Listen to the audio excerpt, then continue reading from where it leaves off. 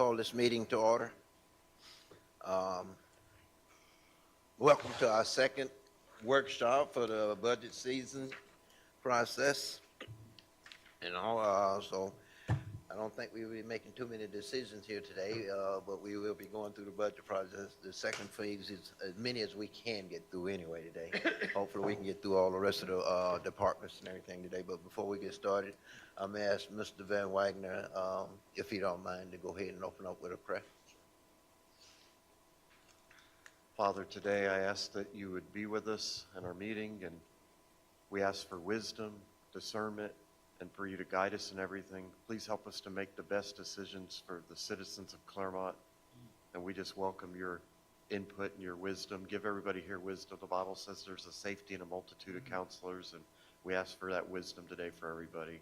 Bless our city, and thank you for all our blessings. In Jesus' name, amen. Amen. Let's do the pledge, please.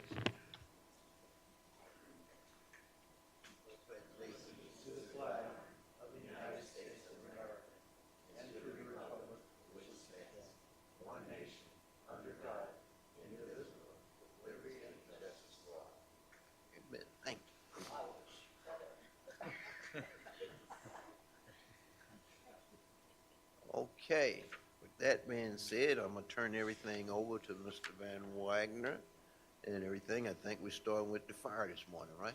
Yeah. Yes, sir. I'm going to turn it immediately over to Chief Bazell. Thank you, guys. Good morning, Mayor and Council. Before we begin, I just want to say thank you for the invitation into this conversation. I just want to reiterate that the value of that is not lost on us, and it's something we truly appreciate having the opportunity to do. What I'd like to do today, we do have a presentation that I think will get into a lot of the conversations that I've already had regarding some of the projects that we're working on. So I think it would probably flow better if we went through the presentation, and then after that we can go through the budget book and answer any additional questions that you might have. But I'll leave that to the council to determine which way they want to go.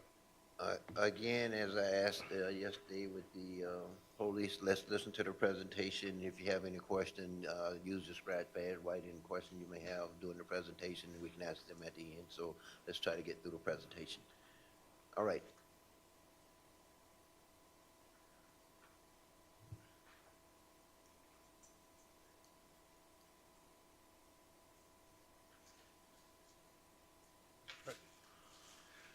Yeah, I just wanted to real quickly do an overview of the department. We are currently at 91 personnel. We have 75 field positions. It consists of 3 shifts, each with 25 members. That's a battalion chief. We have 7 lieutenants, 7 engineers, 10 firefighters. They're operating 6 to 7 frontline units. And 60 out of the 75 personnel that we have in the field are currently paramedics. We have 2 others that are going through the provisional process, and we have another 4 personnel that are about to enter into paramedic school. So that is extremely high numbers of personnel that are paramedic certified. I can share with you that is something that there are not very many organizations can say that they've got that many people that have that high level of training. It's one of the things that allows us to have such a strong medical program within Clermont. On the administrative side, we have 14 administrative support positions. In my position, we've got the executive office manager, special projects coordinator, the administrative assistant. I also have the 2 assistant chiefs. The assistant chief of operations oversees the field personnel and also has the logistics manager under his area of responsibility. The assistant chief of administration has the division chief of professional standards and training. That chief is over our EMS division as well as our training division, and under training we also have a fire and life safety educator. And also under the assistant chief of administration, we have the fire prevention bureau, which has the fire marshal, which runs the bureau, 4 fire inspectors, 1 plans reviewer, and 1 administrative assistant. We currently have 1 vacancy in the fire department. That is a firefighter position. We unfortunately lost one of our probationary firefighters a couple months ago, and we are working right now to do a modified orientation with a projected time frame to hire that firefighter position before the end of September. So we want, by the end of the fiscal year, we want to be fully staffed. Department statistics for the 2024 year, we had 8,237 calls for service. 66% of our call volume is EMS related. The other 34%, that's fire related. Major call types, we had 36 structure fire calls for the year. 88 other types of fires, it's vehicle fires, wildland. And then we had 119 hazmat calls, 560 service calls, 1,887 good intent, false alarms, and then 5,400 rescue and EMS calls. So looking at some of the outcomes of last year, the property saved versus lost, we're running about 90% on property saved. Losses were 2,563,000, and the pre-incident value was at 22,247,000. So that's something that we're also recognizing that there's a little bit of a training issue with our personnel with ensuring that we're getting accurate pre-incident values on some of the calls that we have. But even with the data we do have, we're saving 90% of our property when we do have fires. For 2024, our Fire Inspection Bureau, we had 1,800 occupancy inspections, 2,000 construction inspections, and 313 pre-fire plans, and 1,011 fire plan reviews. One thing that's important to note, last year we did add additional staff to the Fire Prevention Bureau, but those positions remain vacant. We filled the plans reviewer position in was it November? Yeah, November was the plans reviewer, and then in February we filled the fire inspector position that was added last year. So the productivity that we're seeing now with that bureau being fully staffed is not reflected in the 2024 statistics that we have here. And we do have additional data if you want to look at where we're at year to date and where we see we're heading. We're looking at effectively doubling the number of inspections that we did last year. So for our emergency medical services, we had a little over 4,000 advanced life support calls. That's roughly in line with what we, what was it, 4,200 transports last year. So that's it's pretty reflective of the number of patients that were transported to a hospital last year in the city of Clermont. We had another 616 that were basic life support calls, and we had 455 motor vehicle accidents and 53 rescue and extrication type calls. For 2024, our cardiac arrest outcomes, we had 75 cardiac arrest events. 18 of those ended up being advanced airway cases. Where those are significant is that we were able to get a pulse back on 31 of those patients that we worked on. That gave us a 41% ROSC rate. That's that return of spontaneous circulation. National average is right around 26%. So we're doing quite a bit higher than what the national average is for being able to revive patients in a cardiac arrest. On the advanced airway cases, we had an 80% first-time success rate for doing the advanced airways. The national average for out-of-hospital first attempt success rate is about 52%. Part of that's training, and part of that is also because of some of the equipment that we've given to our personnel. So just showing outcomes of just how the effective training and equipment results in actual positive outcomes and for our community. Our training division. Actually, Chief, you want to take that one? So for our training division, year over year, we are seeing an increase with staffing on just our demands. We logged over 27,000 hours across our 75 members of training hours. We did an in-house engineers promotional assessment. We have implemented department-wide mental health training and a peer program for outreach to focus on the wellness and well-being of our members. We've completed open water rescue training. You'll see that we alternate between the lakes and the NTC, and we always put out a blast and encourage the public to come look at that. And then we held a 240-hour new hire orientation. With that program, that's how we bring our people on board. We are required to provide that 240 hours for our new recruits to maintain our ISO training. And we've done two groups in the past 18 months, which is a huge undertaking because that's a 6-week program with all of our instructors. On EMS training, in addition to that fire training, that 30,000 hours, we completed another 2,200 hours of continuing education. We had 3 people in the past 12 months complete paramedic school. That added to that number. And then we've also, our division assists CPD with their new hires and any medical training that they need.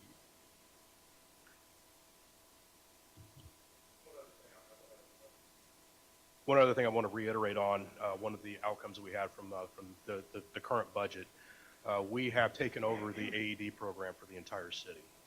So prior to last year, we had about 4 different vendors of AEDs that were out in the field.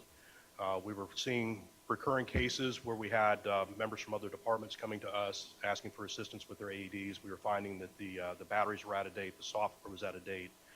The fear was that even though they had an AED, there was no way we could guarantee that it would be functional and working had a need to deploy it. So in last year's budget, when we took over that program, we replaced all the AEDs at the Parks and Rec, Police Department, the AEDs here at City Hall. We do have a request in here. We found a few additional gaps and some additional areas where we want to have the AEDs. But what's nice now is that these are all connected through the internet. We've got a dashboard that we can pull up. These AEDs check in every day. We get a health report. We can push out software updates, and we'll know if anything in there needs to be replaced, be it pads, batteries, or anything else. So we can virtually guarantee that every single AED is ready for use at a time when it's needed. And if you've been down at the waterfront park, you probably noticed there's a box down there. We had an issue with some theft and vandalism on some of the AEDs, so we put boxes in. If you look at the box, it says call 911, and they'll give you the code to open the box. So that keeps the AED safe and provides a means for them to be able to get access to it in the event of emergency. So real quick, just want to share the organizational chart. This is as it stands today. We do have some position requests in our budget, but those are not reflected within the org chart. So going back to the overview we did with the personnel, this is just how it breaks out with the different divisions and the areas of responsibility. So major capital projects we have coming up, fire stations. We are looking to reconstruct Station 2. That's going to be a significant overhaul on that fire station. The plan is essentially to demolish the entire living quarters and rebuild that, expand it out. And we're also looking to address health and safety concerns in our other facilities. The primary issues that we're dealing with, we still have ice machines, refrigerators, exercise equipment out in the bay floors. We do recognize now in our industry that those are contaminated spaces.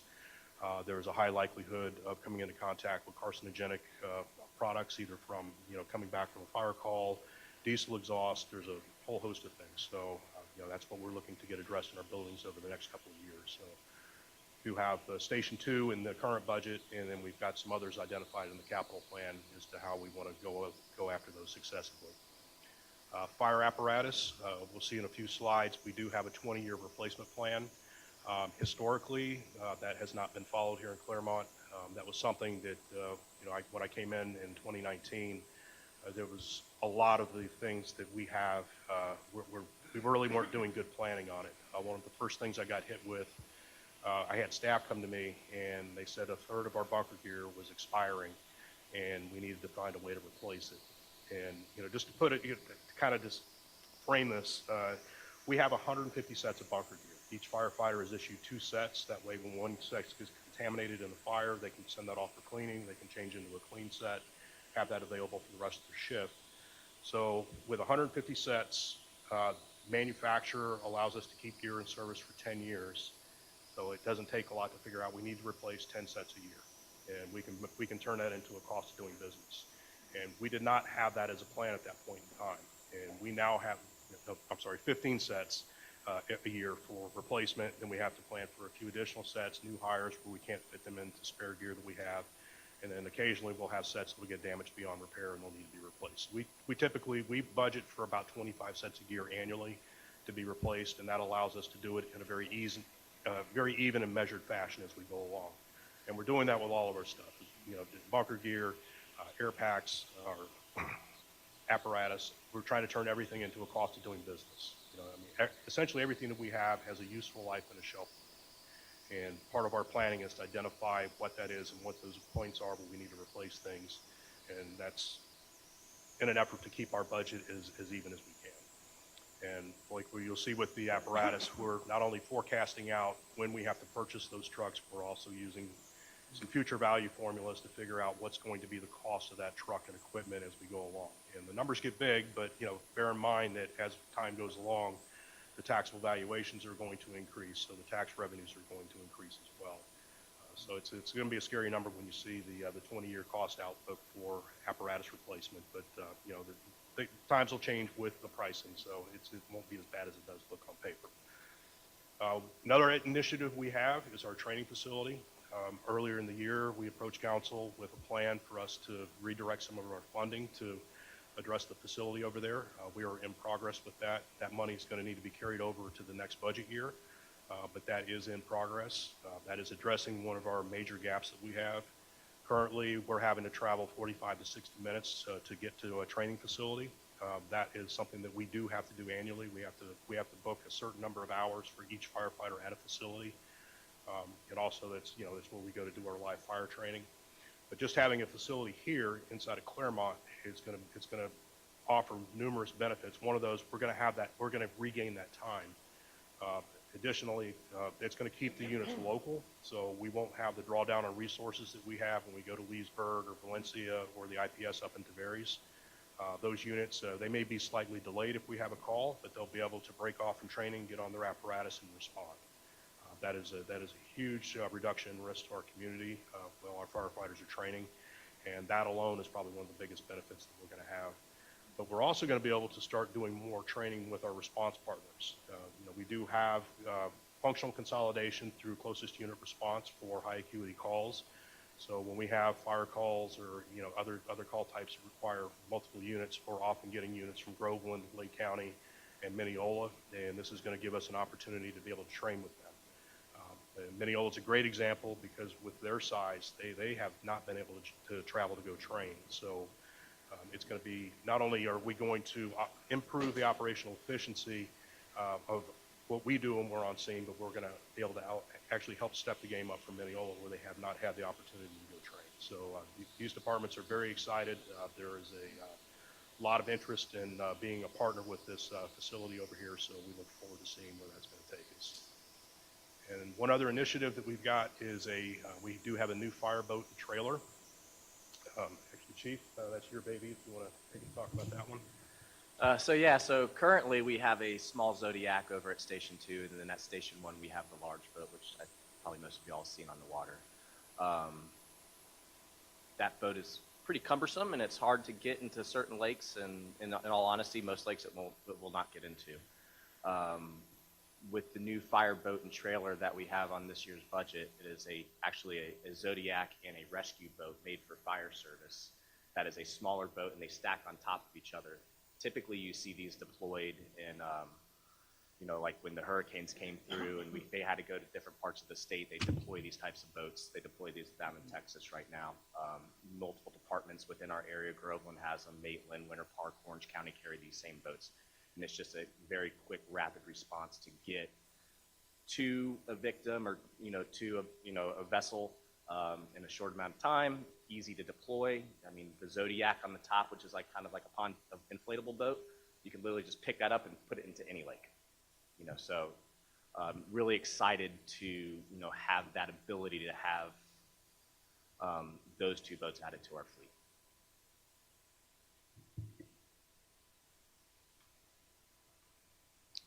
Going back to the Fire Station 2 project, we are currently in progress with plans to rebuild at the current location.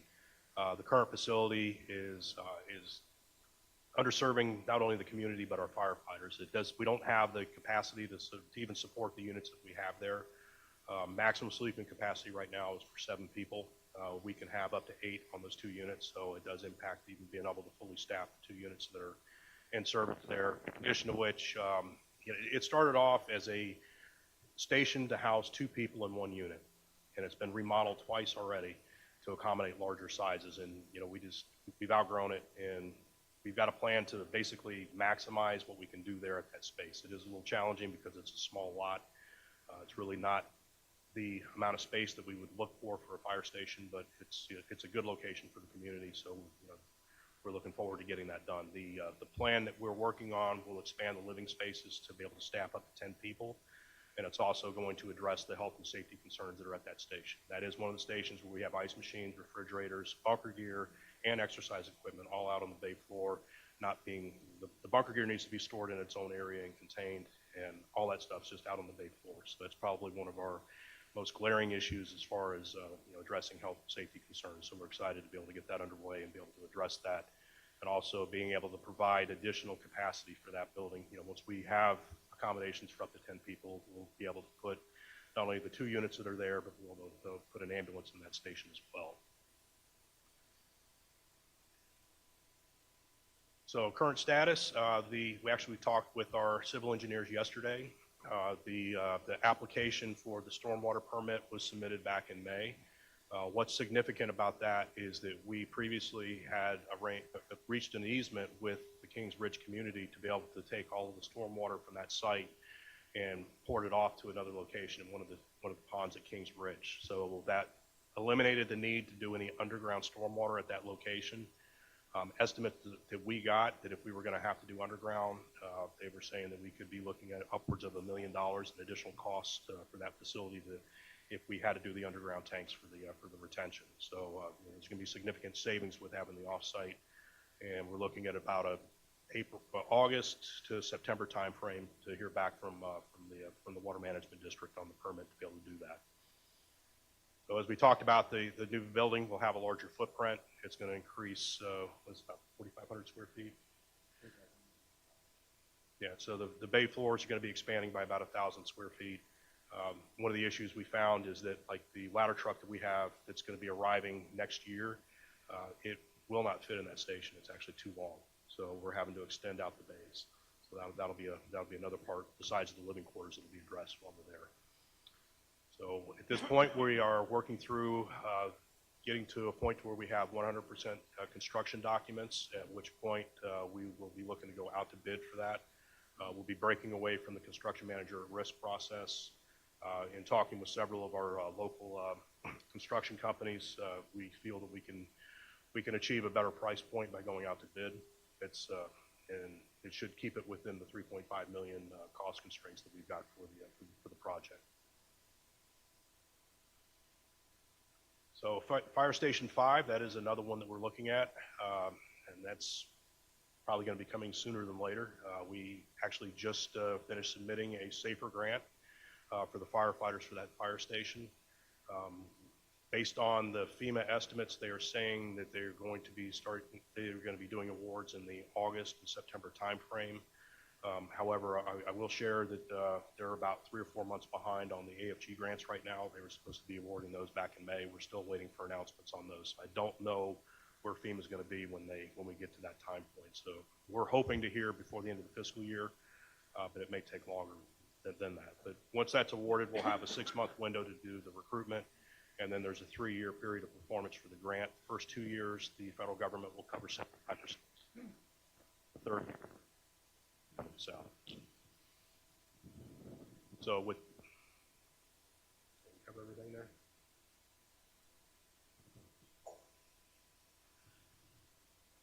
So what we do have planned for that is a 3-base station.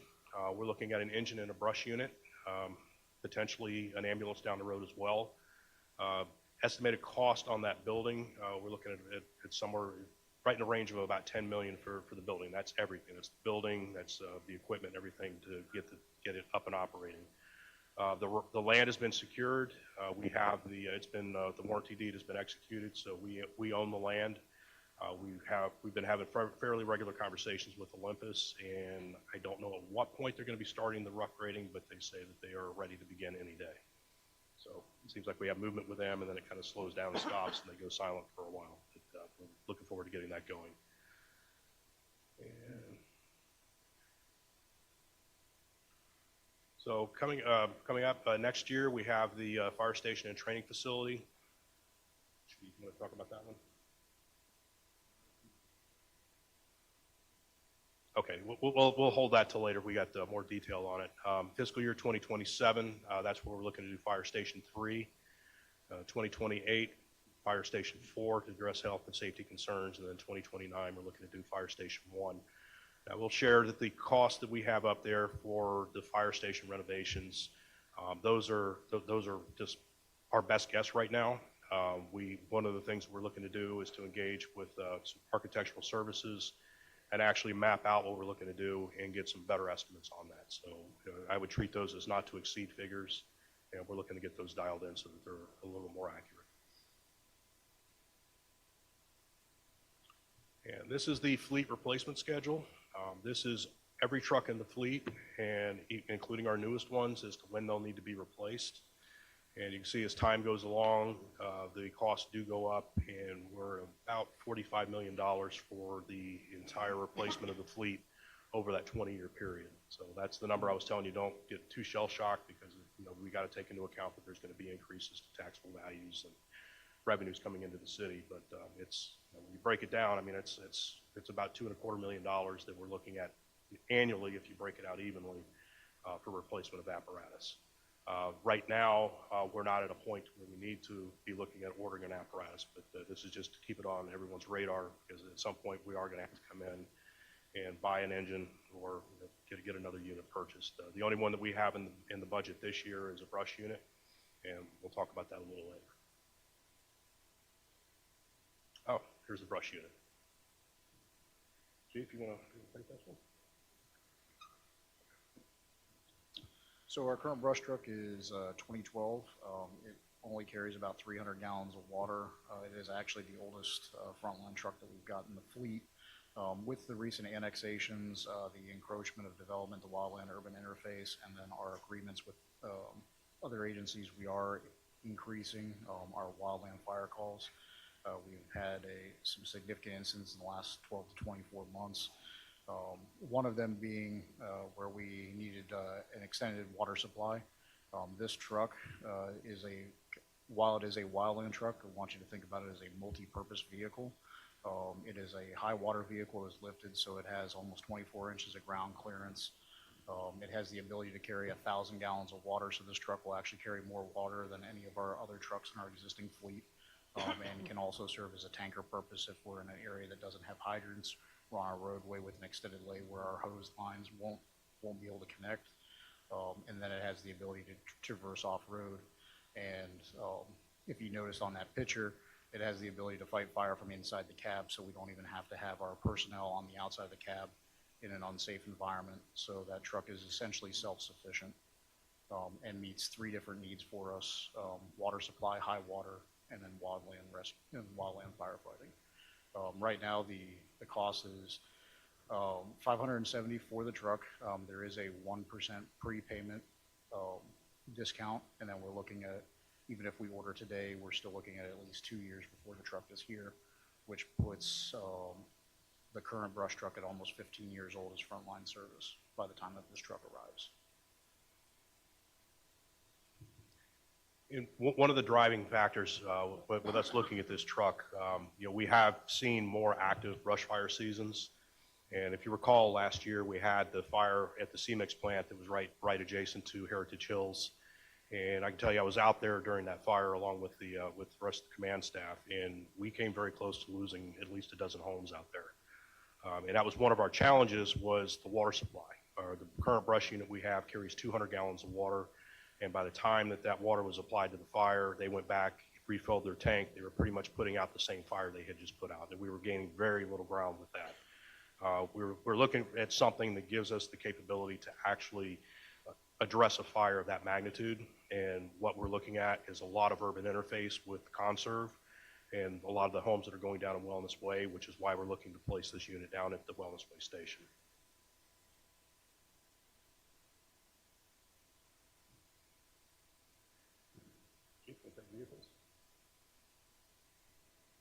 Okay.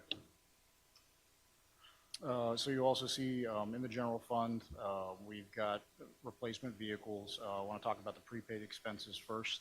We have 2 staff vehicles that we need to have the prepaid to carry forward. We anticipate the delivery before the end of the fiscal year, but it's going to be close. So you've got the EMS 101 vehicle replacement. That vehicle is over 10 years old and has, by the time it's replaced, will be about 160,000 miles.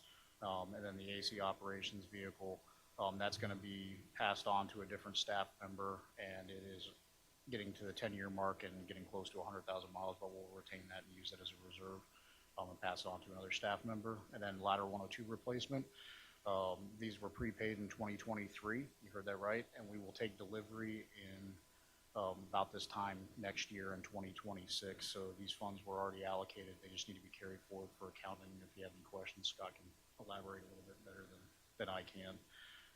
And then in the general fund, we have Training 101 and Utility 101 vehicle replacements.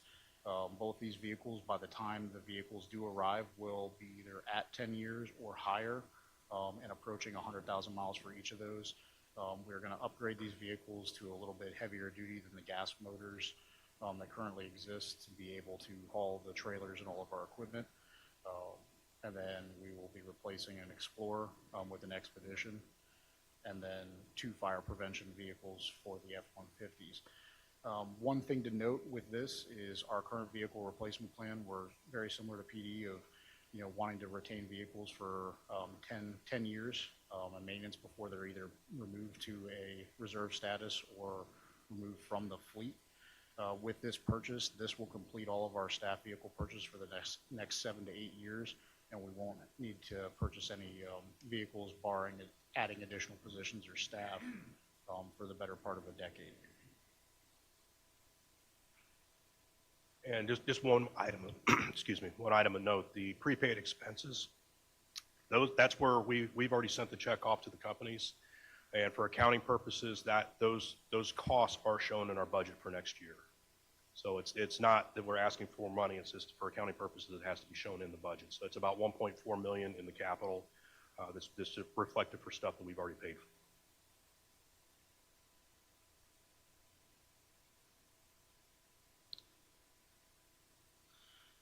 So for the fire training facility, we are super appreciative. The momentum and the morale that this has created for our department has been nothing short of incredible. We have a temporary sign up there. We have already had training out there for our VMR with our orientation class, and we are working to get a task order for the survey and master plan of that entire site, so we know exactly where all the underground electrical and utility lines are. And then we will be purchasing this fiscal year all of the materials, and then we're asking to carry forward that $200,000 to complete the construction of the drill tower and finish the retrofit of the facilities that are out there. We are currently underway of the restoration and mitigation of the bays and training room and the other side of 12th Street. As you guys may also be aware, fire prevention is in there. They're operating. We're finishing up the punch list items, and we will be ready for an open house sometime next month for at least the fire inspection, so you can see what we are doing out there. So why this is important, we have some pretty lofty goals. You saw some pretty high numbers. New recruits, they need that 240 hours of training during the first 6 weeks of orientation. In addition to that, all of our existing firefighters are a little over 200 hours of training per year. Our engineers needed to complete the firefighter training plus their engineer training, so they're at about 230, and the same for officers. They've got to complete the same firefighter training plus their officer training. In addition to that, we have a technical rescue team and the special operations. So when you hear about the water rescue, the rope rescue, our vehicle rescue, anything that's beyond just us fighting a fire, running a medical call, they have an additional almost 60 hours of training that they have to complete. And you can see year over year, we have become very dedicated to our training program. I think that translates to the outcomes, the property loss versus saved, our patient outcomes, and, just our response times and the general compliments and lack of complaints that we get in our day-to-day operations. So of significant note, year to date, at the 6-month mark, we were at almost 16,000 hours. We're projected to be over 30,000 hours of training this year. So this will probably be the first year that we pass the 30,000 mark. So we're super excited, and that's nothing but a testament to the dedication of our division chief of training, our training captain, and all of our instructors. Of note, like Chief said, 45 to 60 minutes is the fastest we can get to a training center. Not listed here is some other factors, is the wear and tear on the trucks, the fuel, the mileage, the time that we can't train. We're wasting basically 2 hours of our day to train. And we are actually this year in December losing one of the 3 facilities that we currently use. Why is that significant? Because that means every department's losing that training facility. And so now we're going to have an increased demand on the 2 remaining ones. So that's why it's more important for us to do it. Again, the drawdown is the increased community risk. And, we're just asking to carry forward the funds that we already have allocated in this year's budget. So not asking for new, just to have that allocated. And this will probably be reallocated and come out of fire impact fees, if I'm correct. Yep. So there is a potential for that, and then to remove that out of the general fund. And again, these are all the different agencies we can partnership. And as this gets built, as we look forward, there is the potential for federal and state funding and different grants as it relates to the training facility. We're actually going to be looking at applying for some gear extractors and some safety equipment through the State Fire College. That application period just opened.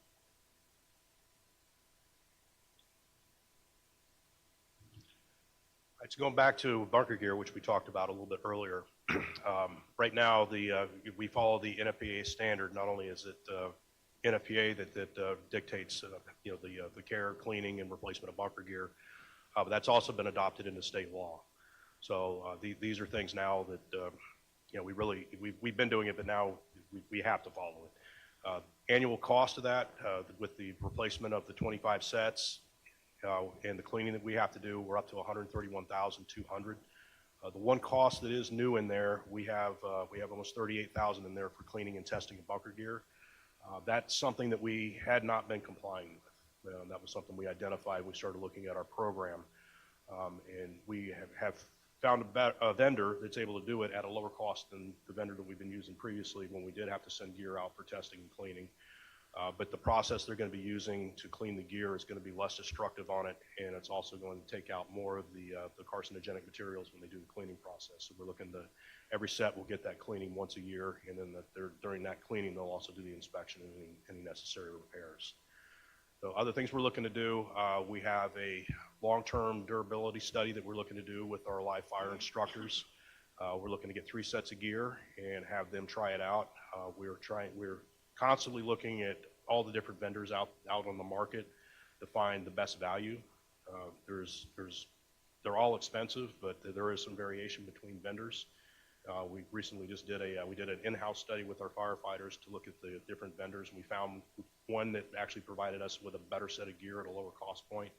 But we're also looking to do stuff with our instructors to get them into gear that's at a lower price point, so that the stuff that they're beating up during like the live fire training, we're saving that wear and tear on their gear that they're actually doing the firefighting with. So constantly looking for ways to try to keep the cost down on the bunker gear.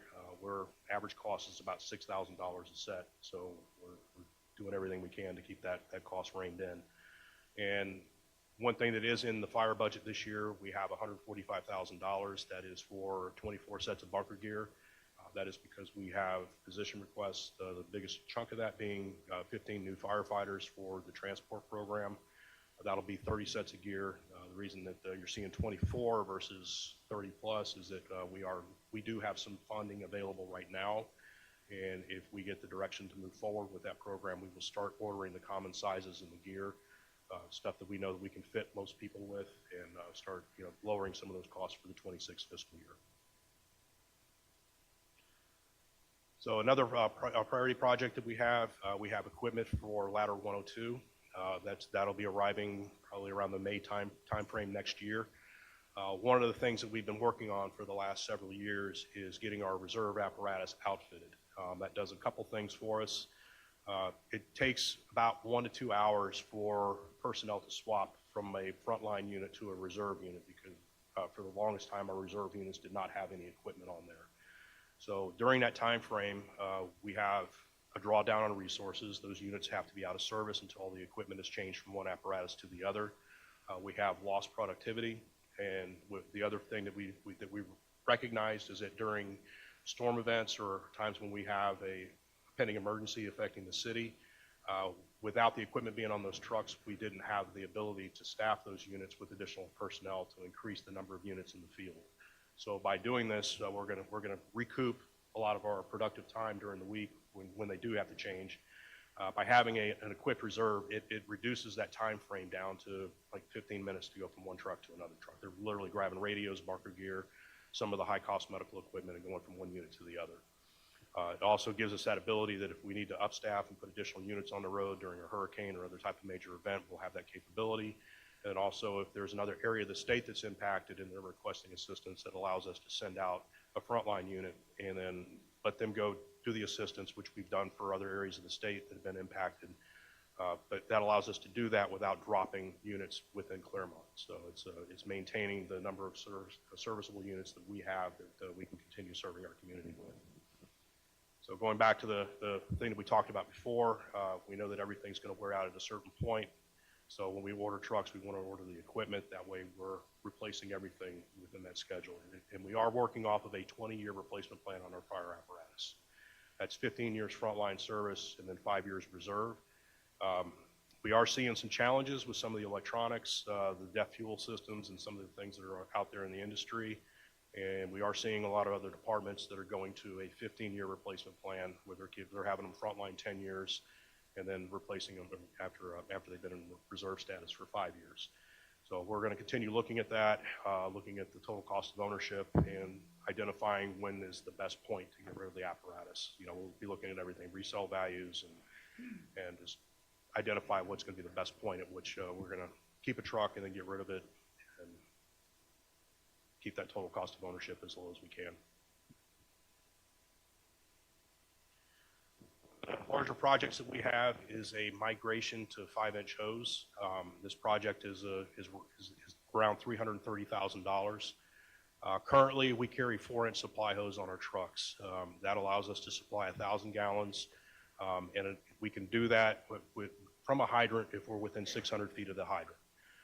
The challenge is, while that 1,000 gallons will take care of what we call a water cannon, either the aerial or one of our ground-mounted appliances that can flow 1,000 gallons of water, that pretty much locks that truck out from being able to do anything else. You can't deploy any other lines or anything else out of it. Going to 5-inch hose, we quite literally, we double the amount of water that we can pull out of the hydrants. With the system that we've got, most of the hydrants that we have available, we could easily pull 2,000 gallons or more per minute out of the hydrants and be able to supply it. So not only could we do an aerial stream, but we could have multiple hose lines going off those trucks. And in addition to that, the distance that we can get that 1,000 gallons that we need for the aerial increases to over 2,000 feet with the 5-inch hose. So where this is going is that we're seeing a change in the community. The time that we elected to go with 4-inch hose, we were a residential community, essentially a bedroom community. We didn't have the commercial, the light industrial, and a lot of the other things that we're seeing. And the reason we're bringing this to council is we see this as something that we're going to buy at some point. And we're bringing it here today ahead of the major fire so that we're not coming back to you after we've had a catastrophic loss because we didn't have the water supply that we needed, and at that point tell you we need to get new equipment so that we're prepared for it. In addition to that, every department around us is using 5-inch, so it will just bring us in compliance with the interoperability for us all carrying the same supply hose on the trucks. So it is a high cost item. It's something we've been asking for the past several years. We also have tried to fund this through the Assistance to Firefighter grant through FEMA. They did not award the grant last year, so we are bringing it in as an item in our requested budget this year.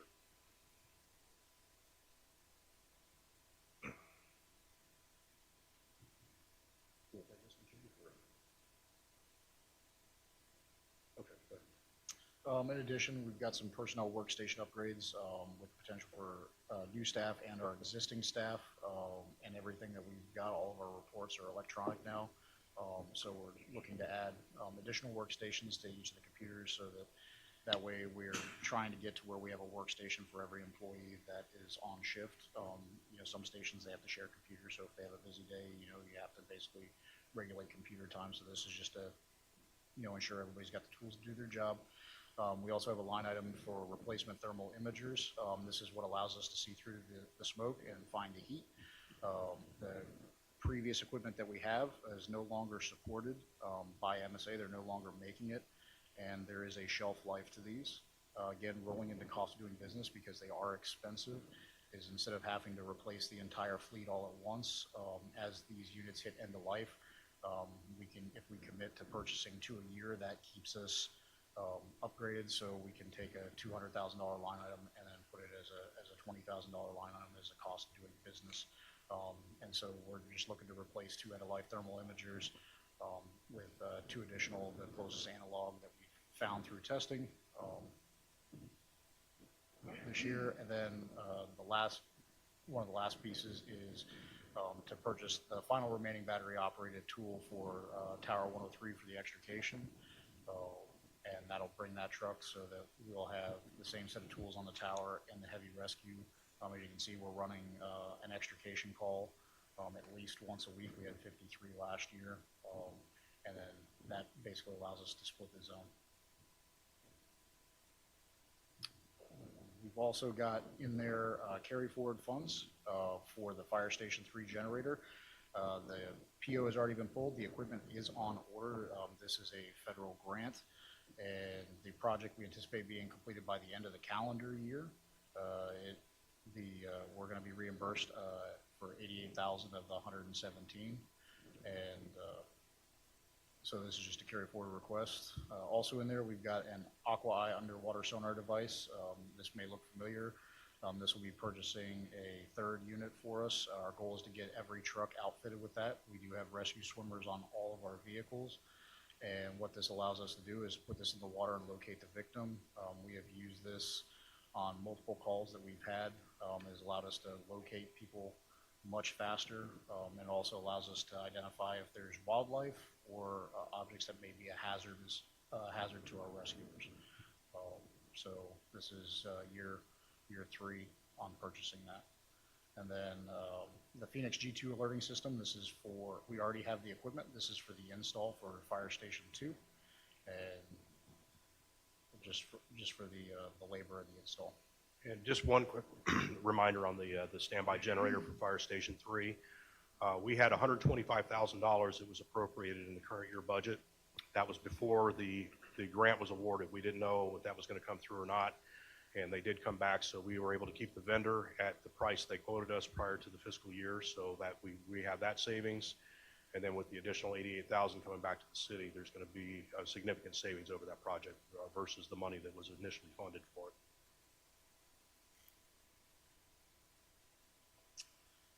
And then we've got MSA air packs. This is a request to get 6 dedicated training packs. What this will do is we'll actually use these to replace frontline packs, and we'll take the more well-used packs and dedicate those to training. Once we have our training facility up and running and we're doing evolutions, typically we need about 10 air packs for the instructors in that group. And this will allow us just to have air packs that we can use, we can abuse, and we don't have to worry about them being needed for frontline service, even though they'll be tested. If they're prone to breaking or something, we won't have that on a frontline truck that's used for life safety. All right, Chief, you're up. So next is the aerial drone. We currently have one drone that we just received last week, and we are sending 10 of our members to school to become drone pilots and be certified in August. The fire department is catching up with technology. Drones can be used for a multitude of reasons. One that, and if we recently talked about the fire of the Simex, the brush fire that was over by Heritage Hills. I don't know if you remember, but it rekindled and we had to go back out there the next day. And that's when it got close to Heritage Hills. We had an issue with getting to that fire initially. Our trucks couldn't get there, our brush truck couldn't get there. We had no eyes on it. It looked like it was put out, but we had a drone, we could have flown it over that area and, oh, we still have something, or there we see something. We could have called Department of Forestry, can you dump some water with your helicopters in this area, whatever that looks like. We also could use the drones for hazardous materials calls to, instead of sending our guys out there to figure out what is this cloud, send the drone in, get some pictures, do our recon. We recently, just 2 weeks ago, had a 2-alarm structure fire, a house fire over in Montverde and Bella Colina. It was a 2-story home that was 10,000 square feet. Huge home. And when you're incident command and you're a battalion chief, you can only have so many views of a structure. You have guys inside, they're telling you what's going on, but you want to see the changes in smoke conditions, whether they're good or bad. Setting up a drone over that, that home would have given us a 360 view of, okay, this is what actually is going on. I'm going to start making my, decisions and sending my resources here or there based off the information that I'm getting, not just a two-corner view of a house. So many reasons, even on the water, a lot of times like Lake Mineola, we'll get a call for a stranded vessel or someone who's out in the water. And typically you get there and you have one person like, oh, they're over here. No, they're over there. Quickest way, we could send out a drone, recon, say, we know exactly where they're at. So we're trying to build our drone program. We don't have one like this in Lake County. Orange County does have one. They are more than willing to come out and help us out, but that could be over an hour before we actually get them on scene. So the request for the $30,000 is to purchase the drone with the infrared cameras, ability to talk, spotlights and everything. So that's the drone program in a nutshell.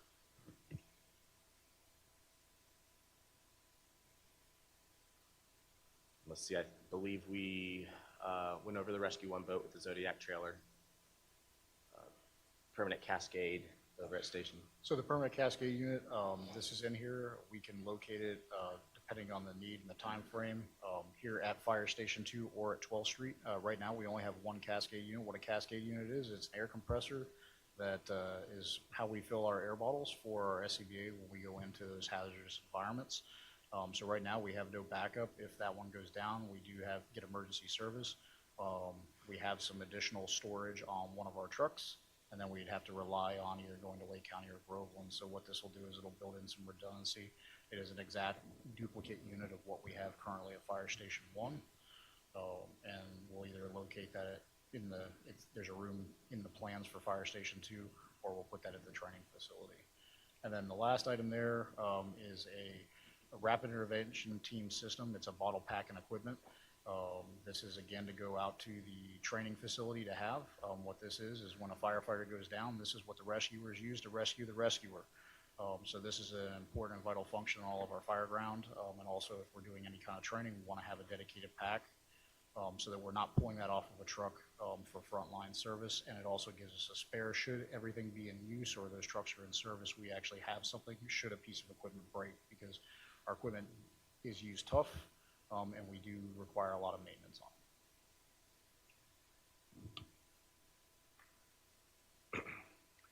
it. Okay, the minor equipment that we have for the AEDs, that's going back to the AED program we talked about previously. We're looking at $45,000 for additional AEDs. We we're adding some to City Hall, Parks and Rec, and Public Works.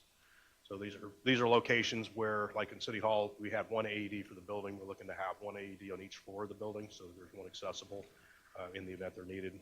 And we're doing the same thing in other areas of the city where we've got facilities where they don't currently have an AED where one is needed.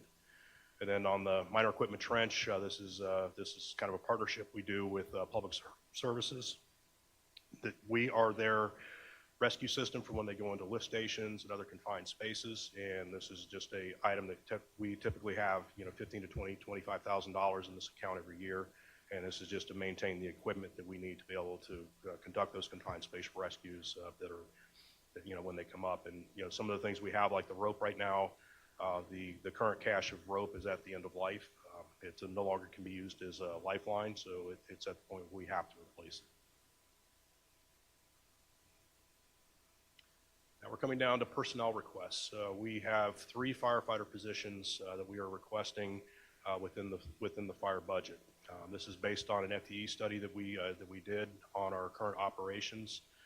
We have been seeing the overtime costs going up, and it's something that we've been monitoring very closely. A lot of that's been due to injuries and other things that we've been dealing with. And based on the FTE study, what we identified is that we could hire 3 firefighters.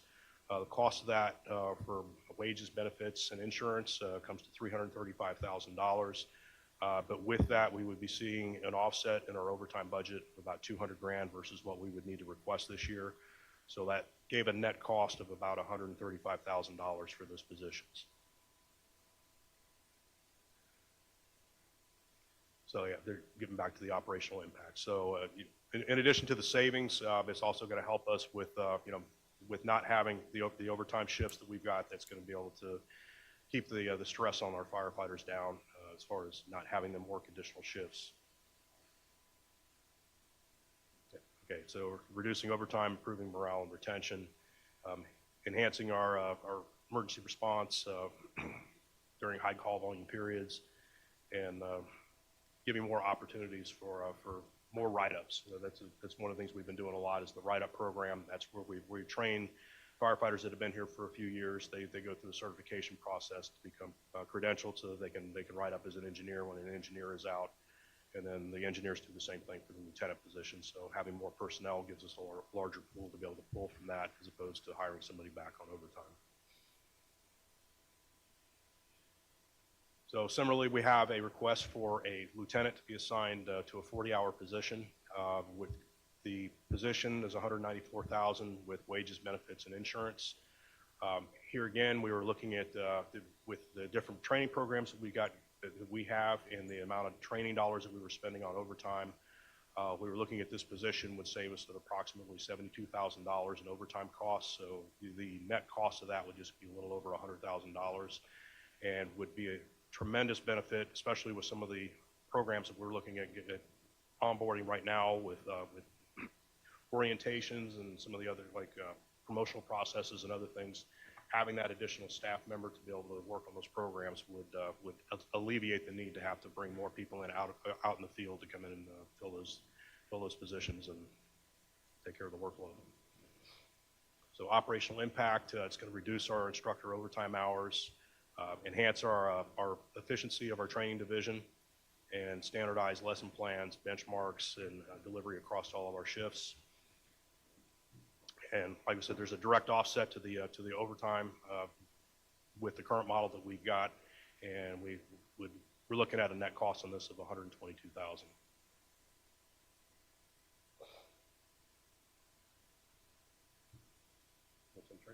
All right, so EMS transport program expansion.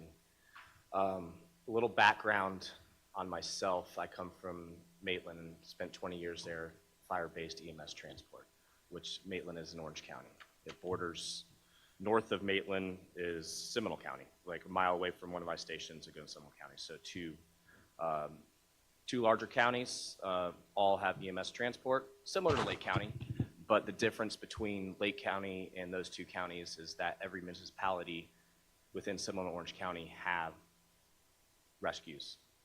I call them rescues. They have ambulances, transport units, with firefighters on them. The counties do as well. So Orange County, Seminole County have stations. They have rescues in them. Every station you go to in Seminole and Orange County, every station, whether it's a municipality, Maitland, Orlando, Lake Mary, Longwood, as a Seminole County station, have a rescue in that station. Currently, if you're going to look at Clermont, which that was the big shock. I moved to Clermont 8 years ago. I was still working at Maitland at the time. Once I was onboarded here at Clermont, I did not realize there was not a single rescue in the city limits of Clermont. Maitland has 20,000 people. There's 2 rescues. Winter Park has 30,000. There's 3 rescues. This doesn't include the rescues that's surrounded by Orange County and the other municipalities. Lake Mary has 16,000 people. There's like 2 rescues there. Longwood's about the same. We have 4 stations in Clermont. We have 3 in Groveland. We have 2 in Mineola, 1 over in Mascot, 1 in Montverde. Then you have some county stations that surround this area. About 12 stations. There's 4 rescues. Our response times to this city, our 90th percentile for EMS transports about 18 minutes, correct? 18 and a half, 18 minutes. At Maitland, ours was 8. Just last week, when I did I pulled the stats for just the week stats. There were 9 calls it took a rescue over 20 minutes to get to one of our scenes. The importance of that is we do get on the scenes quick. Our fire trucks, we're medics. Like we said, we're up there, 75% of us are medics. And we do it. And you saw the stats, we do an amazing job. But we can't transport in a fire truck. And brain is time, cardiac muscle is time. The longer we wait, we can do only so much for certain people. Having a stroke or having a heart attack, they need to be seen by a physician. They need that extra care that we cannot provide. So to wrap all of this into the EMS transport expansion is that this year we're looking to add 2 rescues with personnel. We are in talks with the county right now. You can see the numbers up there. It's 1.6 million for wages and benefits for 15 new firefighters to staff two rescues. It will be available 24/7. Next year we want to add another 2.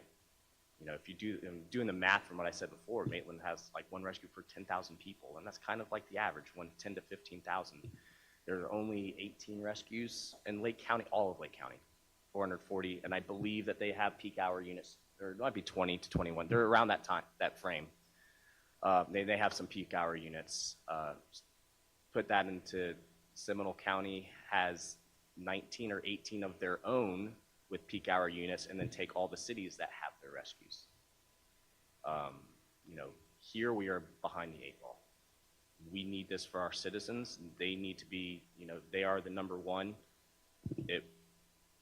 Like I said, I'm used to this type of system in Seminole and Orange County. We don't have it here. Our residents need it.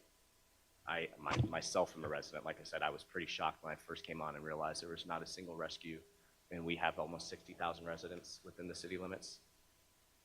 And if you do the math for everybody else with the 4 that surround us, it's over 100,000 people. So I just want to jump in and just reiterate on the discussions that we've had with Lake County on this issue. Those have been very collaborative conversations that we've had with them.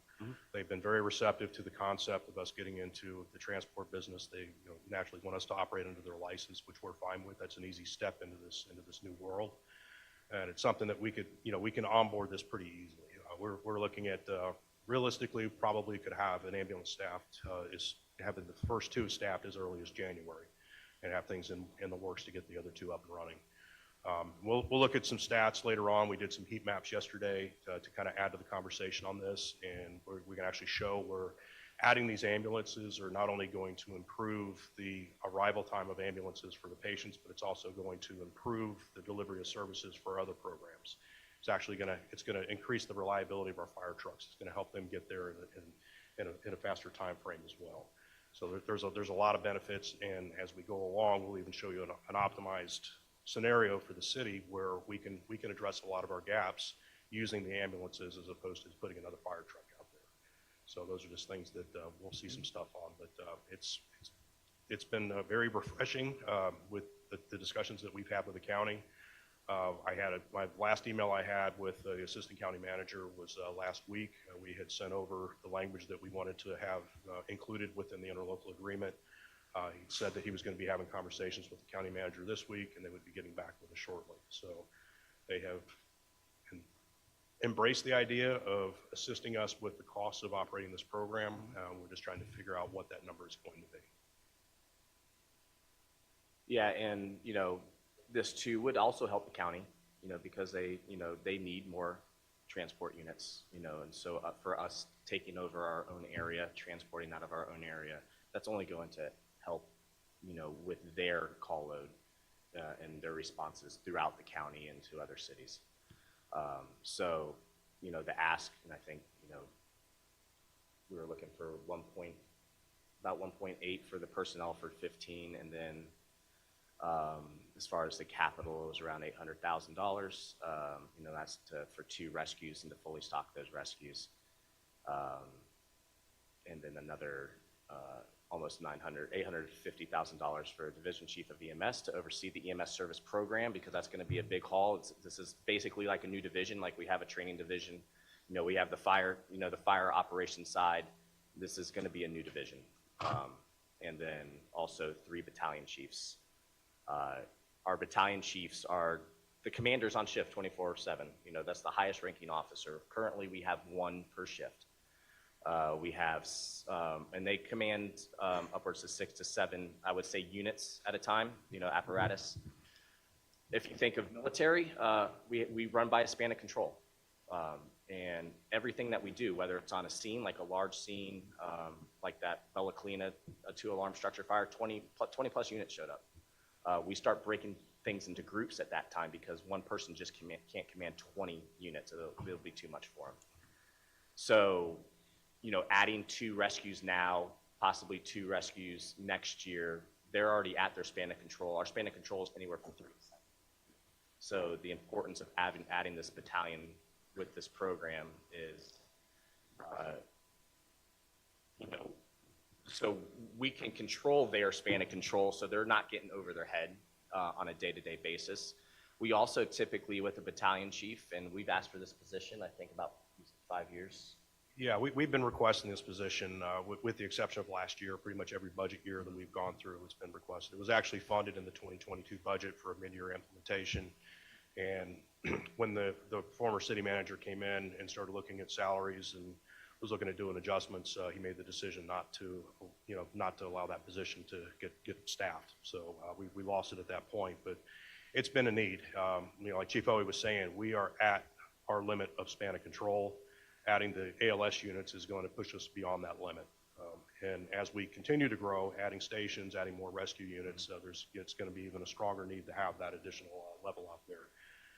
I understand the whole thing about the balance between chiefs and Indians, but we've got to keep the Indians supported with having the right number of chiefs in place.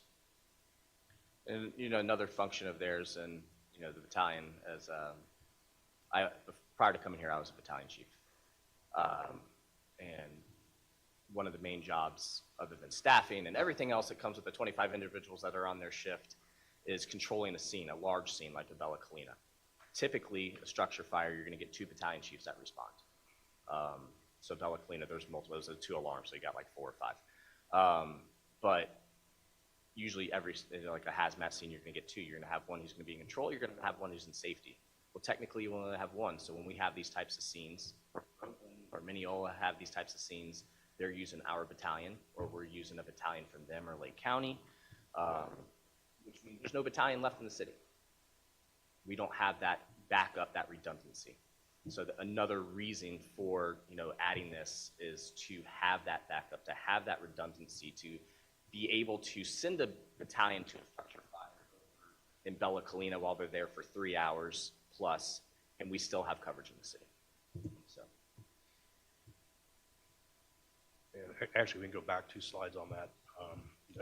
One other point, going to the redundancy. One of the big gaps that we've identified is that in our training programs, the one glaring gap that we have is getting our battalions training hours.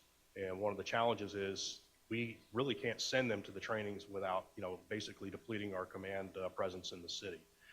The times that we've done that in the past, there's a lot of occasions where we're having to bring in a battalion on overtime to cover so that we can send the other one to go train. So with having 2 in the city, that's going to allow us to get their training hours up, ensure that we're getting them some command staff level training, and getting the training that they need without having to bring additional staff in.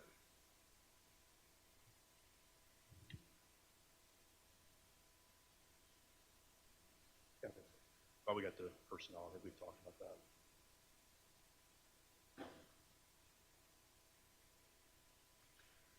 Okay, this is where we did some heat maps, and what you're looking at right here, I apologize for the graphics being a little on the small side, but we just want to show where we are at on as of today. So this is just think of it in terms of green is good, red is bad.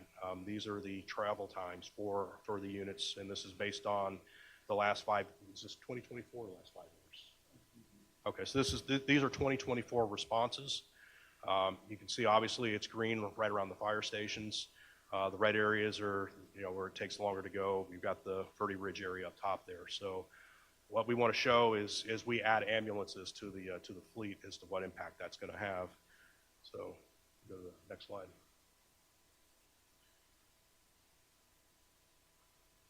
Let's go back 1. So not a lot of change when we add 2 units to there. The plan would be that we would add one ambulance to Station 1, another one to Station 2. But what we did notice when we ran the data and looked at it, having 2 rescues in place was actually, even though we still have some of the red gaps, that was going to give us a reduction of 3 minutes and 12 seconds on the travel times to get the ambulances on scene. So based on the 2024 data, they were at, for transport, they were at 12 minutes and 43 seconds. And having those 2 ambulances in place would reduce that to 9 minutes and 31 seconds.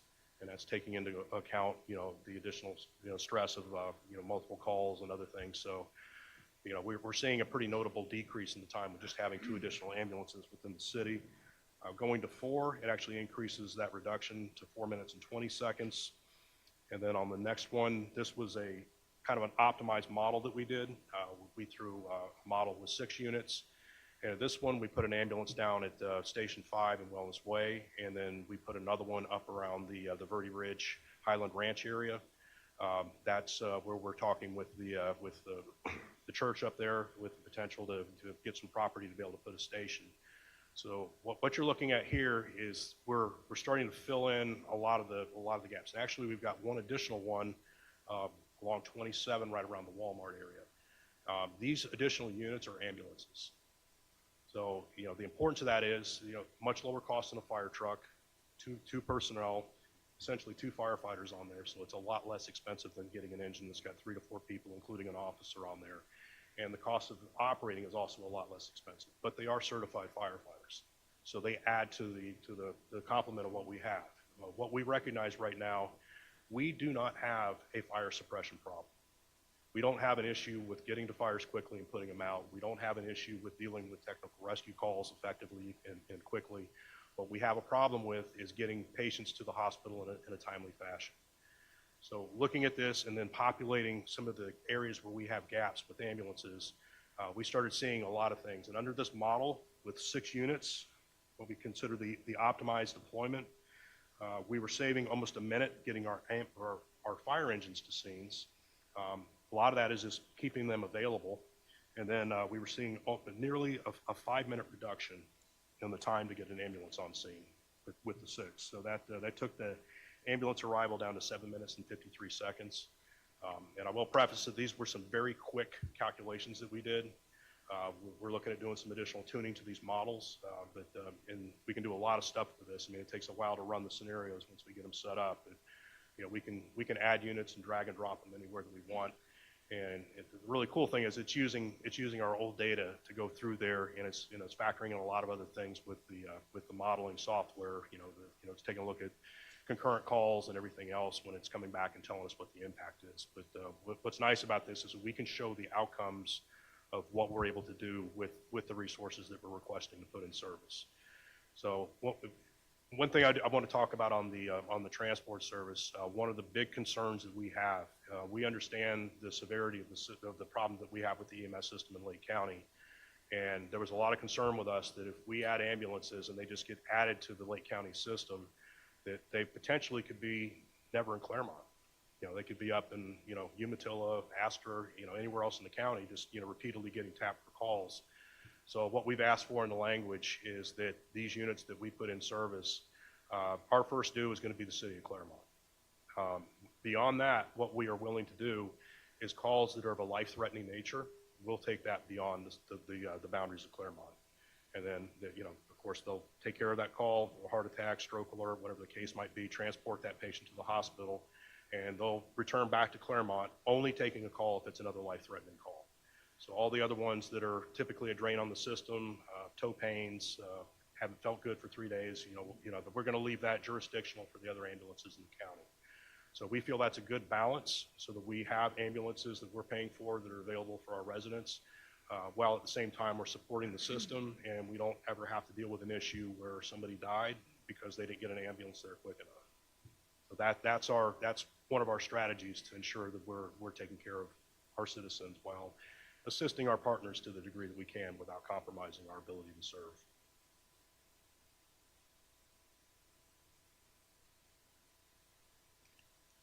Chief, why don't you take that? In our last personnel request, there is a little bit of a change from what you guys have in your budget book. We are looking to reclassify one of our current existing fire inspector positions to a deputy fire marshal. Right now, the fire marshal is available 24/7, 365, despite his request to not be. And we do, in that division, we're getting large enough that we need to have a succession plan. We need to have a pathway for promotion. Then we need to have that built-in redundancy of somebody that meets all the same requirements as the fire marshal, that can act as the fire marshal when they're off and on rotation. In the budget, it's presented as a new position. It is actually just a reclassify. We're not looking to hire somebody. We'd be looking to do an internal promotional process with a January implementation, and we're looking at about a $25,000 increase based on where we did the position survey with HR and what the pay grade will end up being. So off of the presented budget that you guys have, you're looking at about $100,000 less than what's in the proposed fire inspection budget. We have a gap. We have over 4,000 inspections that we're doing, and this just kind of gives us an additional set of leadership and redundancy for that division.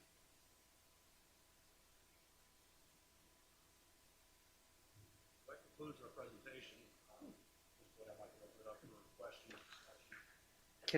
So this, before we dive into the budget stuff, can you guys go back one slide, because this is gonna.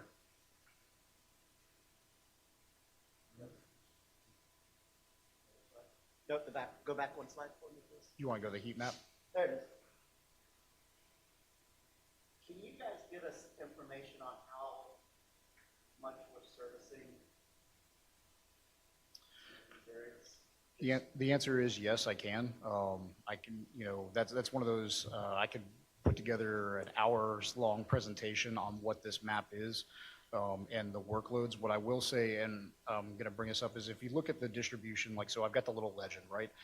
And those numbers next to that, that's not the calls, that's the number of boxes. So this program, it grids out our jurisdiction by quarter mile spaces within the city limits, and then obviously it's a mile by mile square with the larger spaces. And so when we've added the additional, we do a 50-50 geographical versus call density split. And so you'll see the workloads, by adding those additional units, we've more than doubled the grids or the surface area based on call density for the reduction of those times. But I can get you a report that says, hey, this box had this many calls for this period of time during this period of time, like a workload study. So the reason for this is, as we start looking at these areas that we are servicing anyway because we're closest to them, it may make sense to annex those areas, and we'd like to know how much revenue that generates so that we know, is it smart to annex it?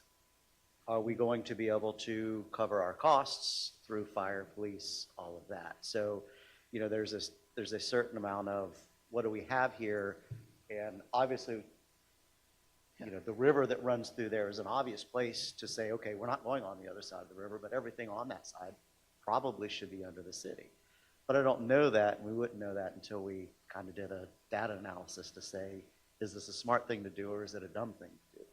But if we're already doing a lot of service to there, it's probably, but I don't know what that service level is or what we're doing there. To answer, it's a couple of clicks and about an hour waiting for the computer to do its calculations. And that's, so if you can just bring that data, it's not something we're going to decide in this budget cycle, but it is something that's important moving forward. And I think it's something that the council will need to wrestle with as we start looking at what's the smartest thing for the city to do ongoing, and does it fund our services, or are we hurting our current residents? And I don't know that answer until we get that data, so thank you. Yeah, and we can run those anytime. The only thing that I'll just preface council right now, down in the Wellness Way area, we are still between GIS personnel here at the city, so we are waiting for that position to get filled because we need to build in some of the roads down there. If you take a look at the heat map there, you'll see it kind of stops. If we had those roads built out, that green would go a lot more to the right on that graph. So that's one of the things we're missing, and I would imagine that's going to be one of our areas of focus coming down the pipeline. So I just wanted to just let you know we have some work on the back end to do to be able to really run good models for the Wellness Way area. But the rest of the city is built out, and in a very short period of time, we can get that information for you. And are these response times, the 220 and so forth, are these when you receive the call, or are these the point that This is just travel. so this is not from I dial 911 until Correct. you arrive? Correct. What is do we have numbers on the time it takes from, as a consumer, as a citizen, I dial 911 until you get the call? What is that And number? They look a lot better. We have a very efficient dispatch center, and our guys do a good job of getting to the trucks quickly. We allow a minute for each of those two processes, and I can tell you we're hitting the benchmark much quicker than that. So it actually, when you look at the total response time, which is, answer at 911 to first unit arrival, you'll see a lot more green on the maps. So what I'm trying to figure out, when I see 220 to 340, what is the time from I'm the citizen, I dial 911? The safe bet is to add 2 minutes to that, because that's 2 the, minutes. because that's the maximum we allow for the benchmark. So this predictive model, the only thing that we can control, like when we look at a deployment analysis, is the actual travel time, because the human factors would be the dispatch center or us with the turnout. So the safe bet is to add, 120 seconds to that, just because that's our maximum allowable. We could, if you wanted to, like we wanted to really drill down, we could go with our 90th percentile for dispatch times and our turnout times for whichever risk group that we use that we want to look at, and then add that to those numbers and basically give you a fairly accurate estimate of what that travel time would look like. And I am under the belief that 6 minutes is a magic number for life-saving. Is that accurate, or should I? Yes, that's our goal. 6 minutes 6 from? minutes. We allow a minute for call processing, a minute for turnout, and 4 minutes for travel. And we have to keep in mind the panic of the individual on the phone who has to find their phone and dial 911. Everything. Okay. From pickup to unit arrival, 6 minutes is our goal. Okay. That's where we want to be at the 90th percentile. So right now, the way I understand it is, 911 call comes in, we have that 2-minute window of personnel to get, and then the fire truck goes to the scene, correct? And that's Correct. like about an 8-minute response time? 6. And then on top of that, you're saying now that the ambulance takes another 15 to 20 minutes. So now we're talking about 20 plus, so it's a 30 minute before the transport gets there, is that correct? We're measuring, we're measuring basically the notification to arrival for the ambulances, and that's where we're coming up with the 18 minutes. That at the 90th percentile. So the other thing you said, Lake County's going to reimburse us a certain percentage at this point in time until we go autonomous, is that correct? That is correct. And we gave them the breakout for, they asked for 2 ambulances was 1.8 million, and we've, double that for when we go to 4 ambulances. So what is the reimbursement that's expected? Well, it's just essentially they would be cutting a check to us. They're going to continue to bill and collect on the transports, so that saves us having to deal with that portion of the business until we, get things figured out and, So that's going to require additional personnel then to do the billing, or is that an in-house thing? That's, Lake County's going to handle that 100%. No, when we go autonomous, would we have then another division that's going to be a billing division? We need personnel. I don't know we need a division. There's not- And there won't be that much- typically, the agencies, they'll outsource that billing. Bill, billing is insanity. Yes, you will have a team of, it's a very specialized. ICD 11? We were talking about, you and I talked about that the other day with the ICD-10. All of those cascades and how you get billed and how the insurance is going to pay and doing all of that stuff has to be done exactly perfect. And you will have a billing specialist. You'll have somebody, so even in any medical office anymore, one of your most important people is your billing specialist, because they know how to make sure everything's coded correctly and to do that. And so, yeah, you will absolutely have multiple people to make that happen, so. I would like to ask, what is the actual total cost you are estimating to have this all set up? So on the optimized, Yes. we didn't build a cost of that. We just wanted to show, looking down the road, if we wanted to, just reacting to some of the conversations that were had on Tuesday about getting response times down across the city, we wanted to show a model on how we could do that. We could build that cost out pretty quickly, but, doing it with ambulances. I'm sorry, I meant to have the transport service altogether. How much would that cost if we had our own ambulance service with the salaries, the equipment, the place to store it, all of that? How much do you think that would cost? Yes. Yes. I was gonna say, right now, for this year, for the 2, we're looking at close to 3.6 million. And that's without reimbursement. We have the potential to be reimbursed for almost half of that at the 1.8, because in the agreements that we're talking about, the county has agreed to basically fully fund the staff on the frontline units.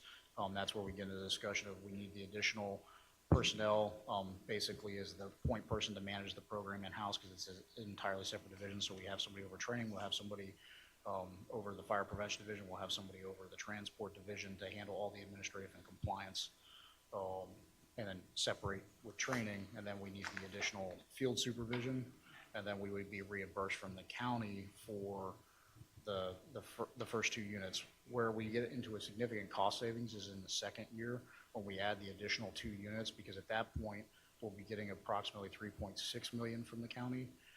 We'll still have our supervisory costs, plus or minus whatever raises are for the staffing. But, early guesstimates is we'll be running that program at a 75% discount of what it would totally cost us if we were doing it without reimbursement from the county. And so that's a pretty good financial basis to implement a new program in 24 months. You're talking over 30 staff, adding 4 new units for a 25% cost factor. Well, and I want to speak to council on this too, that when I became aware, and it was during the campaign process that I became aware that our response time in certain parts of the city was exceeding 6 minutes, pushing that 15-minute. To me, I don't see our problem as getting people to the hospital. I see our problem as getting to the people in the first place when we start talking 9 to 15 minutes. From my perspective, at 9 to 15 minutes, we may as well be basic life support at that point because we're not advanced life support. And what that means is if we were basic life support, we wouldn't need paramedics on our trucks. So we would be hiring lower cost firefighters. We would basically just be handling fire responses. That would be 66 calls a year instead of, how many calls do we take a year? Over 8,000. 8,000. So if we're not going to respond in a time that we can save lives, if all we're doing is getting people to the hospital after they've been injured and responding to fire calls, that's a completely different model than what we have in place, being advanced life support. So for me, a 9 to 15-minute response time is entirely unacceptable. For me, that was important to me. And Chief Azell is one of the first staff members that I talked to about this. And I think, Bill, you were already on the transport. And what I liked about this solution is if we want to solve the problem of response times with getting medics to our citizens, then what that means is we need more stations throughout the city that have medics at the stations. And the way we've been conducting business is we would have a multi-million-dollar 4-year out fire truck at a station that has long fire trucks, and that would cost us 3 to 4 personnel per vehicle, the $2 million fire truck, and we would have to put that in the locations and more that we're seeing on that chart there. By doing medic EMS response, what we're doing is still putting people in the locations that help us reduce that response time, but instead of paying for a $2 million fire truck and 3 to 4 employees, we're paying for a $250,000 to $500,000 rescue and 2 employees per life saving. Now, this is not a increasing of our response time necessarily for fire response. One thing I am wanting to make sure we're mindful and prudent and exercising wisdom is that we are splitting where are we putting our fire trucks. So maybe instead of at every station having 2 fire trucks, we might have 1 truck and an ambulance at every station, and then some stations might have specific trucks that do specific things that we're never going to become the experts on. But if our chief is saying, okay, strategically we need these particular vehicles to be at these particular locations, okay, great. And then if every station has a fire response, and especially even if we have no fire response at some of these stations, technically fire truck. Remember, we still have firefighters. Right. We're still bringing firefighters, but if we can put more, one of you said it best when we started this conversation 7 months ago, but it was a rapid response. It was the idea is to be quick. How can we move faster? And to do that smaller, it's easier to move something small than it is to move something big. So when we're dealing with advanced life support, for me, I can't sleep at night knowing that we're spending millions of dollars. It's water. I gave Stoney the shout out the other day. And then it's medic response. For me, those are the top two most important things in the city. Everything after that becomes negotiable for me, but those are two things that if we don't have healthy water and we don't have an immediate emergency response, we are failing in the safety and care of our citizens. So for me, this is it's a top priority. What I like is that we are executing a plan to reduce that response time down to an industry standard, and I would even like to see it faster. I think that we can do more, and we're doing it in a way that also has the benefits of, okay, now we've stabilized a patient. One, yes, we get that patient to the hospital, but two, we now are freeing up those people to make those responses. Because when we're talking about 8,000 calls in a year, that's a lot per day.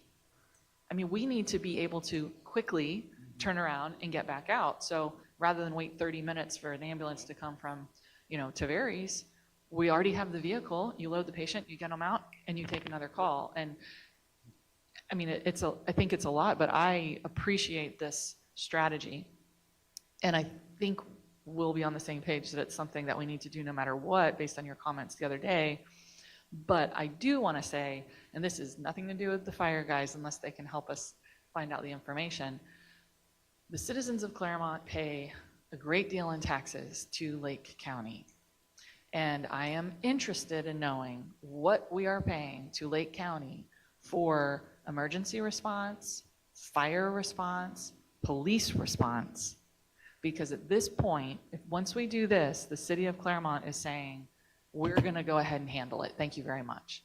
Not that we won't have a relationship with our fellow neighbors, but we are it. We're the first responder for the citizens of Clermont. So if I am interested in knowing what Lake County is collecting from our citizens for the provision of these services, and I want to make sure that we are justly being reimbursed. For example, the county received $1 million in funding from the state for a South Lake Fire Training Institute. So we're talking about funding one ourselves and collaborating with the surrounding areas, but the county is receiving $1 million. So we're going to put $200,000 into a facility. They got $1 million just to design something. I want to make sure that the monies are being justly handled between the county and the city. If we're doing the service, I really would like to see all of that coming back to the city to provide that service. So that's one thing that doesn't have to, I appreciate your ability to do it, and I think you need to do it. We've looked at it. Yeah, what do you got? So the MSTU, which is what the county charges to fund the ambulance service, the taxable valuation revenues in Clermont is right around $2.6 million. What we have also found, talking to some of our partners, Winter Garden, the villages, their average for collections on an ambulance is somewhere in the neighborhood of about $500,000 per ambulance. And You say, just for clarity's sake, I believe I was told that you expected staffing to be about $500,000 per ambulance. It's 1.8 for two, so about 900,000 for two, or for each ambulance. That's if you get all of those battalion chiefs at $1 million. No, just for, if you're asking for like, what does it cost per, like, staffing for one ambulance, so it'd be it's actually 9 personnel, because it would be 2 per shift, so we rotate the 3, and then you need the additional FTE to account, so. Oh, it's so that was the 1.6, so then it's up to be about 800, Yeah. whatever it Yeah, was. per, Okay. per ambulance. It is more efficient to do it in pairs, because if you do it in pairs, you can hire 9 for the first and 6 for the second. So if you're adding ambulances, it's much more cost effective on the FTE count to do them do it 2. So instead of hiring 18, we can hire 15. So the way No, I'm so good with it. it's gonna cost us 1.6, correct? And if that, that equates to 8,000 calls we're doing right now, EMS And calls? that's just for staffing plus the additional. So if you would equipment. divide that out, it would cost us like about $200 per call to somebody, to save somebody's life. I don't know if we can put that into, terms of, should we spend that or not? I mean, it's So I pretty don't- little. So I kind of want to split this up into two things Am because, I wrong on that? Thank you. no, you're fine. No, that's a good way to look at it. I think I need to, for me, I need to split this up into two things. So we've got to have the capital side and we've got to have the management side. And I told you I had some issues with management. You guys went over this today, that 60%, 66% of our calls are EMS, 34% are fire. We're starting to create, in my opinion, a bureaucracy on the fire side. And the more layers of management, administration, all of that side, if you were doing that on the EMS side, then I understand why we're doing that. That is our primary call. That's where not that fire doesn't save lives, but that's where our focus is. That's where we know that we're getting our calls. So if you're telling me that we're going to focus on that and build that side, then I completely understand it. But when you're telling me that 34% is fire, I have a hard time building a bureaucracy around that, whether it's fire prevention. And Chief Bazell, you know I had an issue with this last year, and I still do, and I'm still going to, and I'll have it till I'm not on this council anymore. I'm not a bureaucracy person, and it's just not. Explain So- what you mean. So they're adding layers and layers and layers onto fire prevention. And fire prevention last year, I think we added $1 million, might have been more than $1 million, just in people. And I know that they didn't fund them yet, but there was a lot that got approved last year. You weren't here for it. And I was not happy about it. I didn't agree with it. To this day, I still don't agree with it, especially when we know that EMS is what we do mostly. So if we're trying to build something, we should be building a stronger EMS, not a fire prevention side. Are you suggesting we should have an EMS department? Is that what you mean? Just saying that if we're going to focus on a piece of fire, EMS is the piece to focus on. Fire prevention is not. We're not having a fire prevention issue, having an EMS issue. So what we're wrestling with then is, do we create a jack of all trades situation where we're sharing space and use and administration, or do we create silos? Is that what? No. Help me So understand. we're just adding too many positions on the fire prevention side. But long story short, for me, you guys want to add 3 battalion chiefs. I don't know if it's even possible because I don't do what you guys do. I would be comfortable adding battalion chiefs as we add in the unit. So if we're going to add the EMS, let's add 1 battalion chief, use it at peak time. When we add in Station 5, add another 1 or 2 at that. But we can stage that over time. I don't see why we need to fund that right now when we're not at that point. If we need to have our battalion chiefs, current battalion chiefs, take a little bit more load as we transition into there, then hopefully we can do that. But there's got to be a way that we can flex into it. It doesn't have to be here's $1 million. And this is what I told you guys yesterday, that we're going to add 1.6 on the EMS side, but we're going to add almost $1 million, 800 and whatever thousand, for battalion chiefs and the division chiefs. So I'm trying to watch out for how much we're going to get in oversight and what I call management. I know that battalion chiefs are doing more than management, but we're getting into a lot of oversight and a lot of top-heavy dollar-wise, and it doesn't discount what people do in the management side, but it's just getting high on that side dollar-wise. And I know you guys don't control it, and I know that it's driven by other cities and all of that stuff, but fire costs are getting very expensive for cities. And the problem is that government itself is the one who's driving those costs. It's not anything else beyond, we just keep saying, yeah, we'll do it. We've got to remain competitive with everybody else, and I get that, but we're driving our own sector to where it's becoming difficult to afford. But if you guys can I can get to a battalion chief. You can figure out how to flex that in. We know that our peak calls are between 4 and 8. If there's a way to do that and that we scale that in as we add in our ambulance, as we add in Fire Station 5 and start doing that, then I'm okay with it. Well, on that note, what is our ratio of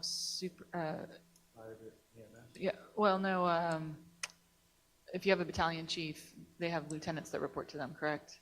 Correct. So how many lieutenants are reporting to each battalion chief? What's the ratio? 7, 7 per shift. 7. yes. And how many firefighters are reporting to the lieutenants? Each crew has an engineer and a firefighter, sometimes 2 firefighters. So they have 3 direct reports.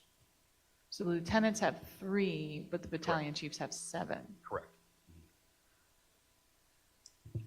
Not doing what you do, not trying to be offensive. Please, this is vulnerable here. It seems like a lot to have 7, and it seems like a little to have 3. Because each truck, when you have it, so lieutenants, basically the passenger, you have the engineer, the driver, and you have the firefighter. So those 2 report to that lieutenant for that Each truck. truck has a leader. Each truck has either 3 or 4. And I'll include an engineer as a firefighter, but who drives the truck. So you have 3 or 4. So that lieutenant is responsible for that truck. That battalion chief is responsible for that lieutenant. All of those trucks are underneath the battalion chief. And that makes sense to me. I'm questioning, and it relates to some other issues that we'll talk about later. Tell me why it wouldn't be appropriate for each station to have a lieutenant. So each truck, we need to have a designated company officer on, so because we can't dictate which truck arrives first, that company officer is your senior member. When they get the 911 call, they have all the training to basically identify, do the scene size up, basically prevent, anything bad happening, and then also dictate, where that call goes. Most of our lieutenants are also paramedics, so, that becomes that valuable resource to basically keep us out of danger and keep us out of hot water. I think kind of going back to the ratio, when we look at adding transport, those are going to be additional firefighters that will fall under the supervision of a lieutenant. So as this expands, those lieutenants will be responsible for between 3 and 5 firefighters, depending on where that ambulance and what crew that ambulance is actually assigned to. So at that point, the lieutenants have hit basically their span of control, but our battalions are still at the max of their span of control. So as we look to growth, bringing that command officer online earlier will allow us to kind of split the city, start getting everything integrated, and then looking at Station 5 on the horizon, the same deal. Now we're going to add an 8th lieutenant to each battalion, and so we have then exceeded the span of control. So we're kind of at that crux of which comes first. Do we hire the staff and then react and do the battalion, or do we put the battalion on knowing, hey, we're getting ready to add a station, we're adding these units, and we're talking, and what we're really talking about here is we have 75 personnel in the field right now today. We're looking at adding over 30 to potentially 50 in the next 24 months, depending on when Station 5 and to not add a battalion chief at this juncture kind of does our department operationally a disservice. So how many battalion chiefs do we have right now? 3. Over 75. Yeah, we have 1 per shift. So there's 1 on it every day. And we're looking to increase that to 2. 1 per shift. 1 per shift. We have 3 shifts. They work the 24-48 schedule. Okay, okay. So there's no redundancy right now? There isn't. Yeah, and another thing, going into the traffic issues a little bit, one of the functions of the battalion is station visits, having face-to-face with with their direct reports. And, that along with, the daily workload that they have, scheduling and all the other issues, training, if they can get that in. At some point in the day, they need to travel to all 4 fire stations, or the 3 others that they're not currently at to, do those visits. What happens if a battalion chief takes 3 shifts off? We have a write-up program, so we have a number of our lieutenants that have been in the position for a while. They've gone through, become credentialed as a write-up battalion chief, so they can step up into that position. If we don't have one of those available, then one of the other 2 battalion chiefs will come in and fill that position. Or Let me any of ask you those something. overtime? So That'll be overtime. if we only had 1 battalion chief, then that means that person would be burnt out, correct? Because it's a 24-hour period, 7 days a week, correct? And with your thought, just only having 1, right? Wouldn't that burn that person out? Well, that's why to we're just have asking for 1? 3, so that, we have 1 per shift and we can rotate that 24-48 schedule. That's what I thought, okay. But that's where the advantage of having fire with EMS helps, because if we add 2 battalion chiefs, we now have 5 battalion chiefs to oversee all of it, and they can share the load. And that's what I'm getting to, is that we phase this in over, I'm not saying they don't need it, I'm just saying we phase it in. And we grow as we grow, we don't grow management first and then say, oh, we're going to grow our management side and then we're going to put the people under it. They can grow concurrently. We just have to figure out, and I don't know how that works, so. I think this is probably more of a Scott question, because, sorry, I put you on the spot. The October 1st is when this budget cycle would take over. So let's say we say, the vision you're presenting, we support the vision, we want to do it. But on October 1st, are you going to be ready to hire all these people? No, the battalion chiefs, probably the earliest we could get them online would be April. We'd have to do a competitive process, and so you could potentially roll this out mid-fiscal year. I don't think right now there's a way we could phase in the 3 because you're still trying to cover, you're creating a position Right. on the shift. And so essentially we have 72 hours that we have to cover over those 3 shifts.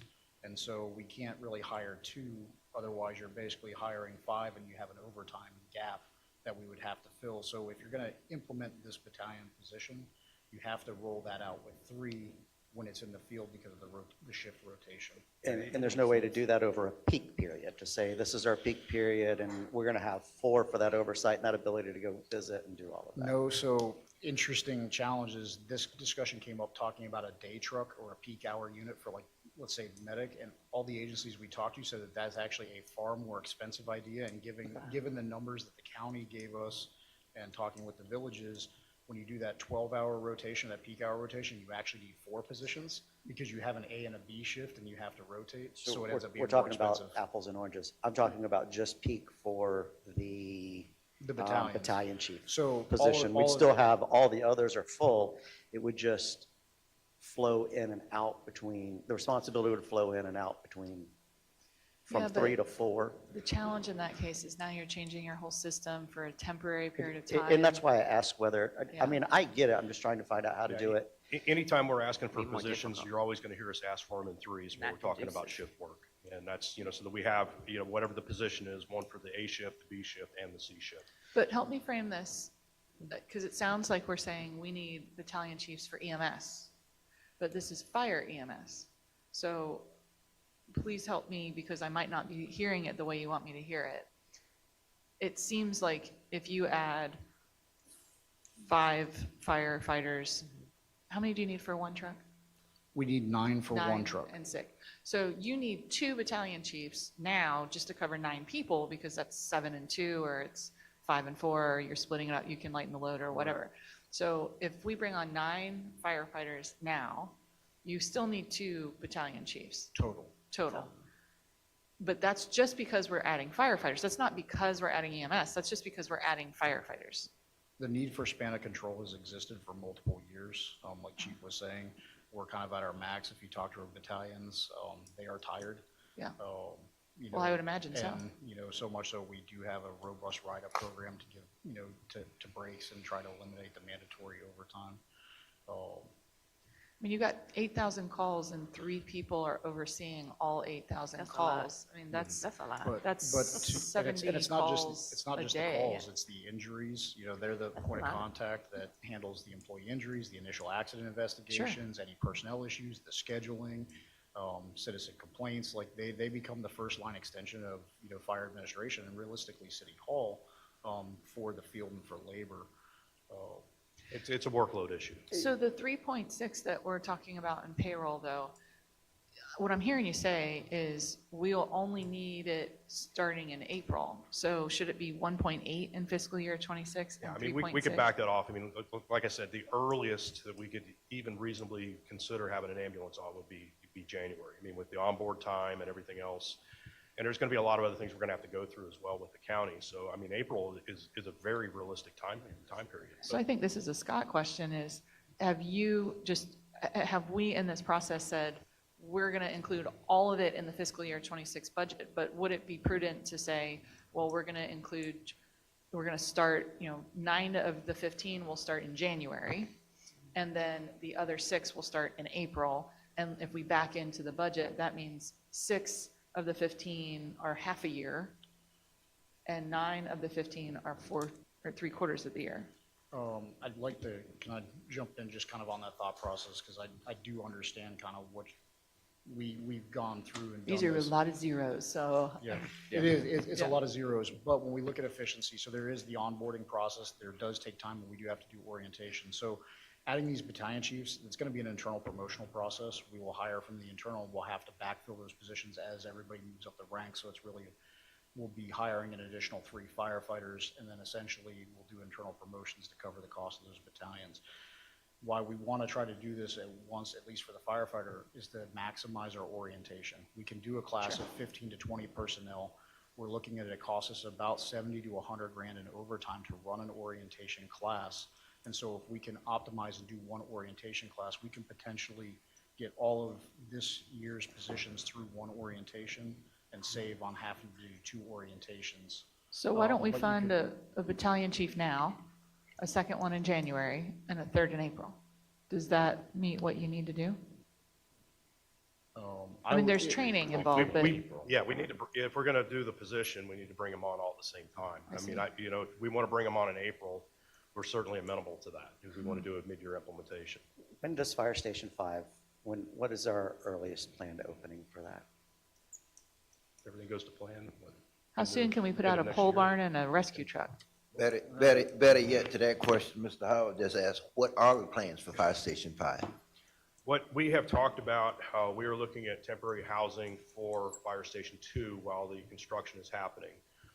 One of the recommendations that we've had with the city manager's office is to buy a temporary structure that can be assembled quickly, broken down, and moved. And what I would like to do is use that for Station 2 while that construction is happening, and then when that project is done, we can take that building, we can set it up as a temporary facility down at the Wellness Way property. We've already been talking with Public Services about getting utilities there, and then we would just have to have some sort of an enclosed building for the truck, and then we have enough there to get something operating in that area. And I think we're probably looking at 9 to 12 months for Fire Station 2 with the bid process. We're probably looking at the end of the 2026 budget would be about the time frame we'd be looking to get Station 5 up and operating. How soon will the pad be ready? The The pad? Olympus is building the pad, right? They are doing rough grading down there at some point. I don't know if they've started. When I talked to Michael Carroll about 3 weeks ago, he said they were getting ready to start the rough grading. That's really all we need. The buildings that we're looking at can be self-leveled. We'll just need something, we'll need a pad to park the trucks on. But aside from that, we're not going to need a fully developed site to get up and operating. For the temporary facility while we do Station number 2, what's the cost on that for the temporary facility? The early estimates that we've got for that particular building, and we're looking at other options, but the one that we looked at that can be broken down and assembled in an afternoon, that would be about $600,000 to $700,000. 600,000 or 700,000. But it could be used at multiple locations? Yes, and it's also wind rated. I believe with tie downs, they said the wind rating is 180 miles an hour on that structure, so they could remain in there during a storm event. We wouldn't have to relocate them to a safe facility. And where are we going to locate the temporary facility? Where would it be located? We had any more discussions with other sites? No, we've had preliminary discussions with PD, the ARC off Hancock.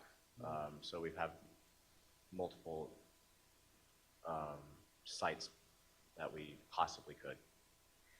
Well, Could we you rent the see, space from the church here's across the the street? here's the problem I'm having, and I'm still trying to get my head around this whole redoing of Fire Station number 2 at its present location.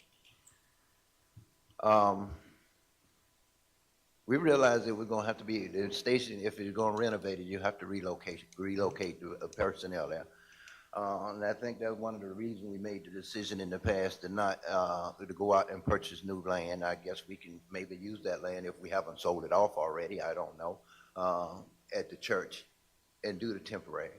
But that was one of the reason we purchased that land at the church down there. So we can build a whole new fire station without having to do a temporary location, okay? I think we purchased it for about, the part of the land was about the same cost it's gonna cost to build a temporary facility for the land. Maybe a little bit more we paid for the land. I think a little under 800,000 we paid for the land. So the goal was to build a station there, and give you plenty of room where you relocate station number 2 and give you various service locality, out of that area than you will from the present location, which is too small. We still talking about relocating and redoing station number 2, cramming, as my good buddy used to say, Mr. Purvis used to say, we're trying to put 5 pounds of chocolate in a 2-pound box back at that location. I just heard you say, Chief, a while ago, you're talking about the engine, your new engine ladder, you're gonna still have trouble getting it in and out of the facility. Well, no, that's why Wait, we're wait, doing let the me expansion finish. on the bay. But- As it sits currently, it won't fit. Well, it won't fit down, and that was the whole thing there is one of the reasons why we re-looked at that and rethought all that, I thought, in the past. And now I'm coming back and I'm hearing these same things, and it seems like we done wasted a whole lot of money here, okay? Getting away from what we had already agreed upon and we had set out and started purchasing to go back to build on this piece of property that we all decided before it was too small for us, okay? We're having to do a lot of re-engineering to try to make things fit here. And I'm sorry. The way I see things in 2 years, even if we put it there in 2 years, we're gonna still be in the same dilemma on that location. And with the congestion that's there, I don't know why we don't want to move out of that location. All the congestion in that area, fire station number 2, the small footprint there. But again, let's get back to the temporary location. Now we're gonna go back and spend extra money to build and buy another facility for temporary locating this. Don't know where we're gonna locate it at there. So whether we're gonna be able to serve the people or not, see. Why don't we just use the ARC? We, If you want to interject some ideas, Mr. Mayor. Okay. We were talking about the hotel is about to open right next to the Ark and actually renting out 2 of the rooms and working with the person. That would be a far cheaper way to do it. But one of the reasons we considered just a minute, Mr. You say, next to the Ark, relocating there? where Sprouts Now, is. aren't we creating a bigger response, headache on our response time, moving further away from our territory we need to be responding to? I would let the chief See, answer that. and that's why I'm having trouble wrapping my head around this. When we had the piece of property, we had everything down in the area, we could have rebuilt this station number 2 next to the church where we bought the property, better serve not only the area we permanently serve and give better service, but also be able to service Wellness Way a little bit better with the extension of Hancock Road going down there while we're building station number 5, which we need to talk about a little bit later, station number 5, because there's a lot of issues I got, concerns I got about station number 5 We as can, well. but the problem I is think we can that's why we're almost here. build But- station number 5 for the amount that we save. It's $10 million savings, Tim. I mean, at that point, just think about it. It's $10 million. Think about how much the fire can do with $10 million. All right, gentlemen, Think we're here about to how- workshop these solutions. Like, And at that's this what I'm point, saying we're is all getting a little that's bit how much more we can do. emotional, and I think that there's a lot of assumptions being made. What I'm hearing the fire department say is they're being creative, they're coming up with solutions. These are just ideas. I once had an idea of hot dog soup. Some ideas we like, some ideas we don't. That's always what this might be hot dog soup, we don't know. But I will say I commend their idea. I mean, the way they described it to me is like, it's a Lego building. And I said, I want my kids to watch you build it because I think it'll be so much fun. And going back to the priority, and I'm definitely part of instigating this, so I want to be accountable for that, is Verde Ridge is a key location. Fire Station 5 at Wellness Way is a key location. What I'm hearing the chief trying to do is, in a cost-effective way, take care of Fire Station 2, then 5, then the Verde Ridge area. And I'm going to suggest, because I think it addresses everybody's concerns, that we give him direction.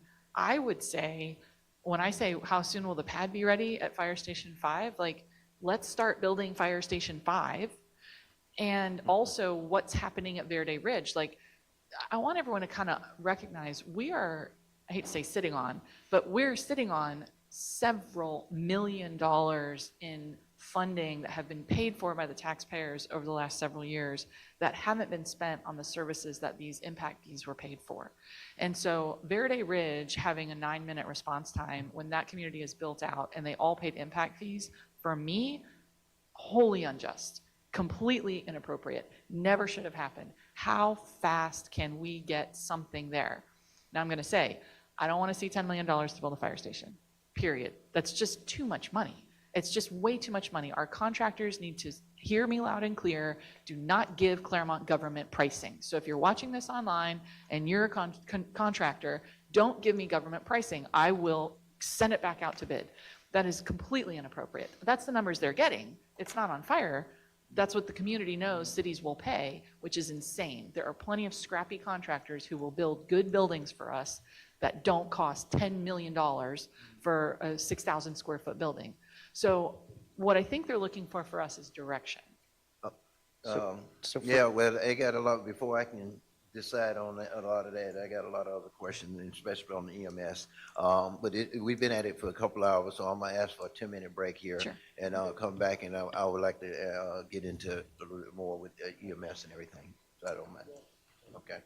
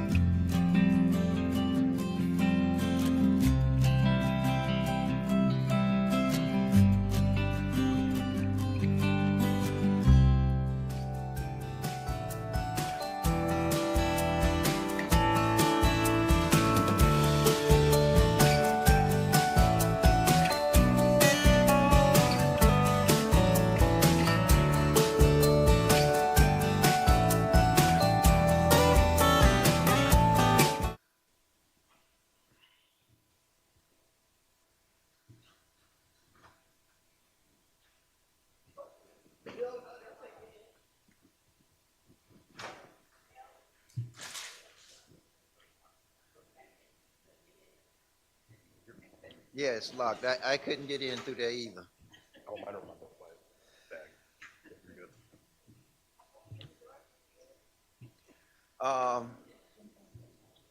good. Mr. Vet, if everybody would go ahead and take their seat, we'll go ahead and get started again, and we're gonna run up until, I think we got a scheduled, lunch break at 12 o'clock. Okay, so at, 12 o'clock, we'll be breaking again for lunch, but let's try to get as much in as possible. Mr. Van Wyken, let me apologize for interrupting you, a few minutes ago, when you was telling me about the relocation of the temporary station, but just, go ahead. Cost is an important factor to me, and, I thought it was creative that they're just brainstorming right now, Right. Mr. Mayor. And the hotel I thought was a good option also. We're just trying to limit cost. And I understand the passion for the expansion of what was Fire Station 2, and I respect that. But the thought is to spread that money over multiple sites, perhaps 3 of them. And if we could get 3 stations for response versus 1, I value all the different thoughts on it. But that's the mindset, just to create more because of the response times. And not to politicize anything, but I was at Station 2 and at a point of tears recently because the guys had to respond to a teenager in Wellness Way that took their life recently. And I respect what these guys do more every day I work with them, because when I was a council member, I wasn't as entwined as I am now in the day-to-day operation, and it really beat these guys up a lot. And it would have been across the street where the new station would be if we had a Station 5. And so it put a passion in me, Mr. Mayor and council members, to try to preserve life all we can and be fiscally responsible as well. But I talked to Mike Carroll about it, Mr. Mayor, and he was so concerned that he wants to do everything he can in Olympus. I don't mean to be emotional, to try to help the community. And as people, I think our problem is awareness on a lot of stuff. And the more we communicate with the county and our different players what's going on, I find more and more people have compassion and concern than I thought. So it's not that people don't care a lot of times, it's an awareness issue. So I'm part of my passion being in this role is I love all this city and all these departments, but I feel like I need to help preserve life any way I can. So that's just where I'm coming from, Mr. Mayor. Thank you. That's very kind of you to let me speak again. Appreciate that. And I feel your passion, and I understand that, and trust me, when I sit in this role, preserving life is one of my big things. As you all heard me say before, I used to chase fires with the volunteer fire department years ago when I was in my high school in younger days. I used to do these things. So fire department has a special place in my heart. And so when I came into this role as mayor, I looked at all these things. Fire station number 5 is a big concern of mine because of the number of people we have down there. And I guess that's one of the reasons I made it, kind of push for the relocating fire station number 2 because of my concern. Was it really adequate? When I visited fire station number 2, hearing all the complaints, and I realized, hey, this is really inadequate, and to try to do what we was trying to do there, it just didn't make sense to me. When we can do other things, and you're right, we need something out in the old Highway 50 area for Verde Ridge and all that. I understand these things, okay? And try to get as much out of the dollars as possible, but I want to provide the best service. I don't want to do something today to say I did this here today, and tomorrow we need to redo it again. When we do something, especially when you come to fire stations, I want it to be able to last 10 to 15, 20 years or so. And right now, what we're doing with fire station number 2, I don't see that's happening. I would guarantee you in 2 or 3 years, we'll be in the same dilemma we're in right now in that location because of the congestions down there and everything else is and just too much. And that's one of the reasons, and that was one of my biggest concerns with station number 2, not just the small footprint or where it's located at, but the congestion in that area and the congestion that's gonna grow. That's why, to me, relocating, and we looked in there and we got the deal to be able to do that, we can save this money. And matter of fact, if it hadn't been put on hold, I would say we'd be already breaking ground on fire station number 2 down there right now. Okay, at the turn, at where we're at. But we took almost $300,000 that we had put in engineering and design and everything, threw it out of the window. Okay, that's $300,000 we lost. We talk about money, funds, and everything. That's $300,000. Now we put more money into redesigning station number 2, another whole new design on the station number 2. Plus now we got to go back and spend $600,000. You're telling me just for a facility, Well, that, a temporary It's facility. reusable, so. Yeah. And that's just an Well, idea. huh? It's a proposal to serve multiple venues, Yeah, because yeah, what but- they were saying is use it at 2, then go to 5, then go to Verde Fine. Ridge. So if you look at it like that, it actually, I mean, it's a very creative solution, and I want to see creative solutions, so I Well, commend it. so I think that If we want to that's see going, if advanced that's all construction. happen, that's fine, and everything. yeah, it was just an option, Mayor, and that was, the reason that we looked at it as an attractive solution was the speed at which it could be broken down and set back up at another location. We're talking less than a day. Well, my thing is, hey, my thing is, I didn't want it really and truly because, trust me, I understand temporary location. Being in the military, I operate out of temporary facilities quite often.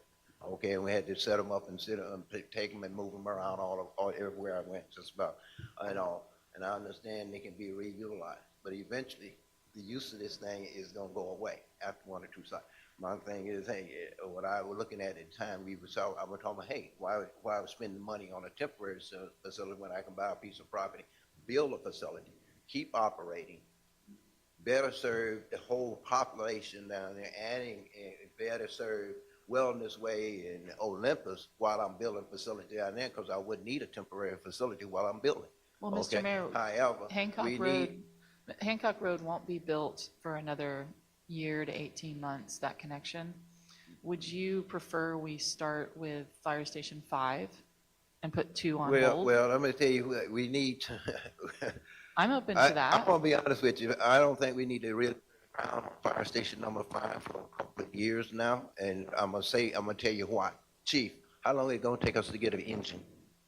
We don't need an Equipment. engine, we have an ambulance right now. Wait a minute. Fire station number 5, the equipment and apparatuses and everything, what we need down in station number 5. We're looking at options. We can have the engine when we need it. We can have it available for when that station's ready. to And open up. how many, as soon as it's built, Correct. we don't have to order nothing new. It'll be, we'll have to get a new engine, yes, but I mean, New engine, there how are, many months it take us to get an engine? if we do a custom build through Pierce, we're looking at anywhere from 36 to 48 months. Bingo. But we there can are buy other- new, and we have an ambulance right now. Mr. Mayor, I will not be a vote, and I want to know right now if I am the lone voice here. I really do. I'm not going to be a person who says we're waiting 2 to 3 years for Hold on. Fire Station Well, 5. hey, we So can- we've got a solution. I think that if we talked with them, I talked with them over the break, and I think it's a reasonable solution, and I think it solves everybody's problems, and I'm happy with it, and I'll support it. So at the end of the day, they can fund the EMS now staff, fund the battalion chiefs in April, so a 6-month. And because, as I was talking with them, there's a SAFER grant, which means that we have to be operational within 120 days. We have to have them onboarded within 120 days from receipt of the So application. because of the SAFER grant, we can have all of that done, and we can start breaking ground by next year on Fire Station 5. I think it solves everything, even if it's a temporary at 5. But that solves all of the problems. I'll support it. I'll vote for it. So. Well, I'm not quite sold on the EMS yet. It's still a lot of variables in this EMS that has to be decided, because I'm not sure, and I've asked this, I've tried to ask Scott this, and he couldn't answer it, but Chief, maybe you can answer. How much do we actually pay Lake County for EMS? Scott, if you can find that out for me. How much of our residents' taxpayer dollar that goes to the county for EMS every year? There's the ambulance municipal service taxing unit that's paid. The revenues generated for the city of Clermont are in the neighborhood of about 2.6 million.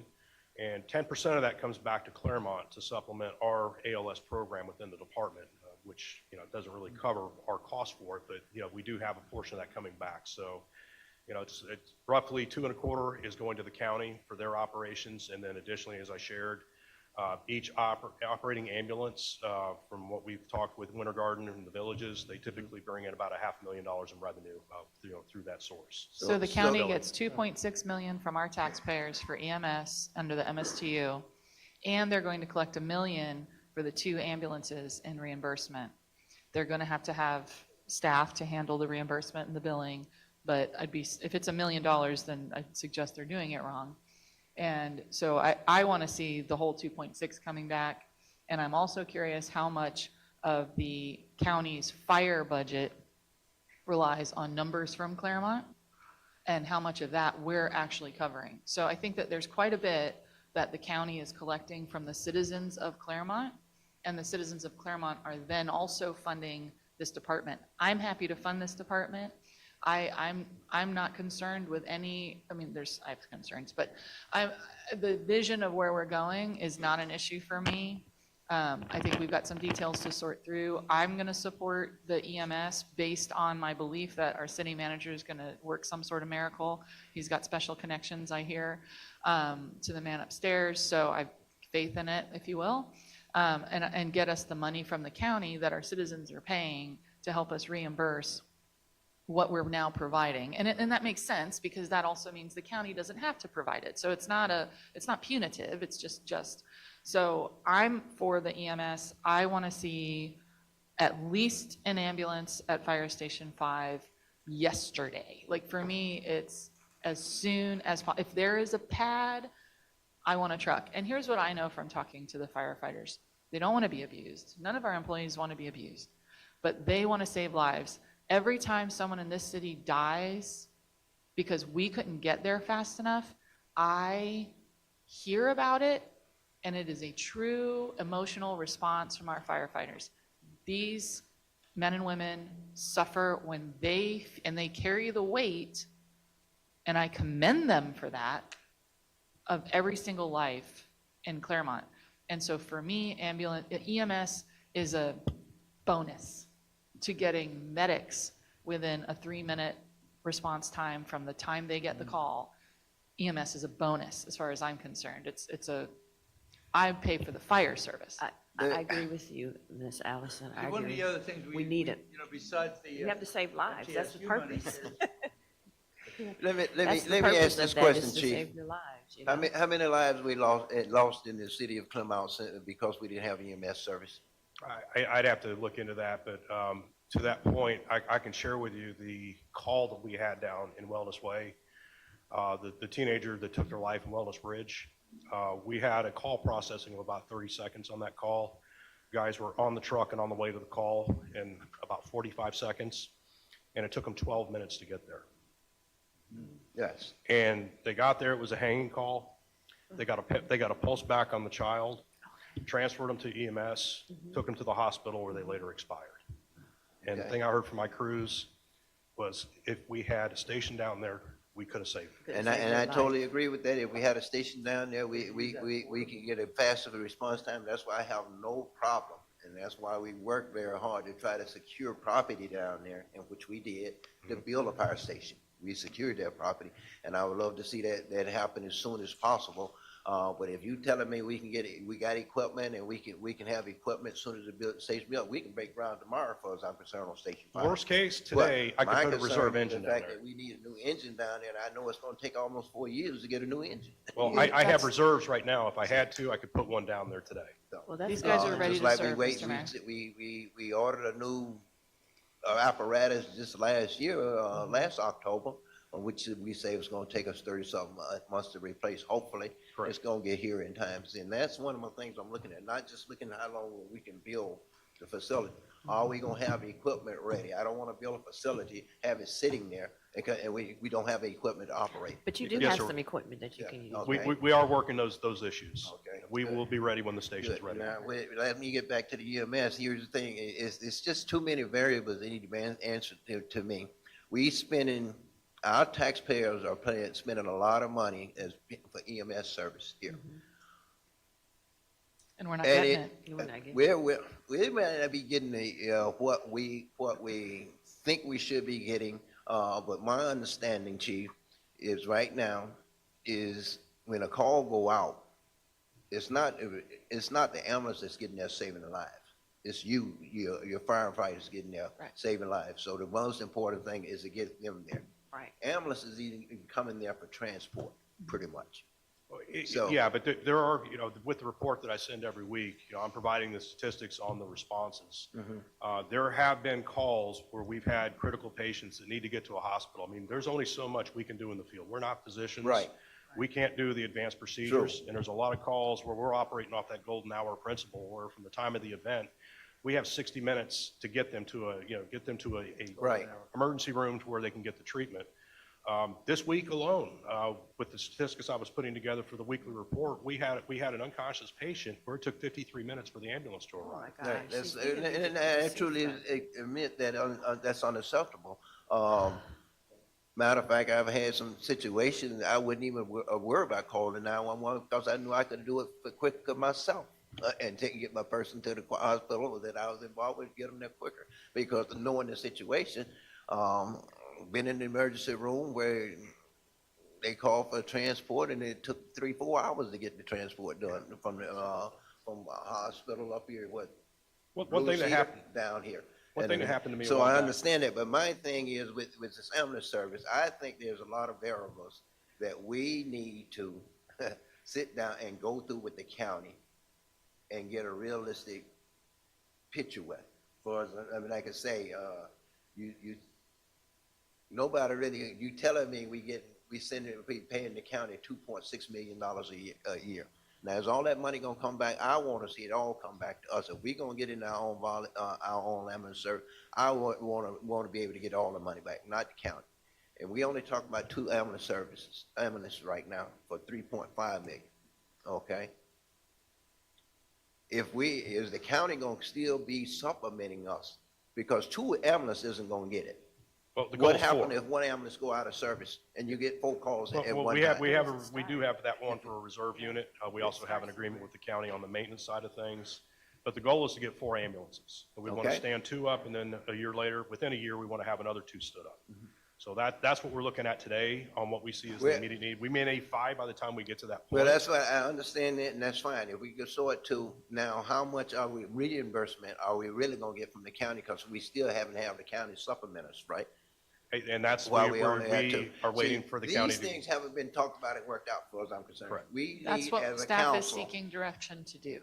And Staff as is a seeking council, direction to do that. These things need to be answered first before we jump out here. And then I'm also here's the other thing concerns me, is the fact that I'm hearing about, we want to reduce millage rate, okay? You finna take on a big Mr. Mayor, are you financial trying to solve responsibility problems, with or are you EMS, trying to but yet lecture? still you want to cut Are you taxes. trying to solve problems here? I'm just, Because at this point, it's just, frankly, this isn't helpful. You have questions. The question is, how do we save lives in a wellness way? We need an immediate response. Whether our firefighter medics show up in an ambulance or they show up in a fire truck, the point is that we get the we firefighter get the medics to show firefighters there, up. you're right. That's the first and foremost point. Our city manager is in negotiations with the county right now. I do agree with you. Before we make a final vote on this, we need to have these numbers from the county. And frankly, I think the county should be paying us 100% of what is collecting from our citizens in the MSTU That for is gonna be ambulance the final service. goal. Well, But I think and this see, is our and first see, step. I agree. We have to make a move now. We can always say, well, what if, but then we never have any, we don't have any motion. So this is a great move that the chief is doing. He's negotiating this. We're gonna be under the county and then eventually be on our own. But we have to Maybe, make our first move. we might find that it makes sense for them to handle the Right, and then millage, there's the billing. so We- much more That's reimbursement. true. And But we don't know until we do That's some of the something. points I'm trying to get to here. You're right. is it wise for us to try to take on this ourselves, considering what we're paying them and what we have to pay ourselves to do it? Right. And I can say, right now, like you just said, I would love to see the county give us all our money back, but then at the same time, if we only got 2 ambulance services, are they gonna still provide anything else for us when we need an extra service? We have a And how mutual much it's aid gonna agreement. cost us? We Yeah, have a we're just- mutual aid we're- agreement now. See, We're simply adding to the system. How, Yeah, how long they're ago? adding to it, yeah. How long ago was Ray Goodgame here? Do you remember, He, Mr. Mayor? He passed the summer of 2019. It was right as I was. 2018. doing the final He part of came the off the process. council around between 2018 and Okay, 2019. so let's It go was back in to 2019. 2018 and previous. The entire time that Mr. Goodgame was here, he was an advocate for this. This is how long I I've known beg that to we've differ had it. with you on He that. was an advocate for having more more EMS down here. It has been a problem for the better part of more than 10 years, these response times. He was the biggest advocate I knew at the time, and this council really didn't support him at the time, but he was very concerned.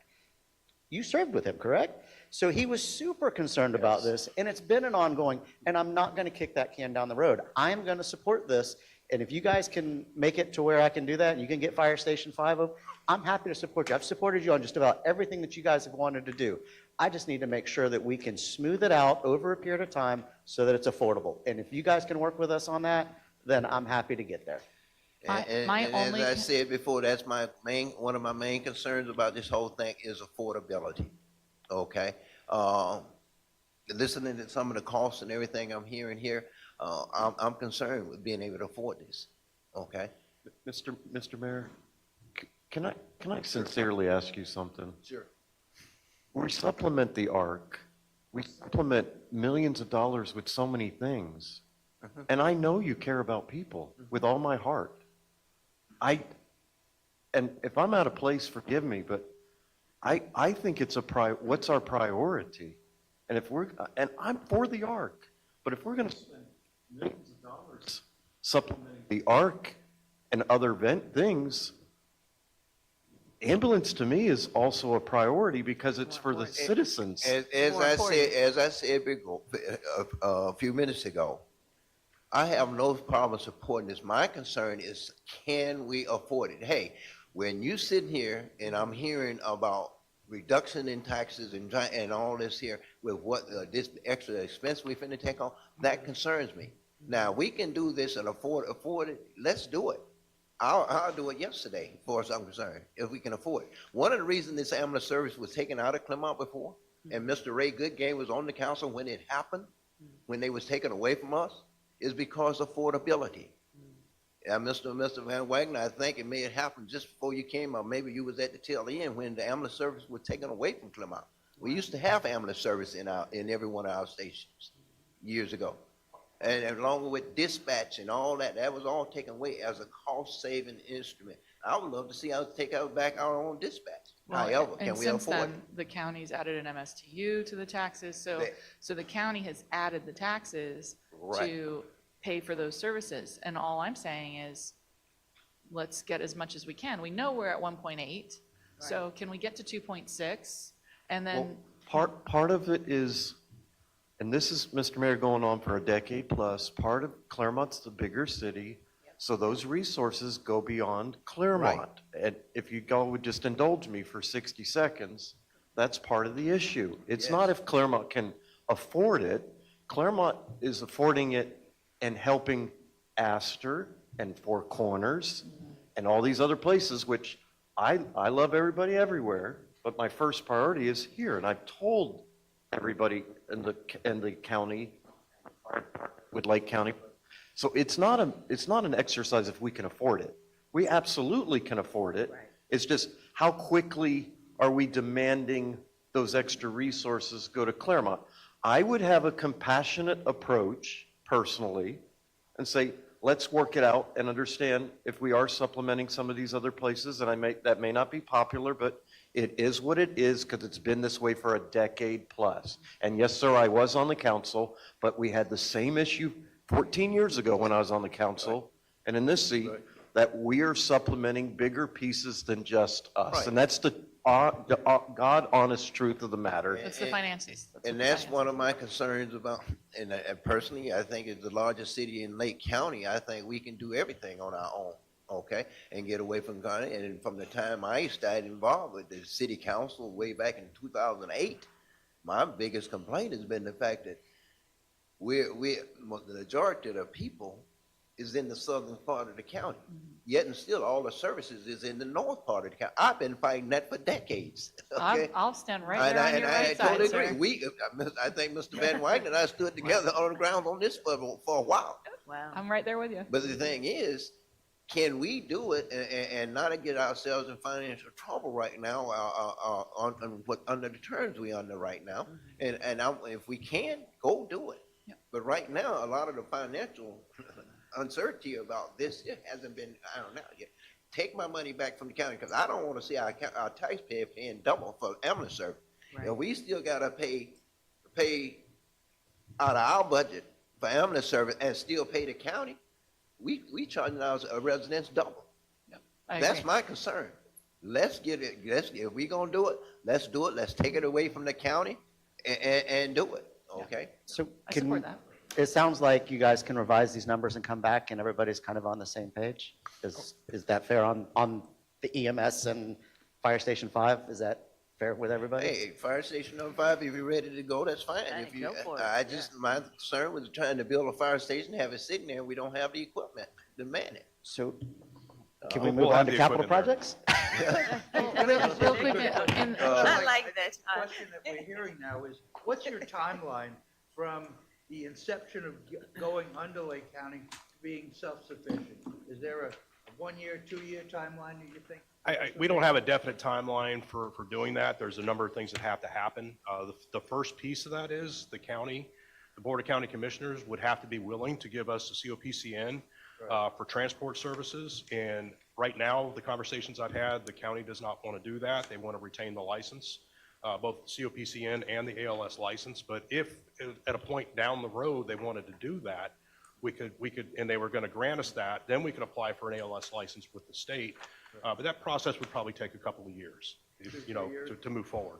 well, and Bill, we might not even want to do that at that point, because as long as they're billing and they have to have But there's people on additional staff monies to that bill. We're missing out on, right? Secondary billing to Medicare, Medicaid, private insurance on every single ambulance. Yeah, and that's why I was sharing I the think numbers. we need to get that information, and it is my understanding that the county has been reluctant to provide us with those numbers. Is that accurate? Right. Can But somebody, the thing that I see is if we somebody don't tell have- me. if we don't No. start the race, then no, we Bill, can you never want the finish answer to my race, question. right? So we need to get. You we want need the to get answer. out of the, You want the starting answer gate. to my question, Right. trust me. And what Rick, was have that you been question? able to get those numbers from the county? No. What we do know through conversations with leadership over at the county, the collection rate for our area is very high. And the number Typically, they collect it's, is? collection rates on transports is somewhere in the 45 to 50% range. City of Clermont, we're somewhere between 65 and 70. So But the number that they collect is? it's probably, if our estimates without actually seeing the data is probably around 600,000. Have you requested the data? We had that conversation this week, but we have not requested at this point in time. Have you requested it verbally? No, we have not. Okay, so let's get the numbers from the county so that we know what we're working with, because, if it's 600,000, they probably have that in staff administering the utilities. That's per And- unit. Well, right, so let's get the numbers and make an informed decision. I'm just saying, Just- it could be that they're getting 600 total, and we go, It's let not. them do it. Let me- The so- Villagers is doing it already, they were able to break away, right? So in a Villagers previous broke life, away, And they're making, they're not losing money on their EMS right now. Well, No. and keep in mind, the numbers that I've been giving you, the 500,000 from Winter Garden and the villages, and the 600 for Lake County, that's after expenses. That's after paying the Oh. billing company and the other things. So that's Right. kind of the revenue that's generated from the program. so Oh. let's remember that, and because of a previous life, I actually have had to deal with billing on this side. EMS takes priority on every auto accident. So they are priority. They're the first ones. So when you're in a car accident and they submit their bill, they get paid before anybody else. And very often when you see some of the, especially on bad ones, EMS bills can be insanity depending on what medications they use. I mean, look at it, you're like, how do they spend $6,000 on transport?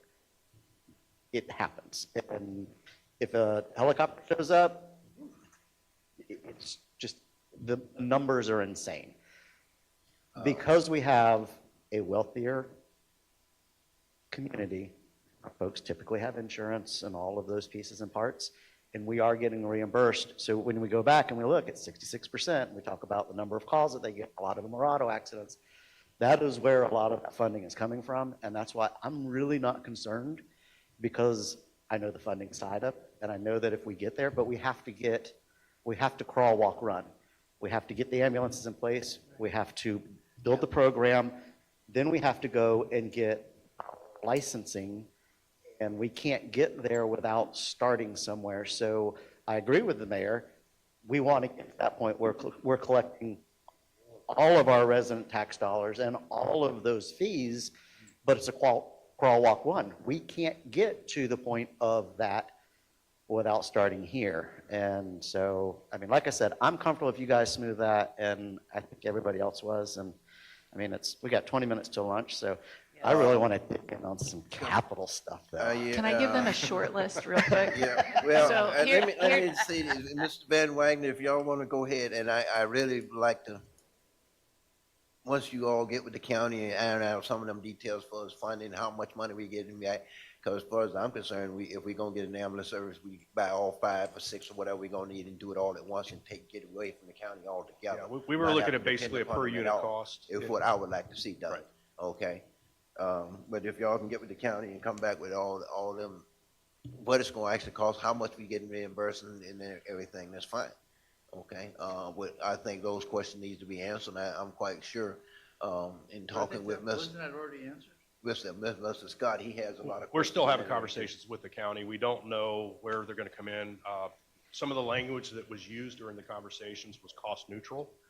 So what that is going to, Entail. turn out to be is, still to be seen.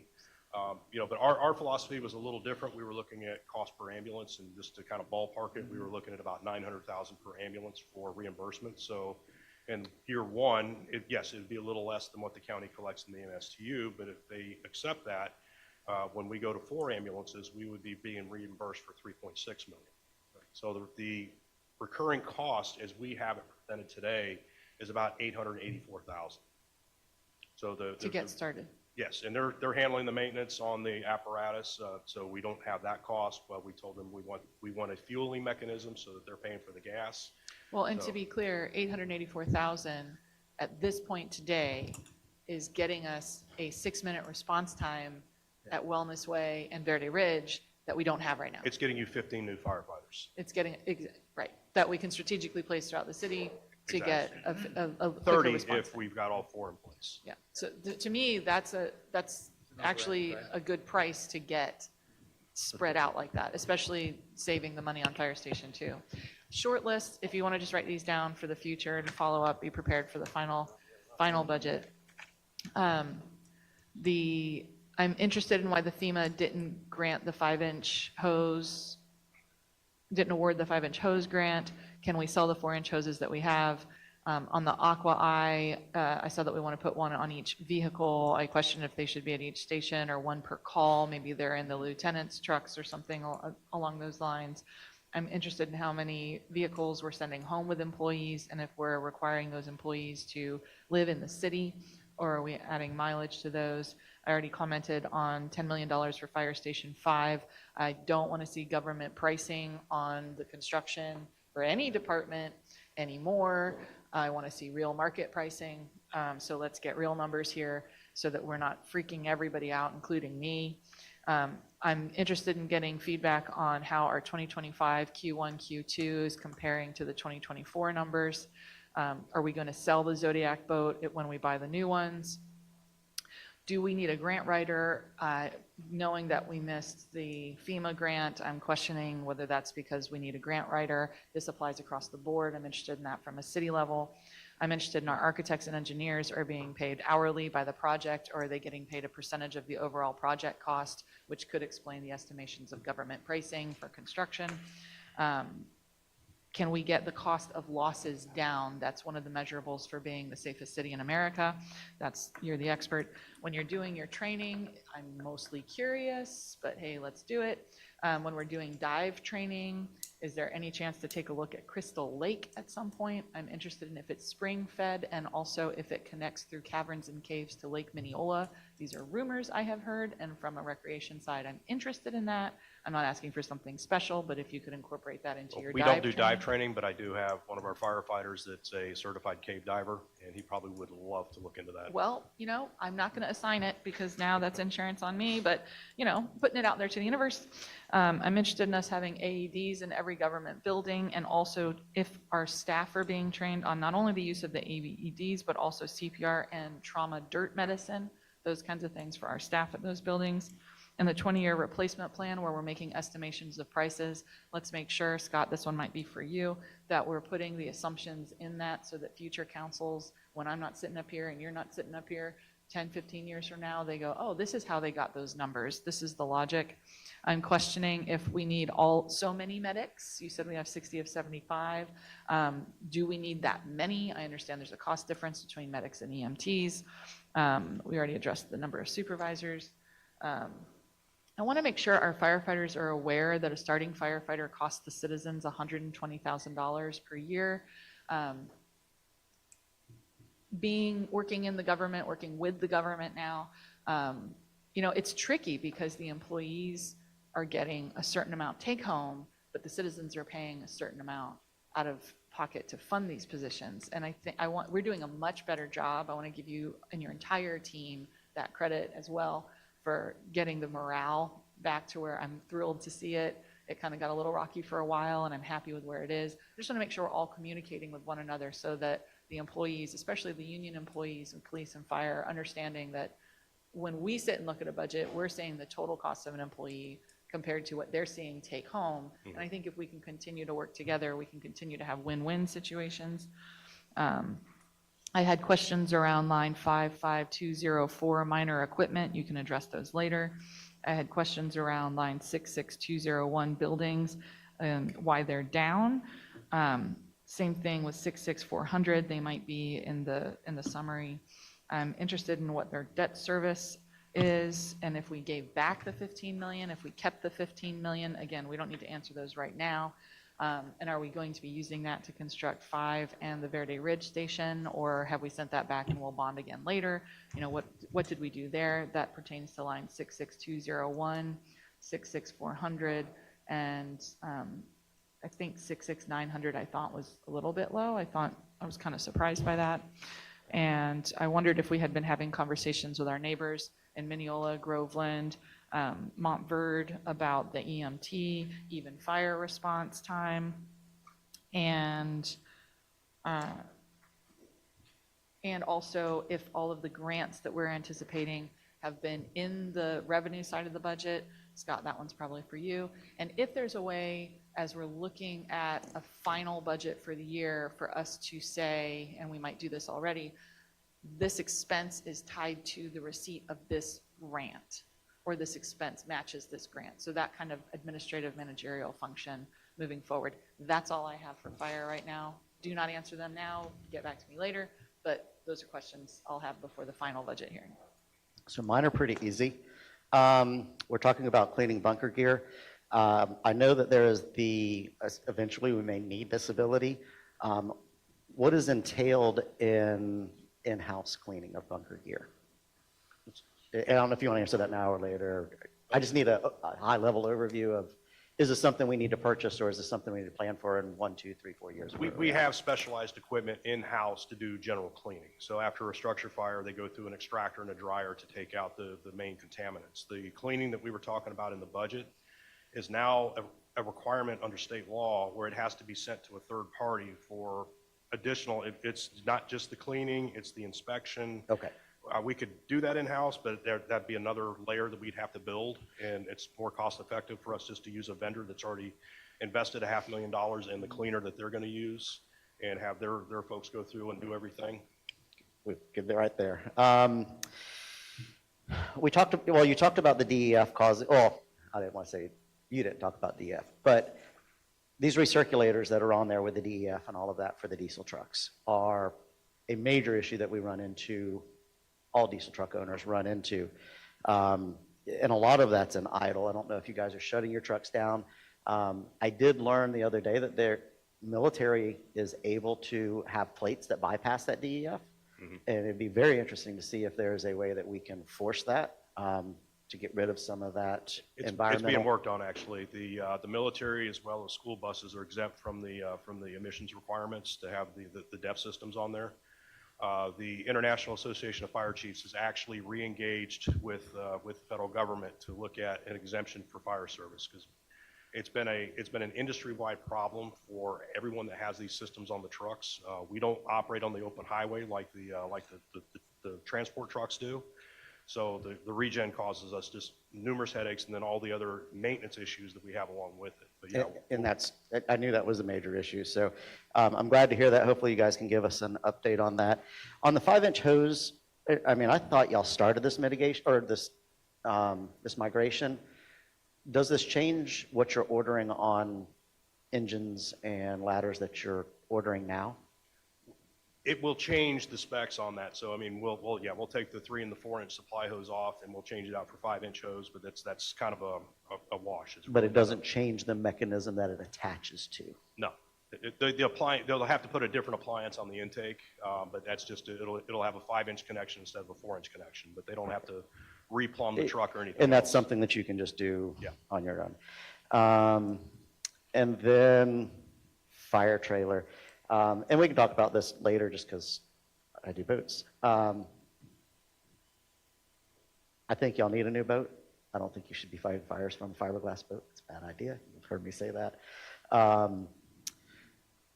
However, a boat on a trailer, there's only one other boat ramp here locally, which would be over there. I'd love to see you guys do a analysis of how fast you can respond. I mean, we're putting a 4-post lift out here. You guys should have a proper fireboat that fits under the bridges and that can run under that bridge at speed. And I'd like to see you kind of figure out what is best, because I believe, this is being on the water a lot, that you could probably make it from that 4-post lift to Whole Road boat ramp quicker than you can drive it and back a trailer in. I just, from a response time standpoint, I don't know that we need that trailer. 100% on the Zodiac if you need to drop into Sunnyside or, you know, any of the other lakes. I totally get that. I'm not sure I get why we need a trailer with another boat, and maybe you guys can explain that. But I also support you on getting a real boat for the waterways, so.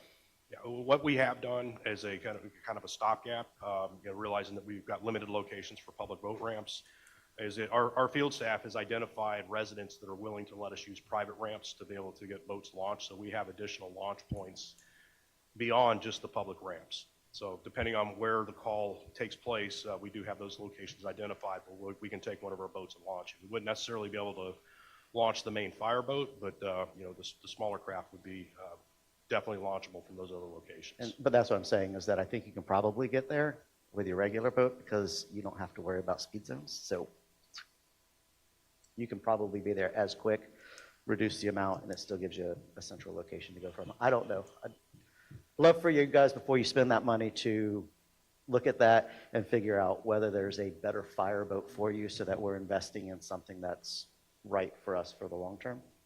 And like I said, I hate Marine One that you have now anyway, so I'm happy to support you on getting the right boat. I just want to land on the right spot, not so. I'm good with we have that Zodiacs, I'm covered. good with the other, but I'll even donate a boat. We'll go race and see how quick we can make it. But, well, police has got their boat. We can have them light it up and see how fast we can get to Lake Louisa. Do we need 2 boats? No, They have 2 boats. No. well, If we had, police has a boat, what's that? can they share the boat? No, What's that? Why? 2 different. That's- Well, here's the problem. Different missions, and I really don't like my guys getting on a boat. It's sometimes it's got guys with guns on it, and other times it doesn't. Oh, Uh, okay. Well, Sometimes that the was a public good is answer. confused as to who's actually on the boat. Got it. And if they go get the right boat, so the landing craft, the old school landing craft where the whole nose drops down, if they did an on-water rescue, then they can pull up to any beach anywhere and drop that nose, transport them up. I mean, there are better boats for, that was just a poor decision on council's way back. And it's a thorn in my side. So I would like them to get the right boat that fits under the bridges and completes the mission. I mean, and I support them on that. So. So we're good. Chief, I don't have no problem with you trying to get the right boat. I think when we purchased this boat you got now, it wasn't the right boat. It wasn't, I think I disapproved of it back then. I fought against it. I don't think you was here when that was all done. Nobody that's here today Was here, no. understands why the decision was made. Well, trust me, I sat here and listened to the council debate upon it quite a few nights. And I stood at the county and objected to it. One of the biggest things I objected to was sole priority type equipment on there. So it locks us into only going to one person to buy any repair, do any repairs and purchases for equipment, which is cause the cost of everything repair to go up. But if we want, hopefully, if we get a new boat, we're gonna get rid of this boat because we don't need the two of them, especially if can't get through the waterways.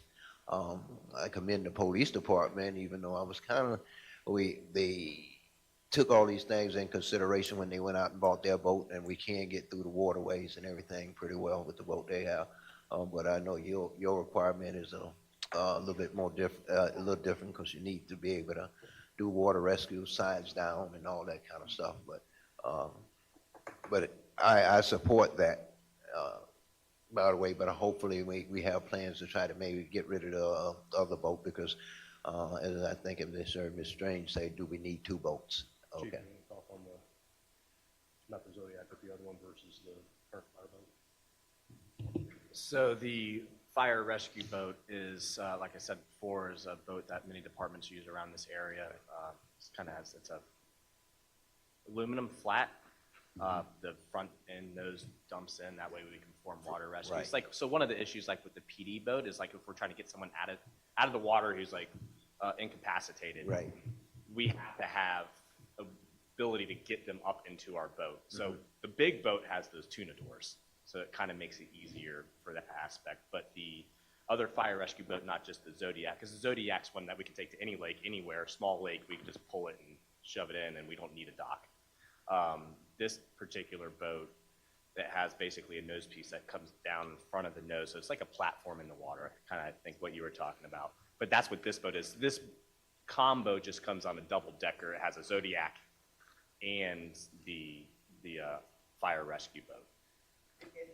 My point on that, I guess my point on that trailer is, if you're needing to go into one of these small spots, do whatever, having a double-decker trailer, especially if that boat's gonna sit on this lift up here, this new one, then let it sit on that lift. I think you can respond in time. And if you needed to, you could respond with the Zodiac as well, but you'd be able to, with a smaller trailer,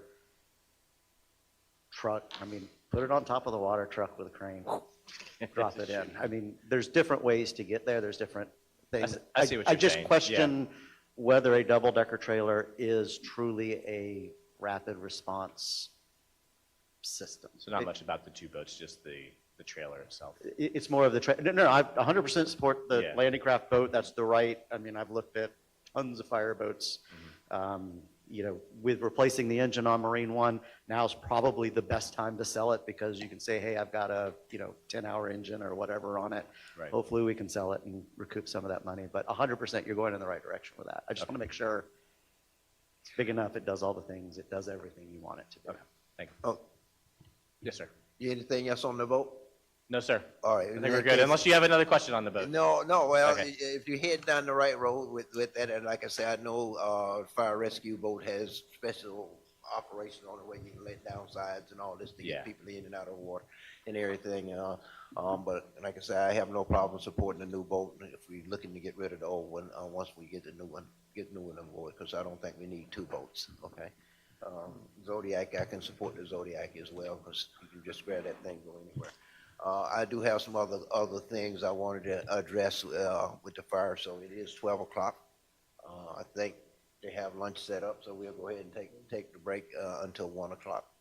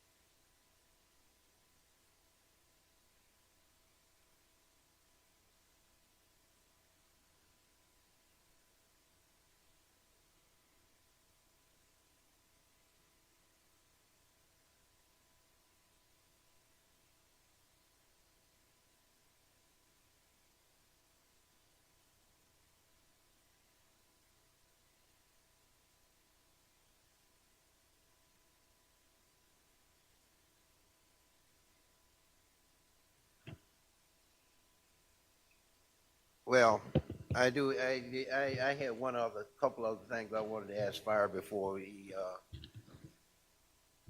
I heard you say something about AEDs for, police. Don't they have AEDs? Yes, sir, they did. But what we did is we got all the AEDs in the city to the same brand and model, and Okay. also the ones we're able to manage them, where they all kind of check in with a dashboard that we monitor. Okay, And that allows us to control the software versions, make sure that there's not a problem with the battery or the pads or anything else. So we just, we took over responsibility of making sure that we have functioning AEDs everywhere in the city. so are we replacing the ones they have or what? Just- Yes. Okay, Yeah, we did a trade-in program okay. with our Well, vendor. I thought they had AEDs. They did. I We heard we you took say all something the like that. ones that we had and we traded them in on the versions that we use. They're also compatible with the monitors that are carried by all the fire trucks and ambulances in the county. So if the pads have been applied, they can come in with the monitor and just unplug them and plug them right into the equipment that the county carries. Okay, so we're doing a replacement, okay. With I'll go back to the ambulance service, with the new contract we did, which I forgot that, do we need to update the contract? Is this, if we do it ambulance service, because nowhere in the contract we just renewed with you all last year had anything for EMS. We'll need an interlocal agreement with the county. We've given them, the structure of what we want to see in the language, and we're waiting to hear back from the county as to, what they have as far as a draft. County, but nothing with the union, What's that? with nothing with your, fire Are union. you, Mr. Mayor, are you talking about the Stryker 360, the lease agreement that we used? Actually, I believe he's talking about the union contract. Union contract, I know we just did, the union contract is nowhere in the contract that we talk about EMS or anything else, so, we don't need to do anything with that. We've been having regular conversations with the union leadership. They just wanted to make sure that we were implementing a system that was going to be sustainable. We've seen some of the utilization rates with some of the ambulances in the county at a alarmingly high rate, and we just want to ensure that we're not seeing that. I mean, we don't want to have people working 60% of the time that they're on duty running calls. I mean, that ends up becoming dangerous for the employees. So with the model that we got, we're comfortable that we're going to be able to distribute the workload and keep it balanced so that we're not burning our employees out and we have a sustainable program. So I just don't want to get ourselves in something in the union store. Yeah, I'm sure there's going to have to be conversations, versus, because like the county does for their firefighters, there's a stipend that people make if they're assigned to the ambulance versus the engine. We'll probably have to have similar conversations. I'm sure that'll be requested by the union. Let's get with the attorney though and make sure that we may not, make sure we don't have to go back and include something in the contract. But Absolutely. We've already been engaged with keep Mr. Waugh, ourselves, and we will continue to do down the that. road. Okay. In the record. Other thing I had was, and he's not here. Mr. Waugh isn't here, but Scott, maybe you can answer this one, help me answer this. I see in the budget here, basically, station number 2, it's got $3.5 million for, the renovation. The complete renovation come from impact fees? Yes, sir. Now, that's why you need to get with Mr. Waugh, because I think we may be in trouble there, because you can't use total impact fees on that renovation, okay? Let me say this. You can use impact fees aren't supposed to be used for renovation. Now, if you're extending the building, adding to the building, you use impact fee for that. But any portion of that prior building that you're renovating, that's doing work, impact, if I'm not mistaken, impact fees cannot be used for that. I asked the same question, Mayor. We can go back and revisit again just to make sure we're 100% on solid footing. But that was the answer to that question, was that, because of the way that the project's being done, it was eligible. But we can certainly verify that. I need to get legal, because my understanding is under that impact fee, that's renovation, upgrading the facility doesn't qualify for impact fees. However, you can upgrade the facility, and the new portion, you can use the impact fee. But if you're doing anything to the old portion of the building, it's not eligible for impact fee. So, okay. So let's make sure we right on that.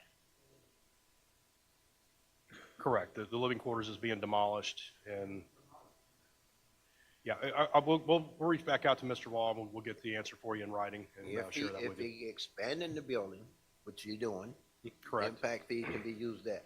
whether you're demolishing part of the old building just to make more room, it cannot use impact fees, okay? That's considered upgrade of the old building and not do the expansion of people. However, we expect, the portion we expanding, you can use the impact fee because you expanded because of more growth, okay? And that's what I want to make sure we're not using impact fees illegal there, okay? That's one of my concerns. All right, so if we can check that out, Mr. Scott, please.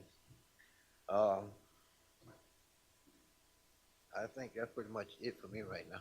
You know, so, yes, sir, Mr. Van Wagner, what is the capital?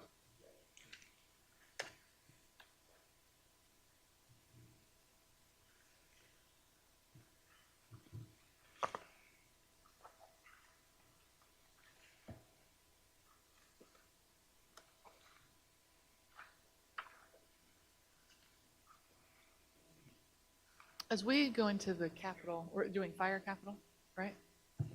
Well, I'm Is waiting it, on Mr. Van Wagner. Okay. Yeah, I thought we could go into the capital projects, if that would be okay. yeah, it's fine with me. Are we capable, this might be a Christian question as well. Are we allowed as a council to say we will not pay more than a certain amount per square foot for projects so that we can stop getting? Well, I mean, commercial construction has a cost to it. I mean, there's a general cost per square, and it changes over time, but we're in Clermont, so we have a geographical limit. And I'm curious, when it comes to sending an RFP, now, it doesn't mean that we couldn't Well, I adopt think something, if but Is Freddie here? I think in the RFP, if you send it out, you can say, hey, put a price in there. However, doesn't maybe mean company they're out gonna there may answer that, or find company that's gonna do the project at that cost. So that's what you, yes, sir, Mr. Freddie.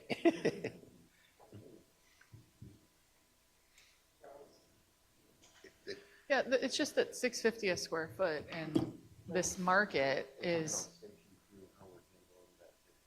well, and it's really kind of all the, as we're bidding out, if I go out as a private business and I get estimates, I'm not paying 650 a square foot. That's just, it's not going to happen. So, and I think it's double the market, actually. It's not a little bit. I mean, we're talking, I think it's double the market. And again, not these gentlemen, it's not their fault, but I'm wondering what we could do. Can we as a council adopt a policy maybe that says something like, we won't pay more than 10% above the average cost per square foot of the private sector in our region, or a certain number that we establish each year? Because that would help you. The amount of time that your team and everybody else has to spend sending out RFPs, evaluating the RFPs, bringing them back to us, we say no because it's too much, or we feel like we don't have a choice. Is that something we can do? Normally for construction, we have a set budget amount before it goes out for bid. And if it's underneath that amount, when the bids come back, then we're good. If it's over, so you got to decide whether to fund it or not to fund it. But I cannot restrict. Yeah, but the estimates are 650 a square foot. Well, So if we did a budget right but now, wait, we'd be double what the market is. Who estimated at 650 a square foot? That's what, you got to figure out who that was. Yeah. If that came from fire department who said, we're just going to estimate here, this is our estimate, then that's just what they estimated. But I would caution that if we're going to tell people we don't want to be above 10% of XYZ, well, they're going to come in at 8% above, Yeah. and so I don't necessarily want to give some arbitrary number. What I'd like to see is more local contractors bidding it so that they all sharpen our pencil. I mean, I can tell you right now that what fire did with the boat and the four-lift ramp, or the four-lift boat docks, that's going to come in pretty good. I mean, How'd they but do it? How'd you do that? they talked to a few people, let them bid it, and then they kind of knew where they were going to be price-wise, and then sent it out for an RFP. RFP or RFQ? That one is RFP. RFP. So they're sending out for an RFP, and this thing's going to come back at probably a better than market rate Yeah, because of the way it's done. Be careful with that though, okay? Because you start going down there talking to people, kind of like pretty much telling them where you market at, you're almost telling them what to bid, okay? So you can get yourself in legal trouble there. No, they bid against each other and they, I don't care. They- Hey. it was private companies that bid their way down. It had nothing to do with us. We just kind of sat there like, okay. You telling them pretty much what you're looking to pay. I'm sorry, whether private company or not, that word is out there, and Yeah. some of them know and everything, they know how to bid. Well, Obviously. and that's what I'm questioning is how does this process work? Because how do we know what to estimate? And specifically on Fire Station 2, so what, 7 months ago, so long before any bid went out, I spoke to a local contractor when I saw, I think it was like $450 a square foot or something back then we were estimating. And, he told me, he's like, $270 is the going rate in the market. And I'm like, $270? And this is the same building that we're estimating at $650 right now. So I'm just trying to avoid that, what I'm calling the government price, Yeah, the best way to approach this to get the best price is do a hard bid, construction bid. It means the How's that lowest work? bidder gets, as long as they're qualified to do the construction, gets awarded. And normally the average price is, or estimated amount per square foot is provided by the architect. It's a rough estimate, but it's not always accurate. And I asked earlier, but you might know, do our engineers and our architects and engineers get paid a percentage of the contract, or do they get a flat fee per project? How does that work? Hourly rates, Hourly rates, all of them? all of them. Okay, that's good. I had a situation, so you all know, with a client of mine, not this city, where the engineer was getting paid a percentage of the cost of the contract. And so their estimates were 3 times the market rate. And I got real sick of that real quick. That did not go over very well. And then that goes on with what Freddie just said too. It reminded me of some things I ran into during my military career. We go back and we look for the lowest bid, and we end up getting these bids back, and some of them be extremely low, and you sit there and you wonder, but Well, then they because change order it to jack it up. Well, bingo, the change order kills you. Yeah. Okay, because they bid low because they see something in there that somebody may have missed where they can say, hey, I can bid it at this, and later on it can cause me a work stoppage or whatever. I have to do a change order, and that's when, of course, they're halfway through the project. And next thing you know, where they bid it at $500,000, now they bid you for $6 million because they got you over a barrel. Well, and to So Todd's you gotta point, be careful of them things. 8% over market, if we're talking about over the next 3 years, building 3 fire stations, and we're assuming $15 million, well, if we're 10% off, that's $1.5 million. That's our entire ambulance corps of So- firefighters. So what we can do though is, and I talked about this last year, and did you run a class for new vendors? I did. Did you have, how successful was it? I forgot to follow up with you. Moderately. So one of the things that for us to bring new vendors, to bring new contractors, they're hungry. They want this business. They want to work with this city. I mean, working with the city is a feather in their cap. Hey, I built this for the city. And that allows them to build their portfolio. And so, trying to bring those new folks in is good for us because they're going to be a little hungry. They're going to sharpen their pencil a little more. They want these jobs. And so I know it's not super successful from a number standpoint, but that in reach to these contractors and getting them to come on and having more people that are willing to bid is really a way that we can push those numbers down. Is there an interest and legal ability for us to maybe identify contractors that we pre-approve, that we either rotate through, or we? So they do. So they already put them into the process. So they go through, they get approved as a vendor, and then they get notified when each thing comes up. So the more people we're able to identify and bring in and have them signed up, they're all going to get notifications that we've got XYZ RFP going out, and then they'll start bidding those. I'm thinking even more efficient, like could we have a list that we can just send projects out to? So that's how we run into our continuing contracts, and those guys just spend us over a barrel. I use the software OpenGov, the same one that Scott uses for the budgeting system. And in the program, there's a bunch of contractors already signed up with OpenGov. So whenever I'm ready to submit a bid for construction, whatever it may be, they get notified right away about our projects. And they very hungry, like I said, to bid on any project. But We just have to make sure our local contractors are on that process, which is an outreach for us to do. It's something we can do better. One of the things like you say, they got in the proposal of 650 per square foot. I always try to advise against putting that in there, letting that word get out, because somehow they get hold, bidders and contractors get hold to that information, saying, hey, they're willing to pay up to 650. They're gonna come in with a high price, okay, and everything. I mean, if we gonna do if we want to estimate that ourselves at that price, that's fine, but let's keep it to ourselves. Yeah, let's compete it out. Okay. Well, it's hard for us to Compete keep it it out. to ourselves because we're the No, government. not really, you know. Not when we're doing budgeting. I mean, Yeah. Well, yeah, you know, that's the Yeah, hard but part. see, these kind of things. We don't get it's a secrets, budget. Tim. We don't want that kind of information getting out, and that's like Yeah. Freddie said earlier before, we just bid it out and let the low And bid. let them- But yeah. then we have to take Everything. into steps consideration. and everything and really look at that low bid. Can you do it? One of the procedures we put in, I put in place, we put in place when I was in the military, if you came back with a low bid, we actually, we also put in the, RFP that, hey, we reserve the right to come and inspect your finances.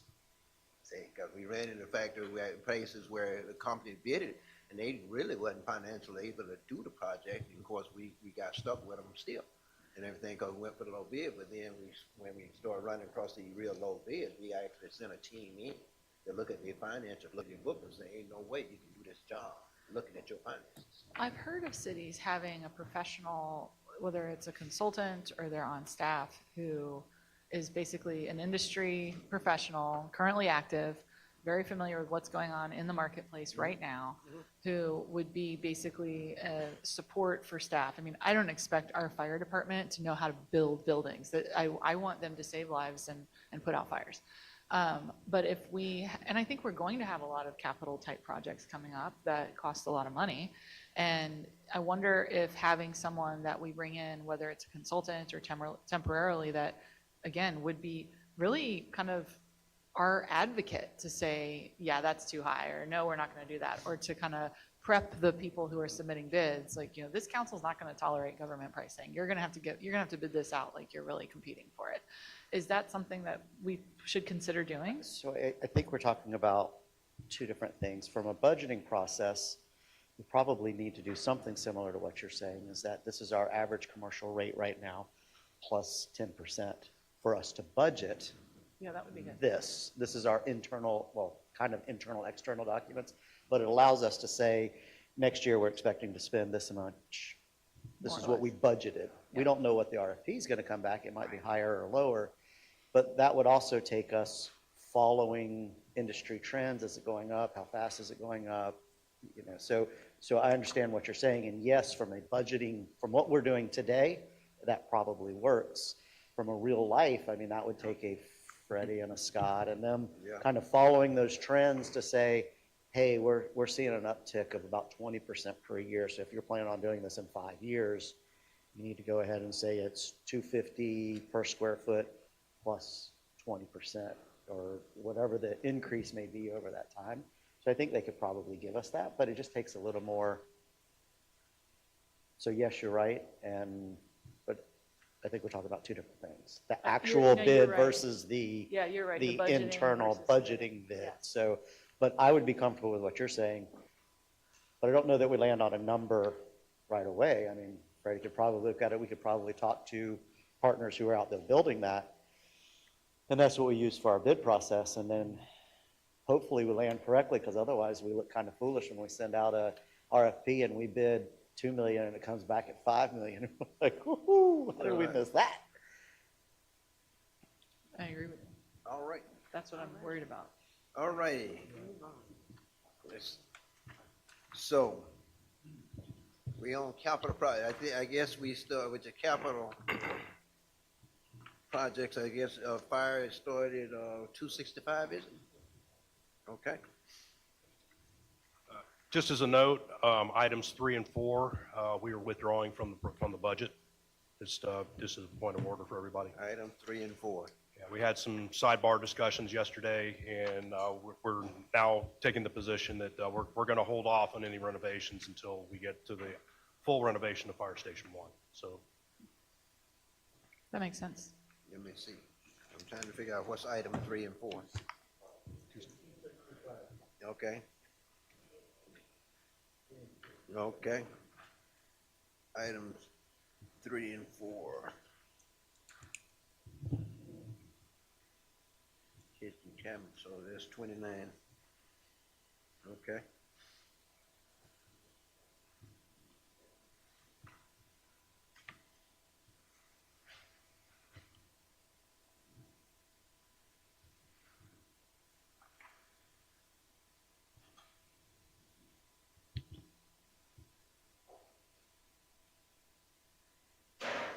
Wow. So for capital, I'm just gonna say that I'm good on everything.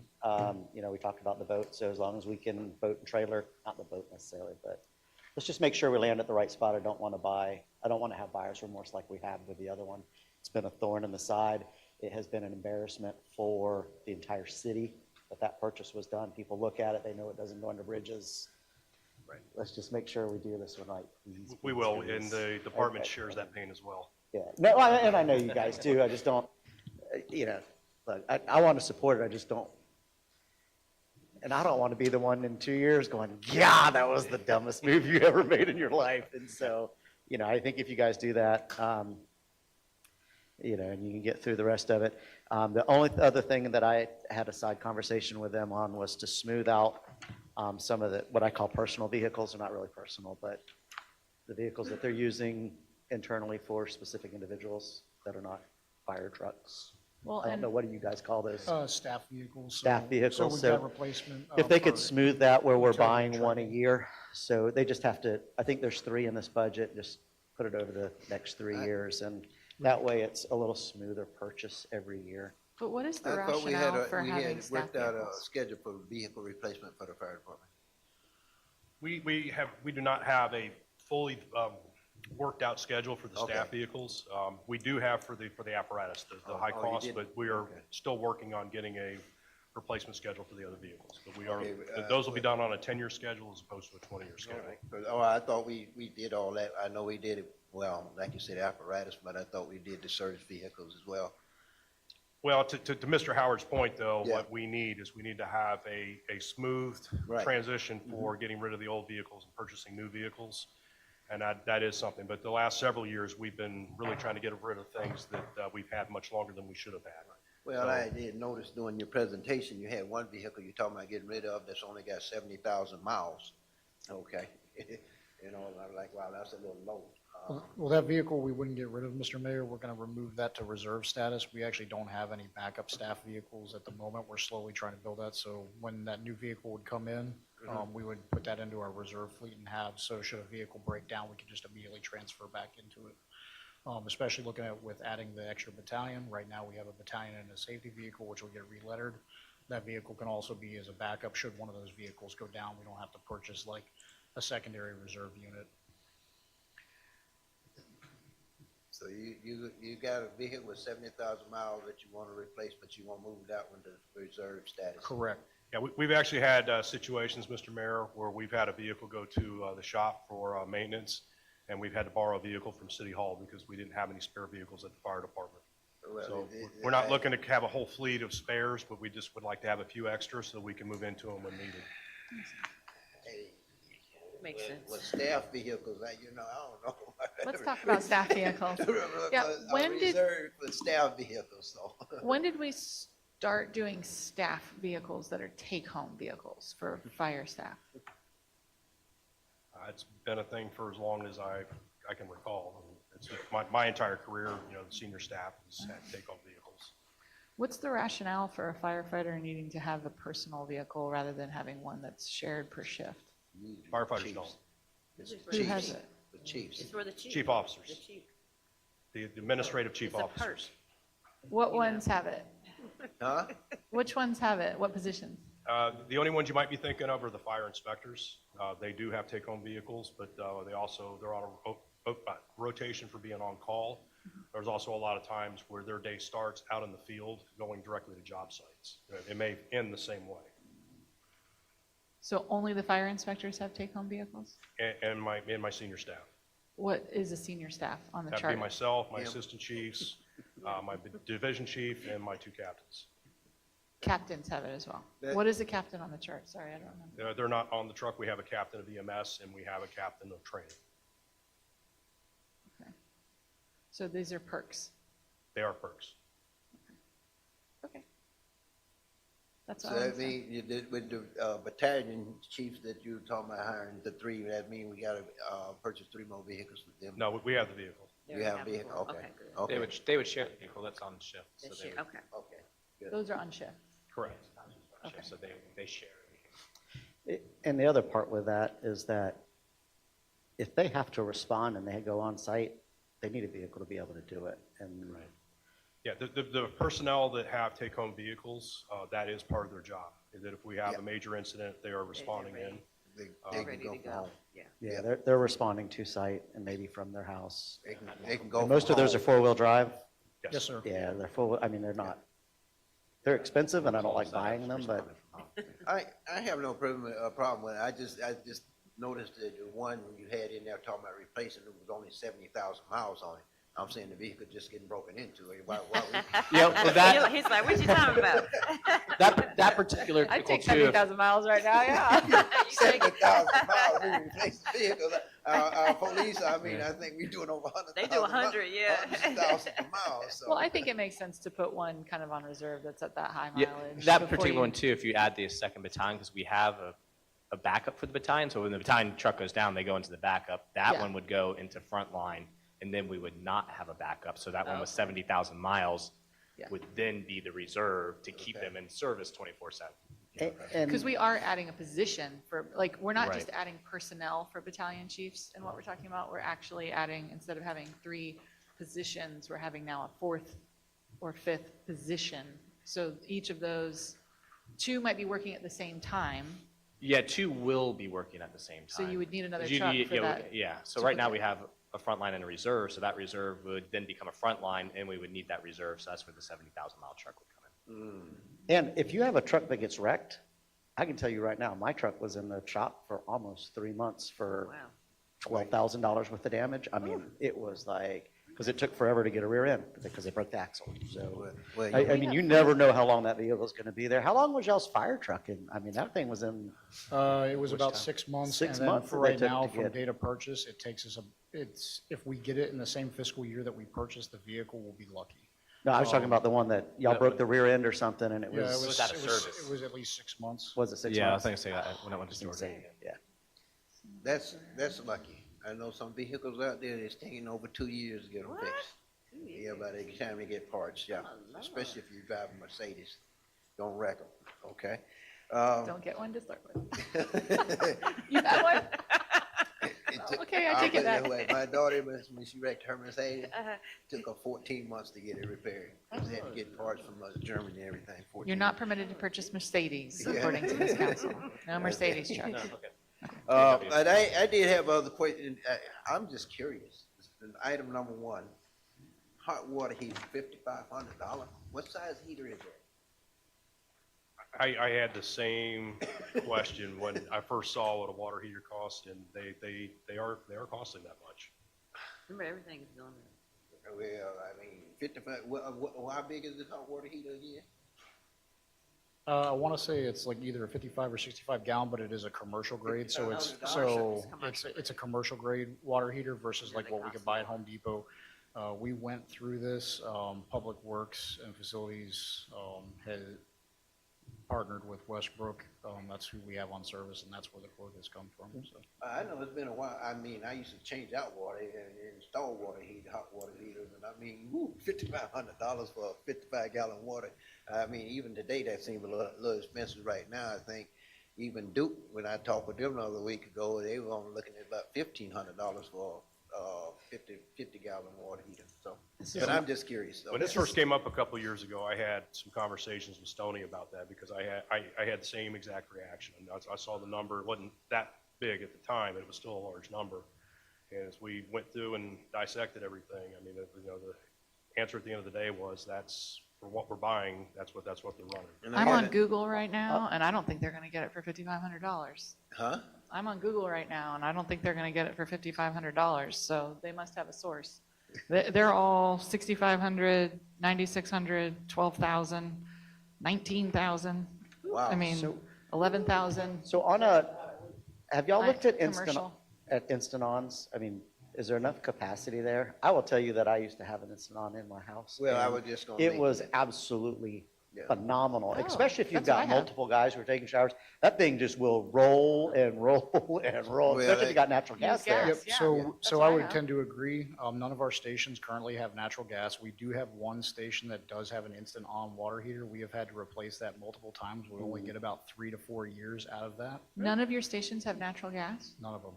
None of our stations currently have natural gas. Are we terribly far from the lines? We are not. We're not, Here you go. we're not very. Come on, Mayor, you sit on that board. Get us some natural gas. We have access to natural gas. Well, fire station number one, I know you have access to natural gas because I have it right across the street at my church, okay? So number one. But keep in mind, All right, Mayor, come on, bring it. We need natural gas. Bring the all you gas. have to do is go and apply for it. They'll give it to you. Is it gonna cost you? Well, let's find out what it costs. Well, I'm gonna be honest with you. It's for a them lot to of guys probably run taking a- showers. But I then to can't run a imagine what line that's like. from across the street, because if I'm not mistaken, the natural gas line running along 50 is on the north side of the street, so they have to come across. And I guarantee you, they're gonna charge you at least $15,000 running a line across there. I mean, I they're had looking it- at that for, I priced it at my home, and the line run in my yard. They take it from my front yard, from the by the street to, 30, 40 feet to my back. I think we need to Was- call it in some was gonna be favors, this $7,000. Lake Yeah, Apopka. Because we get money Yes. back when we don't Well, get money back hey, from it? guess what? I thought they told me it was $75 a foot. Yeah. Yeah, don't we own it? No, we're not Can't partners. we? own it. We own it. We're not I just think we partners. should, I think we should work a deal. So just put Look, the we're doing request in. construction, we're doing construction, So for- and don't the construction down in Wellness Way, aren't they getting Yes. gas? I mean, Yeah, we've but had cooking, conversations. showers, water, I mean, these are $12,000, some of these things. So, it's not a small thing. And then the quality of life, I mean, we're talking Right. about, it seems practical to me, the way these guys, I've been in the kitchens of these firehouses, and it is spectacular. And so having a real oven, I mean, you'd save money on electric there, Yeah, you'd be it'll saving money cook on electric. I mean, I think you might find that you're at least breaking even, and it would be it's worth looking to see what running the line to Fire Station 2, Fire Station 5, as we're building these Yeah, stations. We've already let's- had those conversations. Yeah. Anytime we're building a station, that's what I'm asking the utility companies, Yeah. Can you get gas? Can we get gas? You gotta remember, Additionally- a lot of Clermont does not, in a lot of areas in Clermont does not have the Yeah. line existing. I know Station 1 does. Like I said, I have natural gas across the street, like a Apopka. Wellness Way, I know where they're running the gas lines and everything now, to be able to fit all the commercial commercial entities and everything down there, and provide some of the homes with natural gas in the Wellness Way area as well. So they should have that availability. Yeah, if for And no I other think, reason, if I'm not mistaken, you have a station number 3, which is, you should be able to do gas out there, if I'm not No, mistaken. none of our stations have natural gas. There's No, been you don't have it, but the line is There there. is a line there. There was There's a line, discussions, but at some point, the cost was too much to add it Right. in when things were built, so we have electric. Can I also suggest that, go ahead and look at it, because you guys are in the process of redoing generators. Right. Yeah, Generators, I mean, it's just I was just having this conversation with Stoney about others. I mean, they've got a truck that's going around dumping diesel in. yeah. I mean, if we can attach generators to natural gas, I mean, Natural it just, gas. that's the primary reason that I'm talking to utilities about getting natural gas there, Okay. because if it runs the standby generator, I don't have to worry about refueling. Right. I would just, for conversation moving on purposes, I would fund the 5,500, but I'd just assume you get an estimate, figure it out, price it out, figure out what that's going to cost, and bring that back in the okay. final budget for natural gas and see if you can do it. yeah, I'm good with the water heater, but please look at the commercial ones, because I know they've got commercial ones at Sunny's. That's the one place that I get to see it all the time, because they got a monster one in the drive-thru. You're like, golly, hope it don't turn on. Yeah, it is. But yeah, so it's, those commercial ones have to last. I mean, that one's been there forever. So maybe it's the difference in the size that you purchase, but. I think it's gas versus electric. The gas ones are gonna last forever, the tankless electric. Oh, we're talking about apples and oranges. I thought you were talking about gas. No. No. The gas ones are the .com. Yeah, the Okay, only- so bomb.com, what's only next? tank- the only tankless water heater we have is electric. I'm sorry, but Went on it. I'm sorry, but it's just that, It's just that when I saw $5,500 for a hot water, I wondered what size heater, because I can say I used to install the last tankless hot water heater I installed, for a person. It only cost me, which was, in 2020, I guess was the last time I did one. It was only $700 they charged. By the time they bought the unit installed, only $700. Well, I'm But it glad was you asked, electric. I'm glad you asked the question, because it allowed us to learn a lot more about the current Please construction. pursue the fact of seeing if we can't get gas in there, and I know it's not cheap there, the line is there, I know for Station One, they probably have to come across the street, from underneath the street, so it's gonna be kinda expensive. Station Three, if I'm not mistaken, they got a line running down there, and I think they got gas down in station, available for Station Two as well. Okay, I'm not sure on Four, okay. I believe they do. I believe there is a line that runs on Hartwood Marsh Road. But let's look at seeing they can't, what it's gonna cost to run a line to the station for each one of them, please. And of course, Station Four has 5 as well. It definitely would be something to keep in mind when we do the renovations. Yes, yes. Okay. And all of these are expenses that you don't, like 58,000, 45,000, these facility improvements aren't, these are all things that you don't have to do 3 bids, is that right? Like you have negotiating power with these. We're not restricted to the public bidding process, right? So this is a budget, but we're going to try to do a little better on all these. Okay.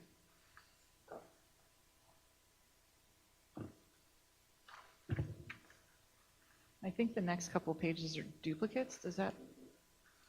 That's okay. So we're on 269. For council's benefit, I talked to the chiefs about collaborating, if possible, with police and fire with things like the drones, anywhere that we can maybe consolidate skill sets and equipment. So just so that you all know, in case that comes back at some point, I just asked them to get together and see if there's any synergies, and if not, there's not. But I think the justification for the drone is there. I had a question of why we need 2. If we're not going to use it every day. But you say drones? Yeah, so the next item, 269, item number 3, there is a drone. And I'm just wondering if we really need 2, or if we're just looking to upgrade, can we sell the other one? Would that offset the cost? You know, can we collaborate, those kinds of things? But those were the things I talked to the chiefs about off break. Okay. No, I will tell you, as the owner of a drone, they're all different. I mean, and when you go to fly somebody else, drones are all different. It really comes down to, so if theirs is for a different purpose, a different path, you're talking about somebody having to learn a multitude of the way they fly, what they do, all of their capabilities, because some of them are more capable than others. It's not just running sticks necessarily. Well, and that was my clarification on this particular request. Is this an upgrade where we're going to sell the old one? Or are we no, trying this to have one 2? this one we're going to plan on keeping with the other one as more of a redundancy, and then when we send strike teams out, we can send one with them, keep one in the city. You know, typically they're only up in the air for like 30 or 45 minutes. So this is more of a backup to what we have, and the ability to, when the hurricane comes through and we're sending out people out to the panhandle, it's something they can use for recon, but we keep one in the city as well. Do we need it? Or do we want it? It is a redundancy. It's not going to stop us from going forward with the drone program if we don't get the second drone. But to Chief Hoey's point, last several years, we have pretty much every year we have sent a team out to some area in Florida, and that would allow us to send out that equipment while still retaining that program operationally within the city. When we send out teams, do we get any sort of reimbursement from the state or FEMA? It's 100% reimbursed. So if we use equipment, do they give us any sort of allocation for the equipment they use? We have to get very, very specific on documenting. FEMA does have reimbursement rates from everything from apparatus to radios to whatever else. But yes, if you document use, you can submit for reimbursement. And typically, I mean, you know, whatever we submit for, as long as we can prove that, you know, that person worked or we use that piece of equipment, you know, we do get 100% reimbursement through the federal government on that. And the nice part with that is that with fire, they can fly the power lines and see where power lines are at. I've got a friend who that's what he does for a living, is fly drones. And during hurricane season after FEMA, they'll get brought back, and that's what they'll do is they'll fly power lines and they'll grid everything out and tell everybody so that they can get it into the bigger system. But they could do it for us and be like, okay, we got trees down here, we've got X, Y, and Z, and kind of how to have a plan to do that. But that's, you got to have the capability to do it. So I don't have an issue with it. I feel like you had something to add. I do, thank you. The proposed changes to the personnel policy that was tabled by council, it does include some amendments within there that would enhance our ability to get fully reimbursed, related to the call out, the timing of call outs and such. So as our policy is currently set up, it inhibits our ability to get fully reimbursed, but the proposed changes within would enhance that. Thank you. Chief, we are on capital equipment, right? Item number 4, 5, and 6. That's all the equipment for the new engine that we have on order? Yes, sir. So if you recall from the presentation, to outfit the new ladder truck that's coming, the total between minor and capital equipment's about 270. This is the capital items that, so anything above the $5,000 threshold, so our SCBAs, our extrication equipment, the general use items, and appliances that will go to outfitting that truck. The other segue is once that truck comes in service, it's fully equipped. The reserve ladder will actually go to training, and then we'll have a fully equipped training apparatus. So again, going back to full circle, we will have quick training apparatus. So when we're training, we won't have to use the in-service apparatus. They can just drop what they're doing, jump on the truck, and then respond to the call. Okay, but I think if I total the three of that, item 4, 5, and 6 up, all the equipment for the new ladder truck, I think I'm coming up with 127, 28,000. Yes. Are and we then- missing some equipment? I thought it would cost a little bit more. Well, this is just the capital. There's a lot of things that are under $5,000 on the price tag, and those are the items that's going to fill that out to the $270,000. Okay. And kind of going back to what Mr. Howard said earlier about the 4-inch and the 5-inch on that new one, I would love to see, instead of waiting, hopefully we can do the 5-inch holes instead of the 4-inch. Is there different in the prices? It's negligible, because essentially it's the same appliance, it's just a different connection port. So there's a little bit of difference on the 5-inch hose. We had built this budget with the 5-inch hose, so when I look at the minor equipment portion, this incorporates the 5-inch, with that being the progress. If we don't go forward with the 5-inch, the 4-inch is less expensive than the 5-inch. So this is the not to exceed price built into the budget. But I'd rather go ahead and do the 5-inch and pay to spend for the 5-inch rather than spending 4 and then have to spend extra money to do the 5. That's the later. proposal. If, we're going to change wholesale. We're going to change everything that we have, and anything that we buy from that point forward, it's going to be on the 5-inch standard. But with this new one, though, I'd rather see the new come in with 5 rather than 4 if we can, because we're looking to go that route. So let's just go ahead and do it. You have my word, if this is approved through funding, any truck that is delivered, it will have 5-inch hose on it. No, I was just curious because I thought it was cost a little bit more than what I'm seeing budgeted here for a new truck to be equipped. On top of what we just spent for the new engine, 1 point what million? 1.3. What was it? It was 1.3, and the truck was originally 1.6. We got a prepaid discount. Because we repaid it in purchase earlier. We got it 300,000, but we paid 1.3, another couple $100,000 for just one truck. Essentially, when we purchased the truck with the prepaid discount, it essentially covered the cost of the equipment that we're asking for this year. Okay. Wow.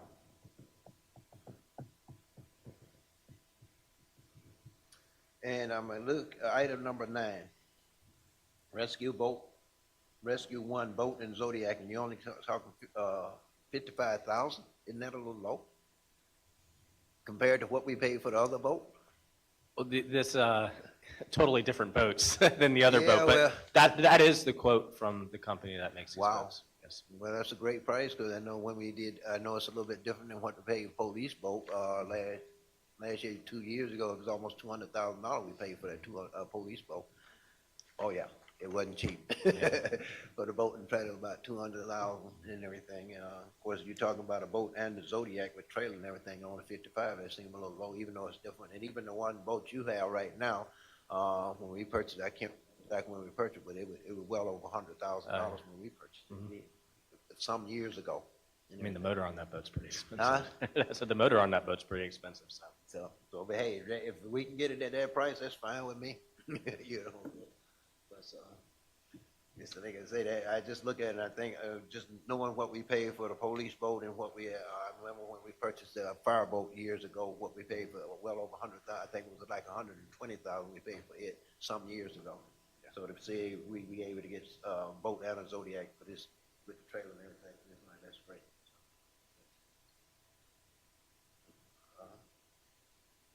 I figure I'm okay. I think I heard you say something about the brush truck earlier, Mr. Howard, or something?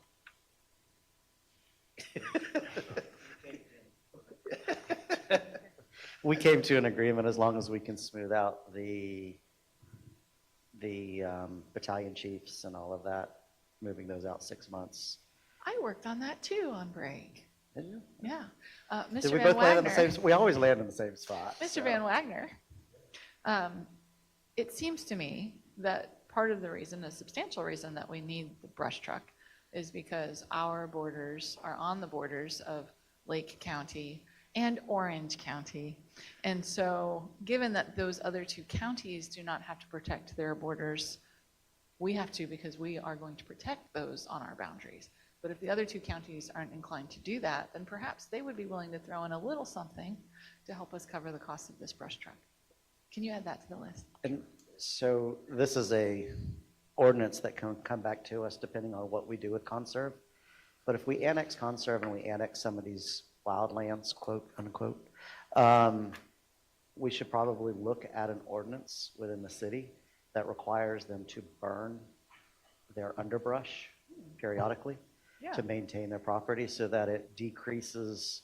I mean, we still may have a brush fire, but it will not be, you know, and that's how California got into their problem, was that they, oh, we don't want you to burn it, you know. So we need to back burn, if we choose to bring conserve underneath the city, then we can write some ordinances that require them to do that. And I think it would be their responsibility. We could also ask them to do fire breaks and that kind of stuff, so.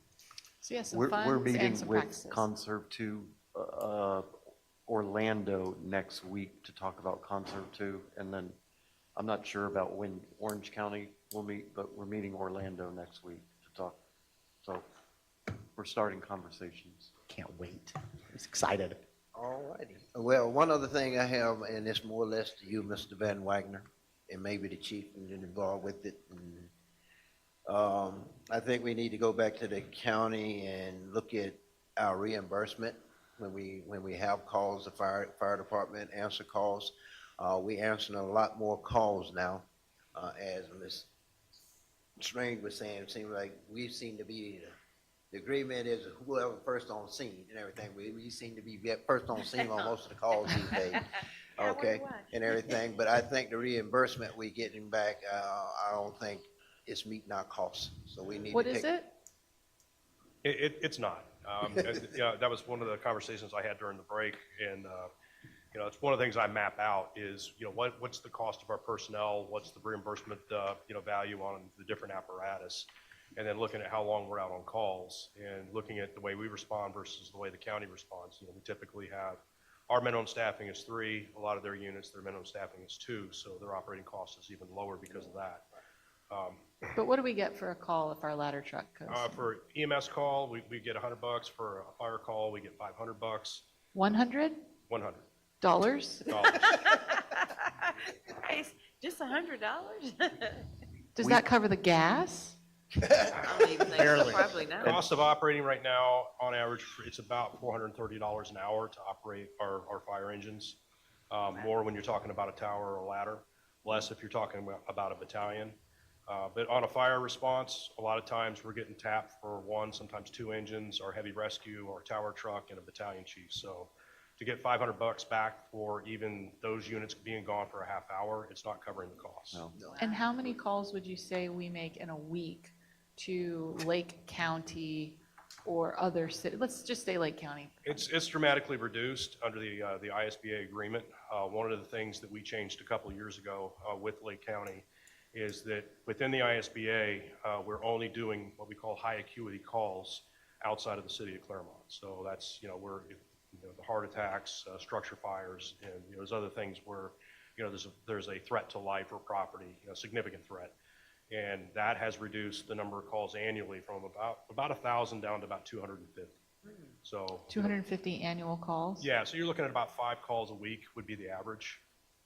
And So, how many do they respond to for us? about a quarter of what we responded to. So We do it mostly, and I guess I really started watching it after we had to, believe it or not, we actually was in charge of a fire off of 33 out in Groveland Really? last year. It was a fire out there. We ended up being the first on scene all the way on 33. I don't know how come Groveland didn't beat us there or anybody else. And I just started kind of watching things after that, And I just don't think, even with our local calls and everything, we seem to be answering most calls. Yeah, we ran the call. This one was more mutual aid than auto aid, but the call in Bella Colina, with the 9,000 square foot house, we had, our battalion chief. Now their senior staff did arrive on that, but we basically ran the scene Right.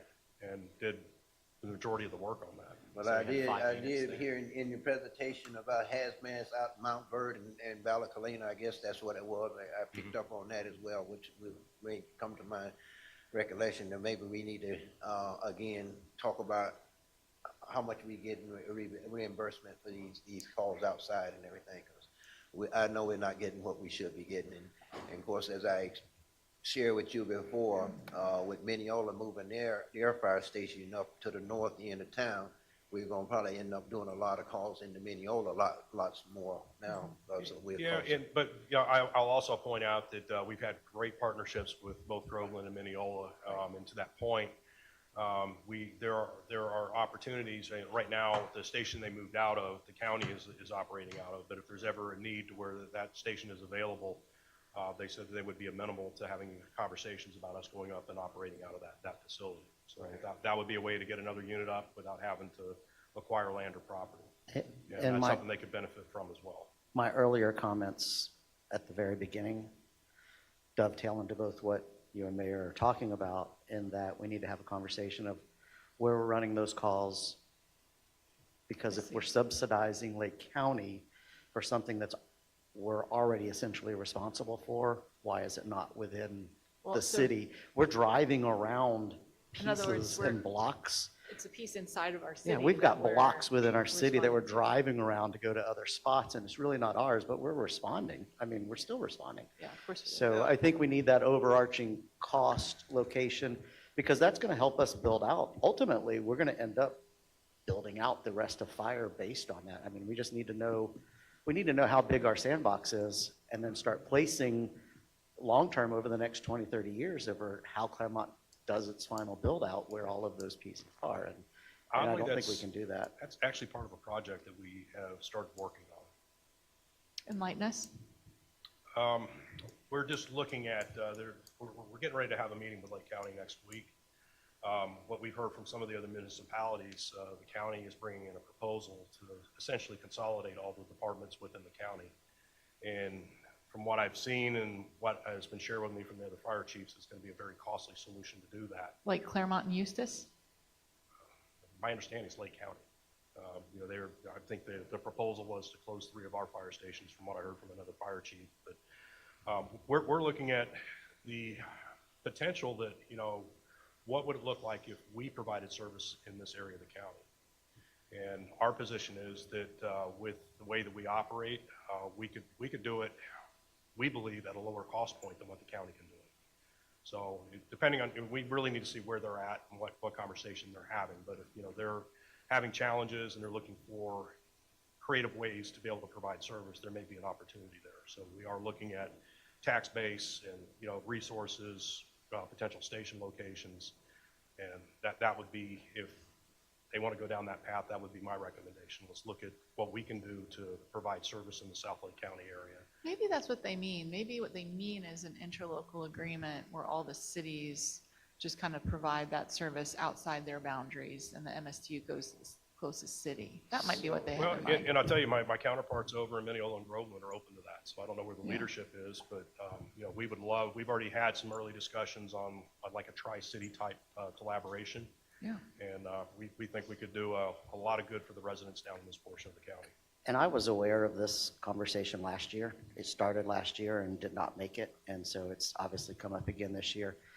The problem for me is, A, the county cannot afford what we already own. They don't have the budget. They're already raising their budget. There's no way they can reimburse this city the money we've already invested. They just don't have that capital, and I'm not interested in having that conversation. And the other part for me, when it came up to me last year, I said, I'll have that discussion if you can provide better service than what we're doing, knowing that they couldn't do it anyway.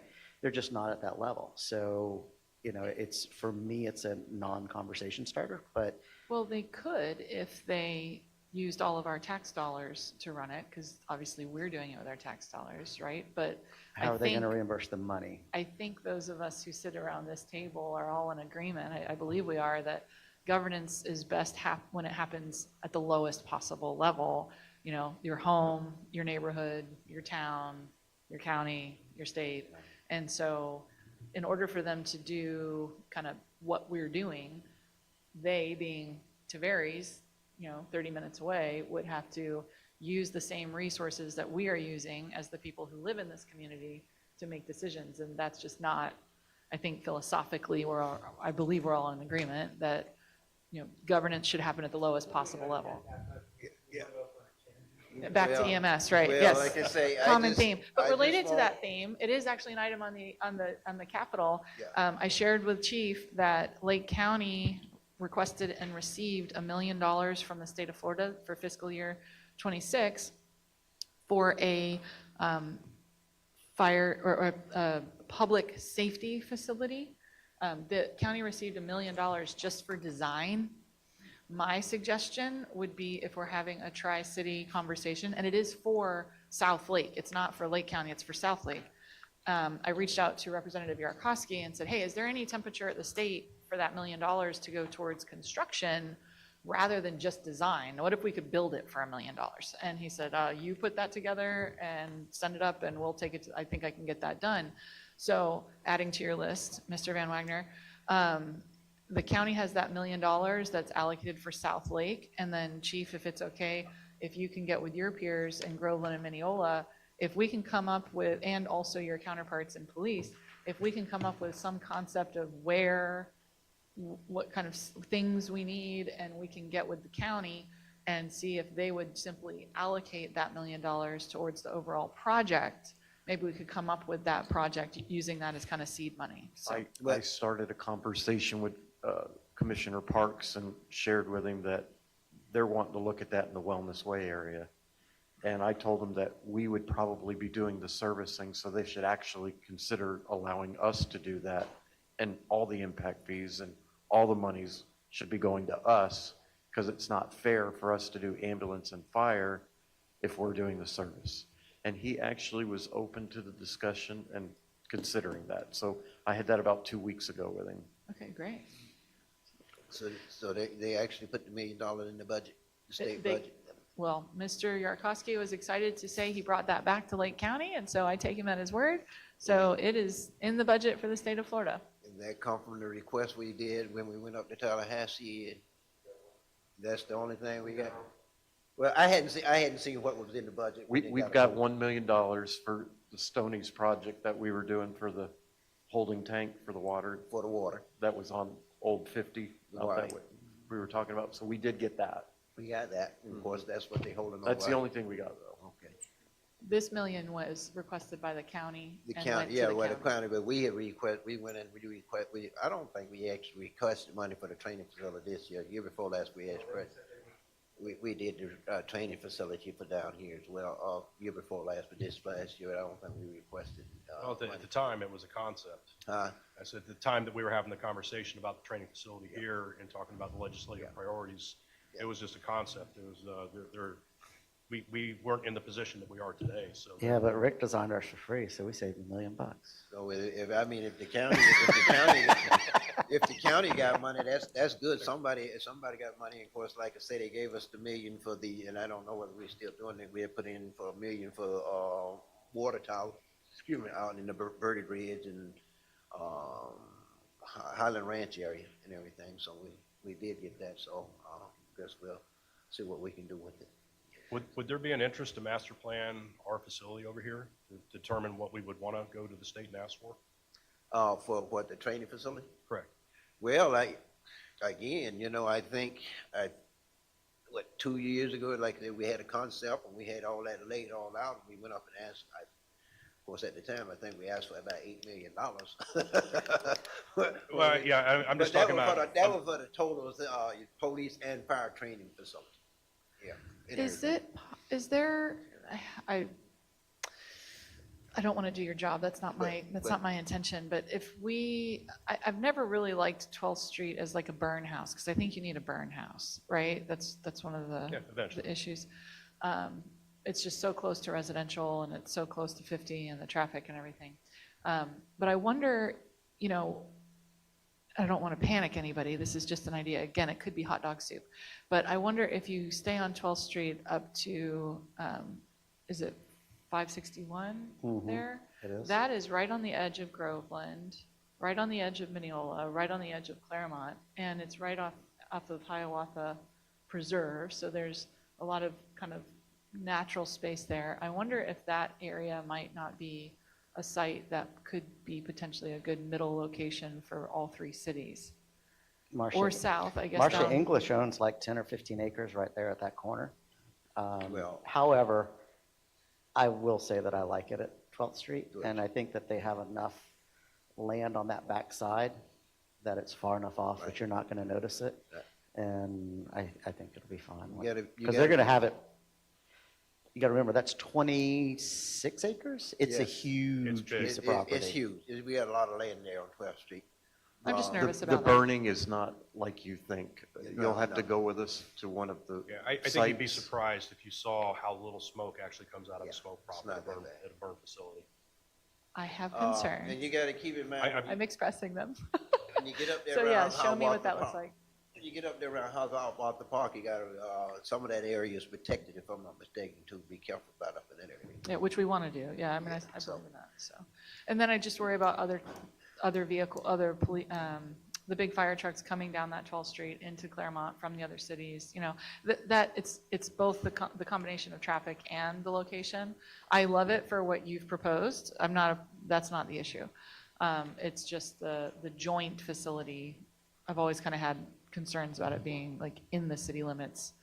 So just kind of keep talking me through it. But my point really is we've got 200,000 requested. This is a carryover from fiscal year 25, right? Correct. That is So correct. I don't have a problem with item 522 fire training facility, but knowing we now have that million available through the county, or for this purpose that the county has, it might be worth taking a look at that and seeing if we want to stick to the plan or do we want to pivot slightly and see if we can do something different. But I'm going to leave that up to you guys. Yeah, absolutely. This is just the first step. This is the step to fill our gap to get the training needs, for our short term. The long term would be to have some sort of regional training facility with the potential of us even looking forward to, doing our own fire school and our fire academy. So as we're designing this and master planning it, we're going to ensure that it meets the requirements for new recruit training.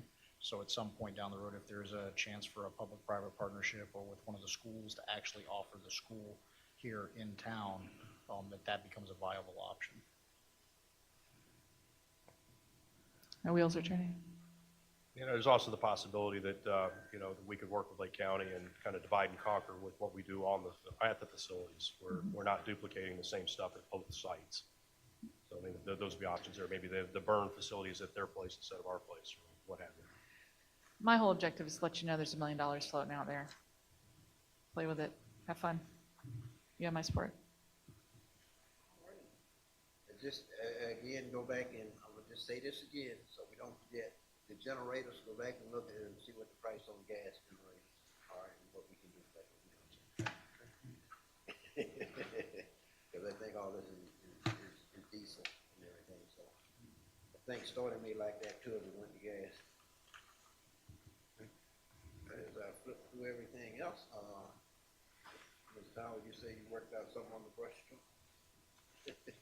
Oh, they're getting their brush truck. They're just going to smooth some, they're going to fix the battalion chiefs and kind of smooth the trucks. And they can work with Scott on bringing that back to us so that we can see the actual dollars, because the brush truck and the battalion chiefs actually should offset each other, or pretty close. Yeah, we've already got a plan to do that. We'll get with finance and get those adjustments. Yeah, it's just so that we have the entire book and we know what we're looking at with budget, because we're making moves on the fly and I don't know where we're at right now. And Allison knows where she wants to be, so. Of course, Chief, we just put in a new generator over at Fire Station number 1 last year or so, right? We just wrapped it up, probably within the last month, and that does have a big gas tank with it.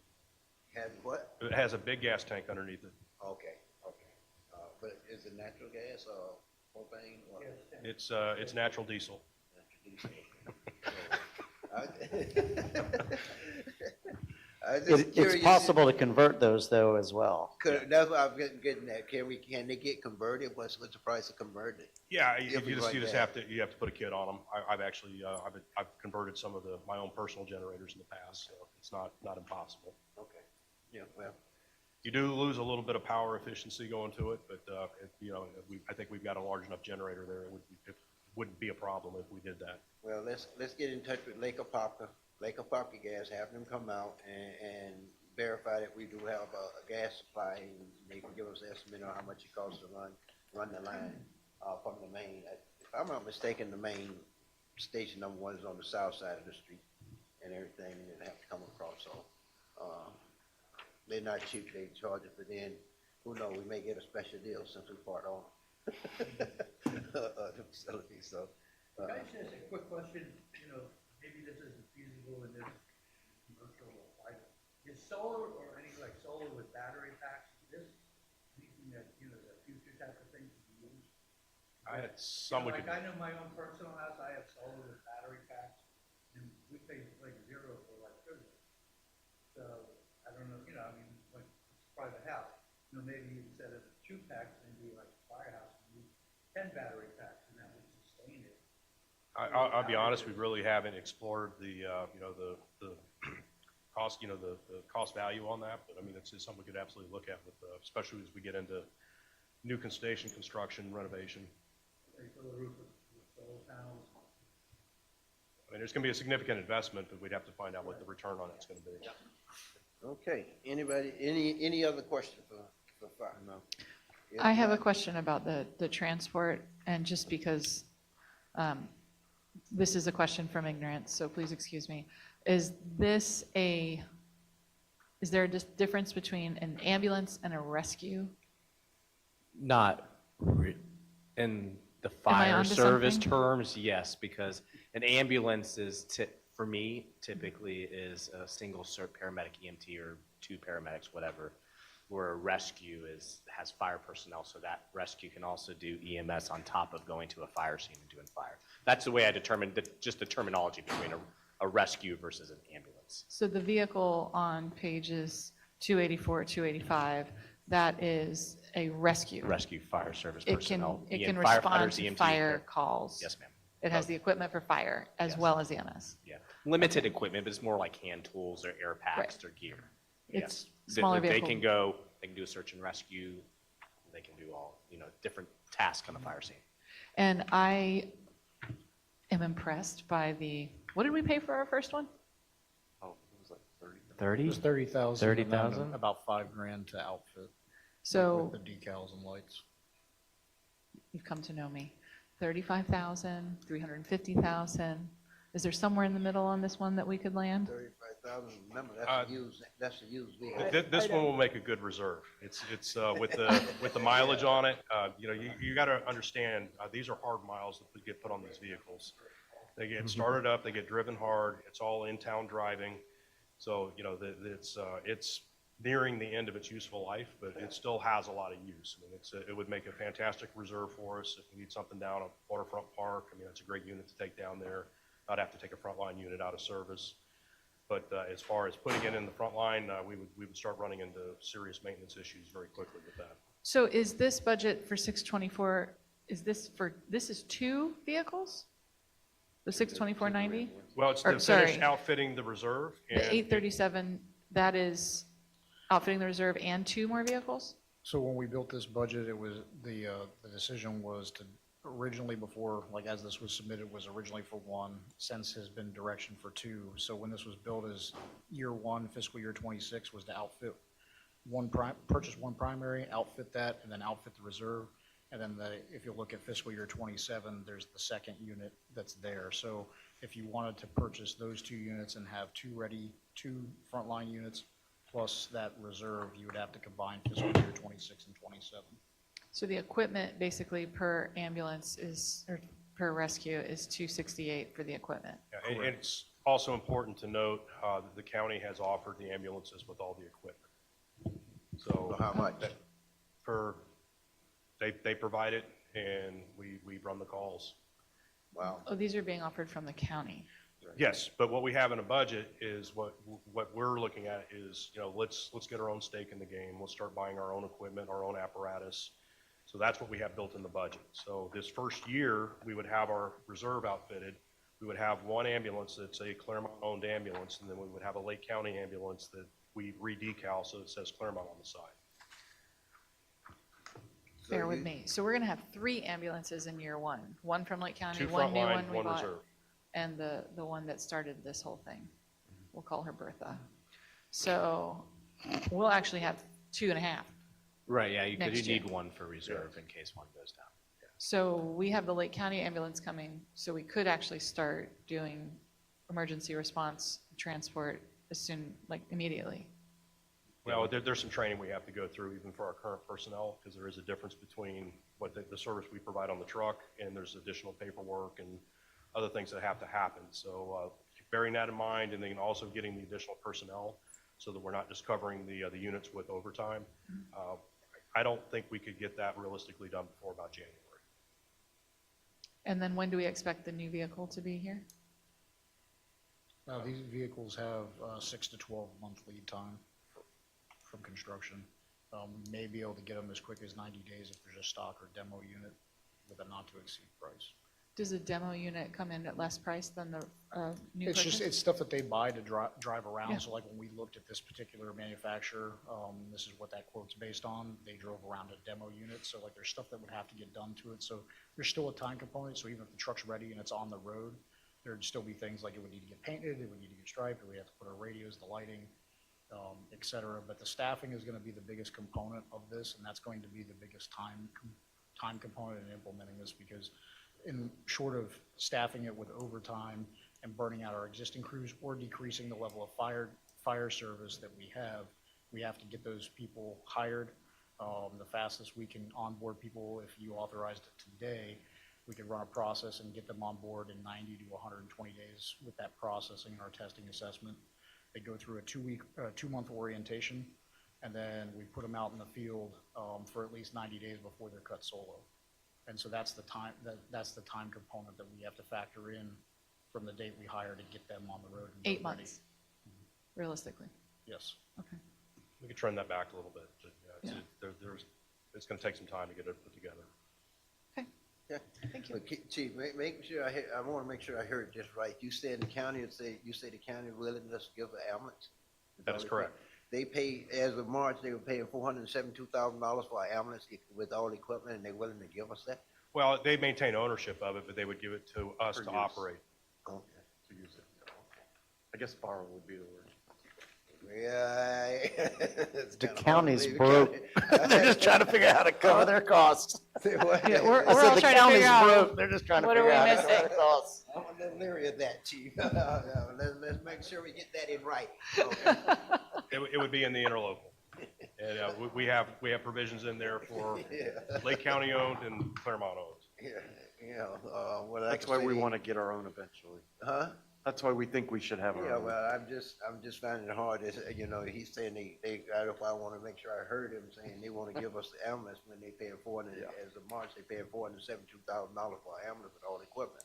Now, I'm going to preface, that's all verbal, nothing's in writing. Well, like I said, let's get it in writing, okay? We'll be okay. The other in writing, I'd like to see, we alluded to it earlier, but to be more direct is, let's make sure the union has expressed that we're not going to have an after the fact, this is a change of conditions, before we come to the final budget workshop, so that or budget hearing, so that just everything that we're relying on in making these decisions is in writing and everyone's on the same page. Yeah, they've been following this meeting, so I'm Oh. sure we're going to have conversations. I believe they're excited about it. I just want to make sure the excitement is on the current terms. We're all okay with it. That's all. Okay, if there are no, you finna say something, Chief? No, I'm Okay, good. if there are no other questions, I'm gonna ask you the same thing I asked other people. Is there anything in this budget that's like on your wish list that's not in this budget? The only thing I would have asked for, we talked about, and that would be a master plan for what we're going to do with the 12th Street facility. That's where we're going to locate our training. I know we had talked Well- about that with the police department a few years ago, and but aside from that, I mean, this is what I call a very solid budget for us. Everything that we submitted was focused on operational need, or health and safety for our personnel, or addressing service gaps for our community. There really weren't a lot of, there weren't any asks in here for things we didn't need or didn't have that addressed something that was a key issue for us. Okay, well, I would say this for the master plan. You come back and present us with the master plan, what you want to do with 12th Street and everything. You know your requirement for training and all that more so than I do. Well, the reason I say it would be a cost with it to bring a company in and have them design out what we would be looking to do. And then from there, we can take the different components and figure out, okay, well, is there something we want to go and talk to the state to see if they'll fund? I know PD's talked about a shooting building, a shoot house. There's other props we could talk about putting out there, and we could kind of start to break that up and phase So- it in over time. So all I'm going to say before we start master planning things is I'd like to see where you guys end up with what you have, and then start having those discussions, not for you guys to master plan it, but the council should be the one to say, we need this, future growth, because we've talked about possible future growth over there for administration and other pieces and parts. So obviously, we need to use that entire facility to the best that we can.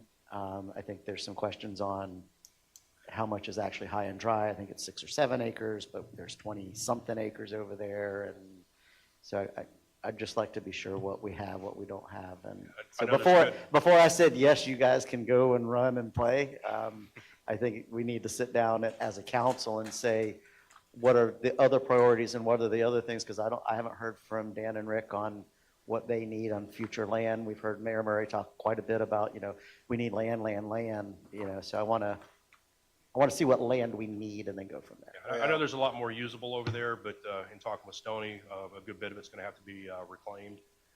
Some of that were the aeration ponds that they had and whatnot over there, so a lot of that dirt's going to have to be dug out and filled back in. So, I mean, if we're going to maximize usage over there, whatever that is, those things are going to have to be looked at. But Well, for me, as I say, I don't know what your needs and what your requirements are, so you do me somewhat, present me with a master plan, as Ms. Howard said, then we can go through and say yay, nay, or whatever, but you need to present us with that, what you need and whatever. I'm not saying you're gonna get everything, but, I can't sit here and start designing a master plan for you all because I don't know your requirement and what you need, okay? I think we've given you enough tools in this to be able to get all the things that you want. we'll figure it out. I think you will. Rick's really good with sticks, so he'll just go build something and be like, here is your land, here's what I want. Yeah, that's going to be our plan, is to just build your model and say, go with this. If that's good, we'll go ahead and call it, thank you, Thank you. Chief. and May I ask a everything. question, Mr. Mayor? Yes? Just for the schedule the rest of the day, it's 2 o'clock. We haven't talked to Parks and Recs. We haven't talked to the other departments. We haven't went through all the capital projects. And we have Tuesday left.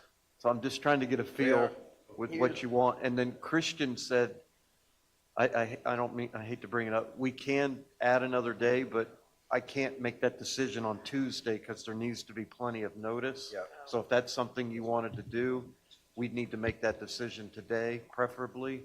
So I'm just wanting you to help me manage the time. Here's what I was going to suggest. Okay, Okay. we finished up with fire, okay? I'm gonna jump back to the beginning of the book, right here.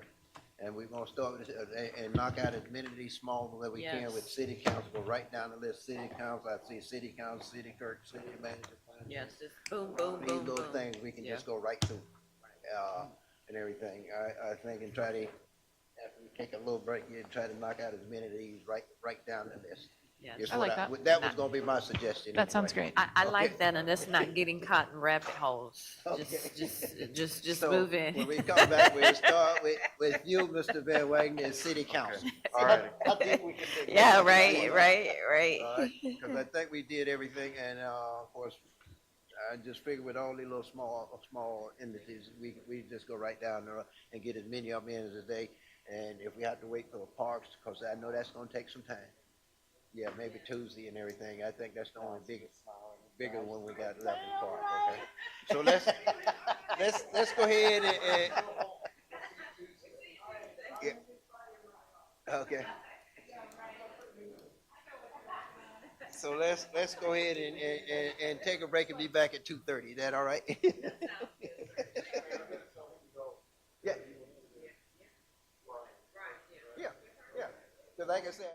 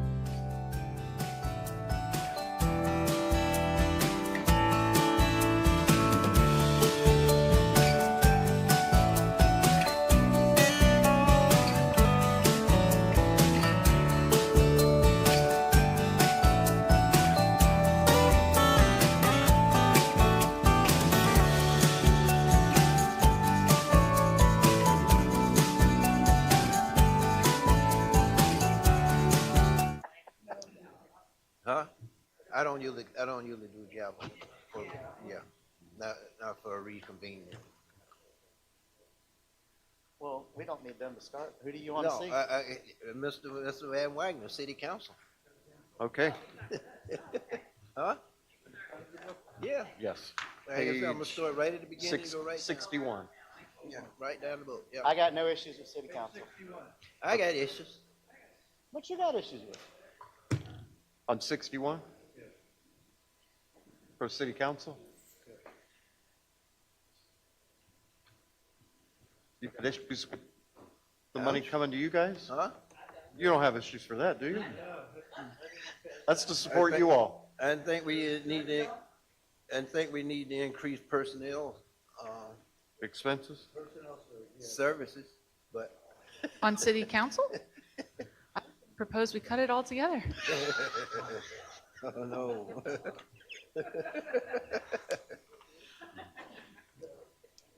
Can we, are we allowed to just not take it? Because I'm told we're not allowed to not take it. And it just doesn't sit well for me. No, no. It's just, Scott, can they donate their paycheck back if they want to? I thought we couldn't. I don't know the answer to that. So hold on. No, I'm not. Let's have that philosophical discussion. Even Because well, I've been down I this road gotta- before. I'm not looking to give up mine And I'm gonna because convince you that with you all should the take stuff it. I Can we at do, least it's not raise it? actually still costing me above what I'm making. I'm sure it does. I feel like I was told you twice. do have. It's all dependent upon your county charter and everything else. Like there's some cities out there that they strictly volunteer. They don't get paid, but most cities does receive some compensation. Me myself, yeah.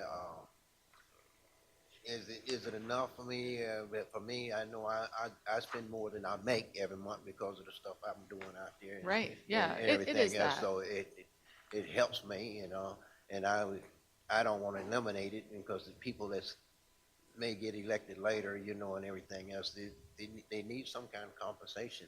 And So here's what I would say as well on that, because I agree. Everybody doesn't have the ability to come here and do this for free. And I think it eliminates a certain amount of the population right. to be able to do this. This is getting larger and larger. It is becoming more and more, and I don't want to say it's a full-time job because it's not, but it is getting to be, the expectations and the amount of time it takes continue to increase. Yes. And as you do that, I have the luxury of saying, hey, I'm not paid hourly. My time when I was in practice, I don't know what you got an hour. Right. If I went for a deposition at that time, I was, $300, $400 an hour. Right. So I'm never going to get compensated for my time, skills, ability. And I understand that. I'm not asking for that. I would not raise my salary on my way out. Would I raise it for the next person? Sure. But I think we're going to get to a point that it is, that for the average person, they maybe can't do that.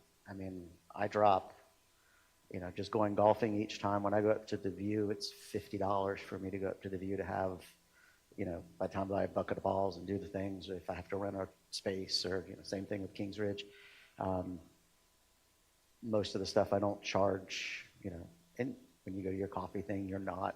So there's a lot of time, effort, energy, money that we're spending just out of our own pockets. And I think there needs to be some compensation for time. I had a conversation with a constituent yesterday, and he was like, I don't know why anybody would do that for, and he was actually talking about the mayor, why anybody would do all that aggravation for $700. And I was laughing, and I was like, well, let me tell you, I said, the mayor makes more than I do. And he goes, what? I said, listen, none of us are making money. I said, he's making 700. I said, I make 620 or whatever it is. I said, so none of us are making money. Exactly. My concern is as time goes on and as this gets bigger and bigger, and if you go look at Orlando and some of these others, you need to be able to compensate people for their time, whether they're taking time off from their job or whatever the case may be, because otherwise you end up with a very weird board. And I say that coming from the school board where you had people who had, everybody on there was essentially professional.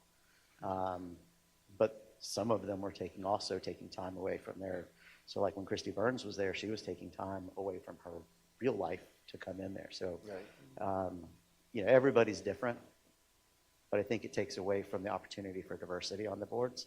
And I think that diversity on a council is super important because I know what my life is like, but I don't know what everybody else's life is like. And so I would certainly not want to take that money away. And I would certainly support, as I said, I wouldn't do it with me sitting here, or I would just go ahead and donate, because you can donate yours back. You can accept that money and then donate it to whatever you You can want. give it to any charity or anywhere you want to give it. So You can certainly if this, receive it in those days. if this council decided to raise that amount, I don't want it. I'm like you, I would donate it back. But there comes a point that I also want to cover my costs. I mean, and I'm like them, I'm not covering my costs. And I'm fine with that, but. And that's the thing about me, most months, a lot of months, I end up spending more doing this than I'm making. You gotta think about is like in any corporation, your worth is based on the amount of money that corporation is generating, whether it be a profit or whether it be how we're gonna outlay our money. And you put a big responsibility on us just to make decisions about, well, you wanna spend $800,000 for a truck. Right. And so basically, we can do it one or two ways. We could just like guess at it, or we can do research at it. Right. And I think we're expected to do some sort of research on what we're making decisions on. We can't just make it on the fly. So like you're saying, maybe today, I don't care if it's a raise or not, but you got to think about what's going to happen 5 years from now. Are we going to be able to, get somebody that has an engineering background that we want to have on staff, right? Because that would be a different area that he would be able to look at. So, I mean, that's worth a certain amount of money, and that's what you got to look at it that way. So, I mean, and, the amount of money, whether you say, okay, we're going to get 600 or 800, I don't think that matters, but it does matter as an incentive. Yeah. I don't know, like when we had people working for you, and if you gave them a dollar raise, they would think that makes them, oh, obviously I have worth. And that's what I think you want to look at. I didn't say that. I was kind of like joking in the beginning when they say increase my pay. I'm okay with well, some people come to me all the time and say about I'm not getting paid enough, but I'm okay. I accepted the job at what I'm getting paid. And I'm happy with the scale that we're at now, because up until 2019, council member was only getting $300 a month and the mayor was only getting $400 a month. And that's one of the things our previous mayor and I sat down and we talked about trying to increase that, and she worked on it and she got it done in 2019, I think it was. It finally got done where the pay jumped up to where we are now, and each year it's a built-in increase there, cost of living increase. So I'm okay with it. Even though we're the largest city in Lake County, we are probably the least paid council members in Lake County, okay, for the largest city and everything. So I'm okay with it, but it does, I said that jokingly about getting more, because people always coming to me and saying, you need to be paid more because they see me out there doing so much. And I say, yeah, I do spend more money sometimes than I'm making. And I am fortunate enough to be retired and have enough income coming in. I can sit here and do this job. And one of the reasons I looked at trying to get an increase from 300 to 400 or wherever we are now is so we can encourage other people to maybe run. Because during those times, we was getting nobody who wanted to know, because nobody wanted to do it for this little bit of the money we was getting. And some people still saying the same thing. Why would I want to go through all them headaches for that little bit of money? Okay. Well, and if it's a job, then we're not paid anywhere near the amount of hours that we put in. No. And so for me, and only because this is our budget and it affects us individually, so this is about us individually, for me, the money's not moving any needles. So it's like, it's a service. And I hear you say you can donate it back. So I do appreciate that point, and I do make generous donations. But I would be more comfortable if I could just not accept it. You can't do that because I think that would be, it has to be everybody has to be on the same thing. I don't think you would do that because, I don't think it's a possible thing to do. I feel like they We don't said have in our legal class here, you have to take. Yeah, we don't have legal. Well, So, we can but I have- do we can like have Mr. reimbursements. We can have Mr. Ward look at that, and if you can I do just like not accept- reimbursements. I mean, to Huh? Todd's point, I think that encouraging people to go out into the community, your time is one thing, but also requiring treasure, I think, is a different conversation. And so, if we want to encourage people to go out into the community, if that, your tea time, or if we maybe had a more rigorous policy on reimbursements, things that, we're looking to do. I mean, I don't think we're anywhere near the $40,000 in expenditures, are we, Scott, right now? I think we're way under on our travel and our operating expenses. Yeah, I thought we were, and it doesn't feel right to me. I feel like it's not a job, it's a service, and so that's kind of how I look at it. But it is a job. Well, That's what I don't like about it from a policy standpoint is the folks sitting around the table have the job, and it's their job to be running the city. Our job is to do policy. And so I fear that if councils are being paid that as if there's an expectation of it being a job, then we may have an expectation by the community to insert ourselves in places that we don't belong. Whereas when it's, look, I'm a volunteer, I am a servant of the people, and my role is budget, vision, policy, and it makes it easier to make that point. But think about how many meals, how many meetings, how many lunches. When you start thinking about the things that you're doing, all it's doing is compensating you for that. Prior to you being elected, you and I met multiple times, met with Yarkowski. We were buying tea, coffee, whatever it was, and I don't accept things from people. So if I go to lunch with somebody, I don't let them buy my lunch, Right. even though I feel like I'm doing city business. Right now, I've got somebody in Wellness Way who wants to meet with me. I don't typically meet with them. But they're really persistent, and so I'm going to go meet with them. But it's just one that I'm like, oh my God, I don't typically meet with developers. What do you want? Yeah. I don't want to meet with you. You And know what they they came say. back and were like, we just want to talk to you about our development. And I'm like, I don't want to meet with you. And they're like, but we really want to meet with you. And I'm like, okay, then I guess I got to meet with them. So you find those, but I think it's just compensating for you for those expenditures. This is never going to compensate your time. It's not going to compensate my time. Right. I mean, when you get into that, and I think I get why you're looking at it that way, but for me, it pays for some of the stuff. And I don't feel guilty about it. And I know that it's a service, and we're doing this for a service. And you and I got into this for the exact same reason, because we felt that we had to do this. But I think you're just you're Okay. overanalyzing it. I mean, it's Okay. $90,000 of the That's just me taxpayers' being, money. that's us being friendly. I know. I I don't just think want you're to, looking at I it. don't let's want to move spend on. 4 hours on. Exactly. But anyway, I'm good on Let's city move on. council. City council. Okay, we're good. We would get with Mr. Watt, let's have Mr. Watt, if there's no way you can, if you don't want to accept it, then I think, we'll look at the legal ramification for that. And like I said, not that I was looking for an increase, I'm happy with the system we have right now. But I just looked, I didn't realize that Orlando makes like They make $80,000. Well, North they Miami are makes full $80,000. time over there, and a lot of people, I'll be honest with you, a lot of people come to me, and when I actually tell them I make $750 a month, they look at me and say, you crazy. Yeah. Mm-hmm. Yeah. I know, and because Yeah. they expect me in the mirror, I'm supposed to be making all this big money. Yeah. It's not about that. People are not gonna say, it isn't, for example, I just went to a thing down in Tampa, when I was in Tampa last week, just for parking alone, ended up costing me $30-something for 1 day of parking in Tampa. I actually paid out my parking.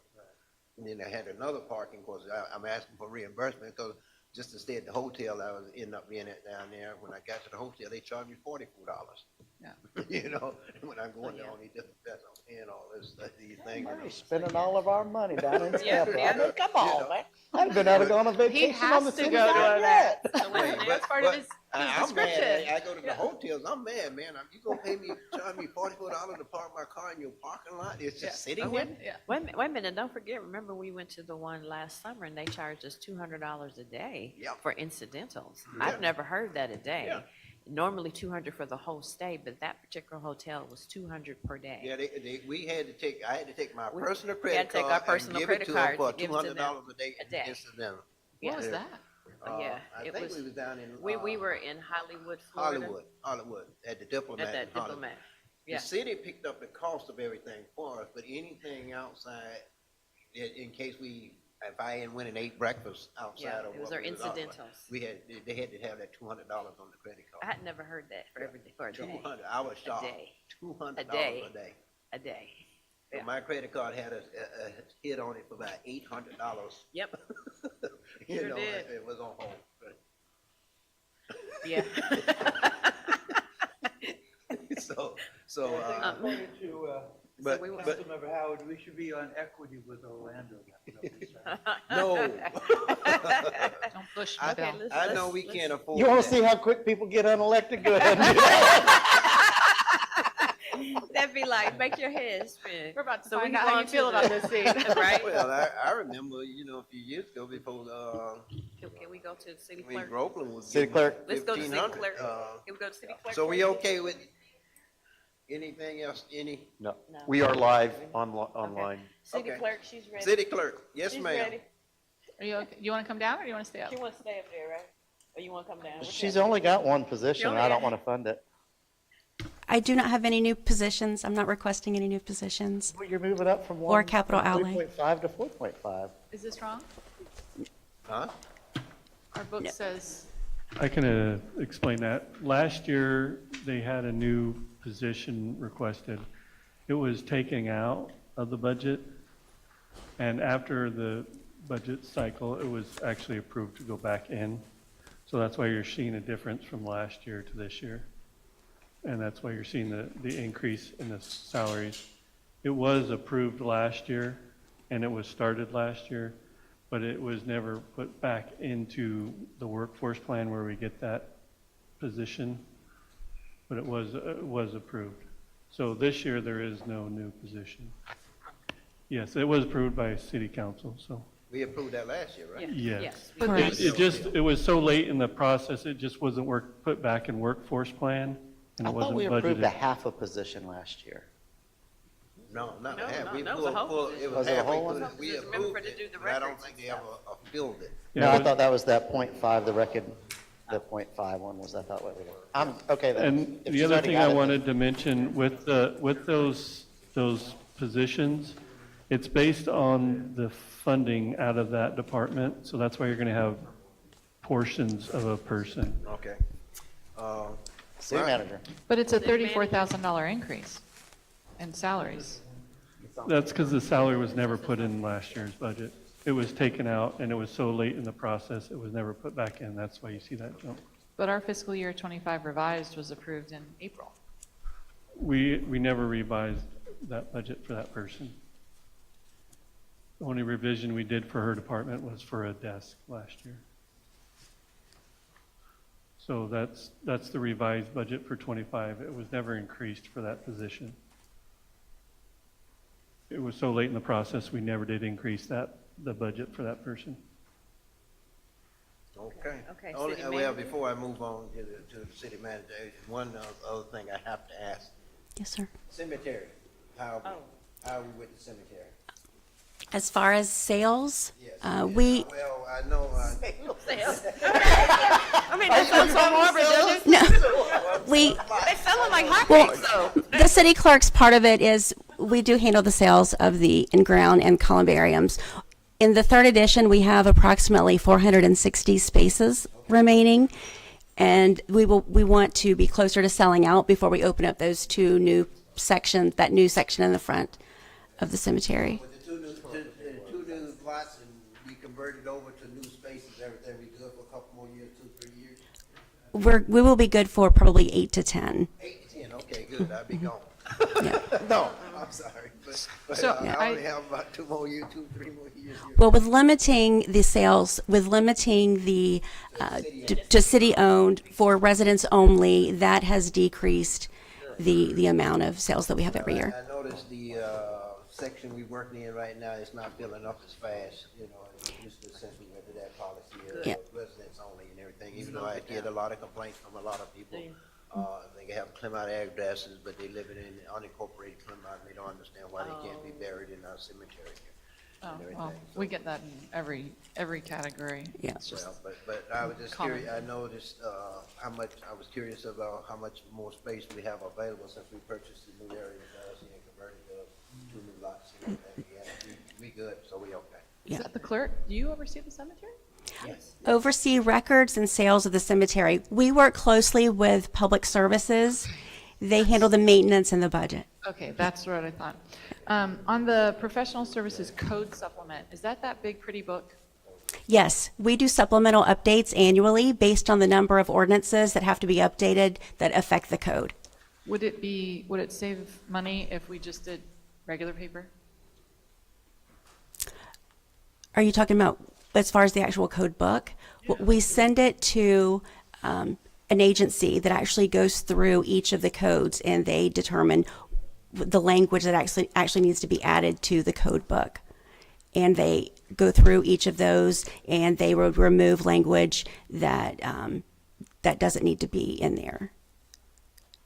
No, and I think that's important. I just think the big books that we all get are very expensive, is my guess. And So we're not replacing the books every year. Okay. It's only the pages. all the pages? Or just No, only the pages that are changed from code ordinances that are approved each year. So we're not changing the entire document every year. Okay. That's only when we do a recodification, which is about every 10 to 12 years.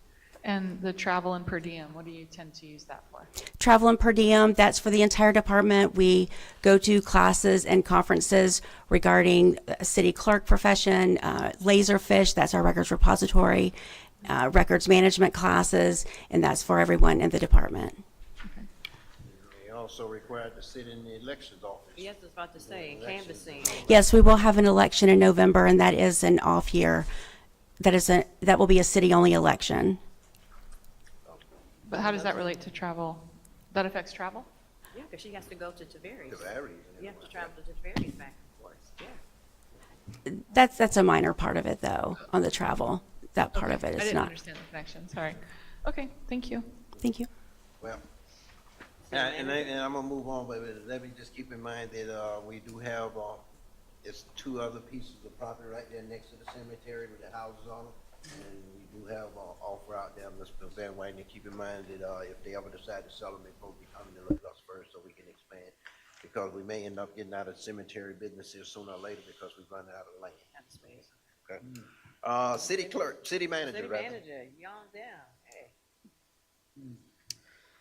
So I'll start this one off. I think, and this is going to tie into IT, and this is going to tie into multiple departments. With staffing, I'm not sure why we have a communications coordinator and a public information officer. I think we can sharpen our pencil. I think we can bring that probably, especially the social media side under a single entity, whether we are doing that, outsourcing it or whatever, but my Well, and humble for all opinion. departments. Exactly. So 'Cause my every department opinion is is we're doing not doing a good job on it across the board. And I would like to see us. Well, that sounds harsh. We could do better. We're not doing a good job across the board. I think So, people, we have a lot of So I think we followers. can do better social media. I think we can do better targeting. I have some disappointment on website and outreach and how we do things through the art, not necessarily on Brian, but some like to of see a this is social we're media essentially plan. running a business. And, you know, some of this comes into, and I've had conversation with Wayne about who runs what, but not too long ago, if you go in and you search trying to find what events are coming up at the art, it's actually difficult to know Yeah. and to land where you're supposed to. It's gotten a little better.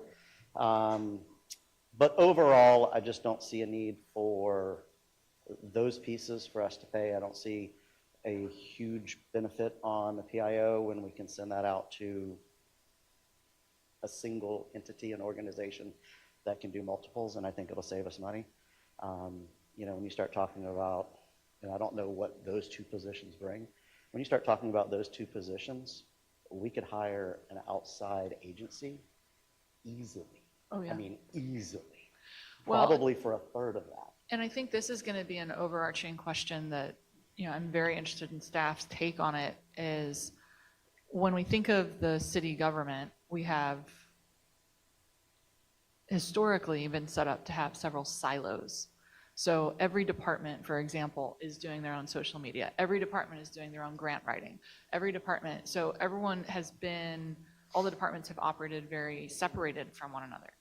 And it seems to me that there are efficiencies that, and I don't think we're going to get through it today, but it's kind of conceptually that there would be efficiencies if we say, this is the body of administration that every department needs. And so grant writing is one of the things that's high on my list. Social media, I totally agree that there's just a uniform messaging. And I actually think it's impressive what the different departments are doing on social media, considering they're operating in silos. And I mean, we've got cops doing social media. I mean, that's cool, but also not copping, and you're not firefighting when you're doing social media. And I hope that the firefighting is what takes precedence over doing the social media. So I think I'd like us to discuss the benefits or the what's not necessarily good. And Scott and Rick and Dan, I'm really interested in your input on it, is is there any benefit to looking at the body of administration who can handle everything administrative so that the arms and legs can do all the things that the arms and legs need to do? Or is it working well? Again, going back to our, is this in our control? How does it affect quality of life? Service, attracting jobs, things like that. When the head is separated from the arms and legs don't know what they should be doing.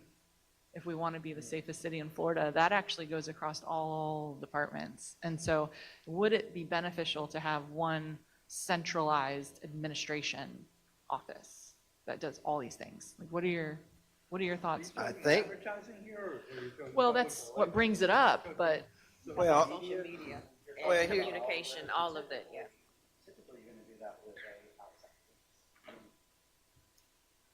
So typically, you're going to do that with an outside agency. A lot of How we people doing are. it right now?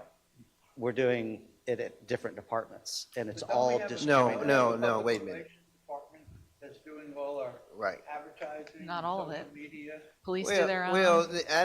I think what we have a public information officer here, and yes, we put in the communication coordinator as well, because the job got, as we're growing, everything getting to be a little bit much for one person to try to do. You got the social media portion. Yes, the fire department, police department is doing their own, and which I think they need to continue to do their own, because there's a whole new world there, We can probably take our public information officer up here, even though they help them out down there a lot, with a lot of stuff. They coordinate and work there together with them, with the police department, and most of the police department do most of their website maintaining and all this.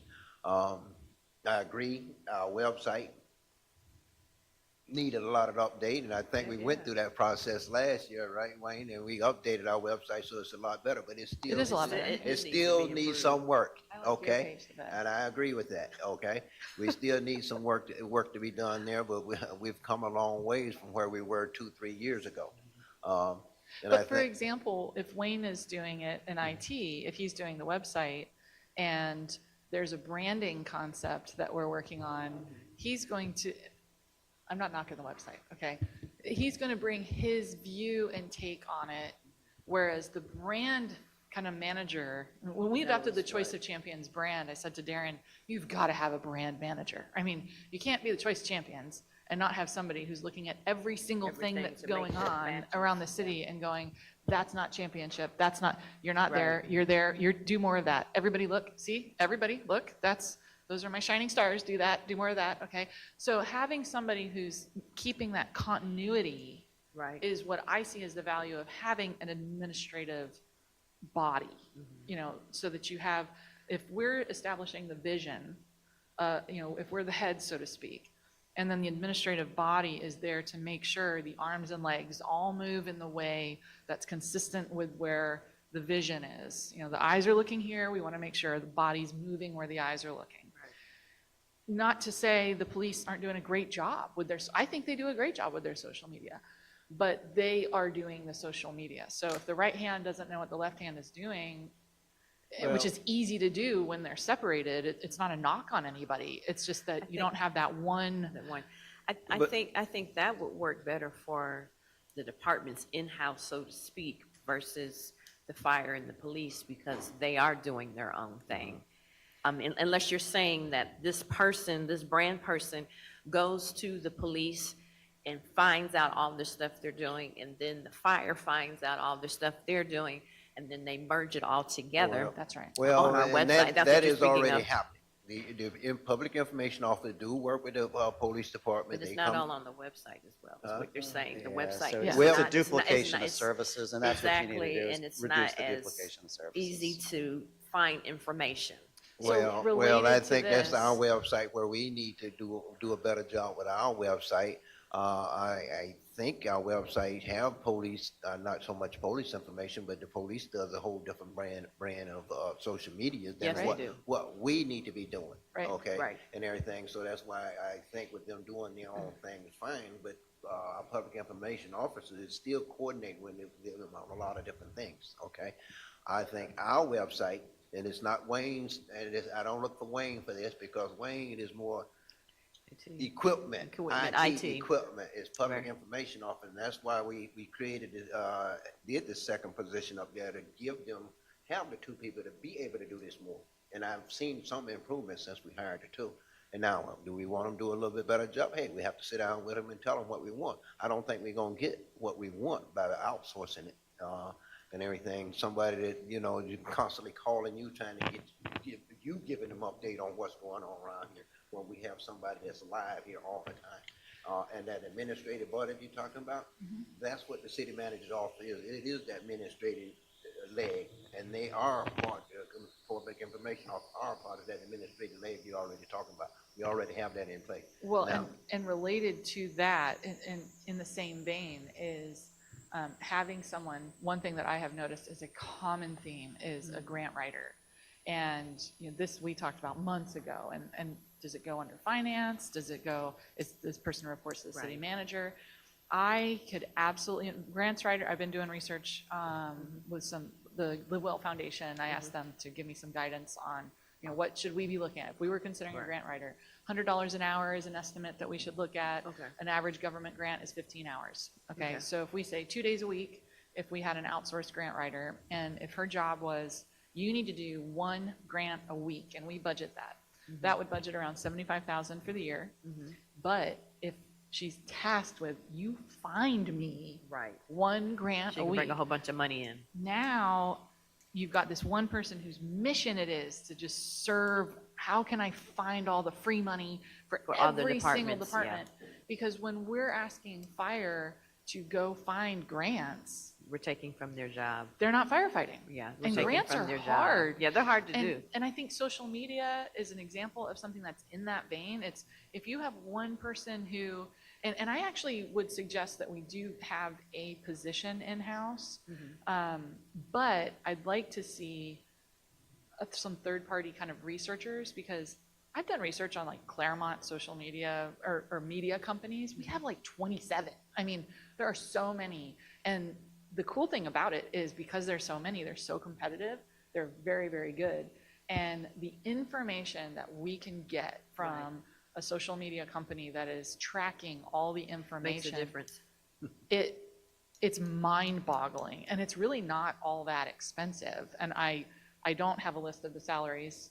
I would like a list of the salaries so that we can look and see what is this costing, because you can get a really great, robust social media program for $3,000 to $4,000 a month, and you can't have. We cannot have a person in-house that's making that much money. It's impossible because burden is 33%. So like, no matter how you slice it at $15 an hour, we're not getting $3,000 to $4,000 out of any one person. So whatever the number is, it's more than that. And so we could maybe have 2 social media companies that coordinate with our in-house person. One's doing data-driven and the other's doing creativity. And you can get graphics and video and all sorts of really cool things. And I agree with you in that respect that we can do better in the media sense. And I don't think this is one of those positions that's in-house that you're going to get the best result. But again, So, I'd also like to see economic development. So I'm going to throw So all I've- brand manager, economic development, grant writing. These are all things that I'm interested in. Social So, media. and I agree. So ultimately, for me, I just don't see spending, and I don't know what the total amount is for those two positions, but we know that it's going to be well into the six figures, probably 220, 230, 240 I don't think we For spend those two nowhere near positions? for those two positions, all in. that. Nowhere near it. How much What? is it? Oh, see. What, how much was it? How much is it? 220. 200, Yeah, so I wasn't too far off. Wow. Is So that with anyway, benefits? when we're spending $220,000 on two positions, I would much rather see under IT, Wayne be able to put together a program, watch it, see how it interacts with our website. They can track all of that. If we're doing retargeting, that's a specialty thing, and that's something that Wayne's got to work with because they need access to our website. So he's got to control that anyway. So having these things, like Allison was talking about, done in silos does not work for me. It needs to be done centrally. And I think that we can do a much better job with an outside company.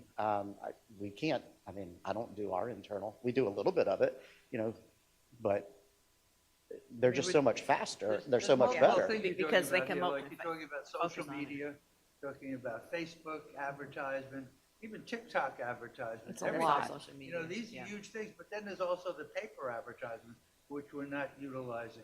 Like Rick you spoke with Clermont Sun, they're gonna Clermont give Sun. us a full page every week. So that we can fill this in. We can put in all the information. There's still a large amount of, let's say, seniors out there that aren't on They're on that aren't social media. Facebook, that aren't on TikTok, but they're looking at that Clermont Sun every week. Right. So we're losing a huge amount of advertising that we can push what we're really doing here. Right. From the EMS service, from the thing we're doing on Monday about storm improvement. Other people might want to comment and listen Right. to it. So we don't have anybody that's generating this. Secondly, like we're on TikTok and people can respond, but there's nobody answering. Correct. Oh, Why so are- that's you another know, thing. These questions might not be all like, you suck. It could be something that are good, that could be like interesting. Oh, yeah, that's a great information, and then, we can bring it to us. That's why you I hire. commend you because I remember when you started your social media journey, Bill, and I am But so that's- impressed. That's why you have social media company do it, because But you it's just- have, I mean, there's the advertising side, It's- putting it in every, like I it's always. scalable. Yeah, they in can do all Kingsbridge, of they have it. the Royal Times, Heritage Hills we should be in these things every single month We should, as a city of Clermont, of what we're doing, of, how, like. Getting the to Show the information. people what's going on. Well, and People wanna- related they want to that, information as opposed to speculation.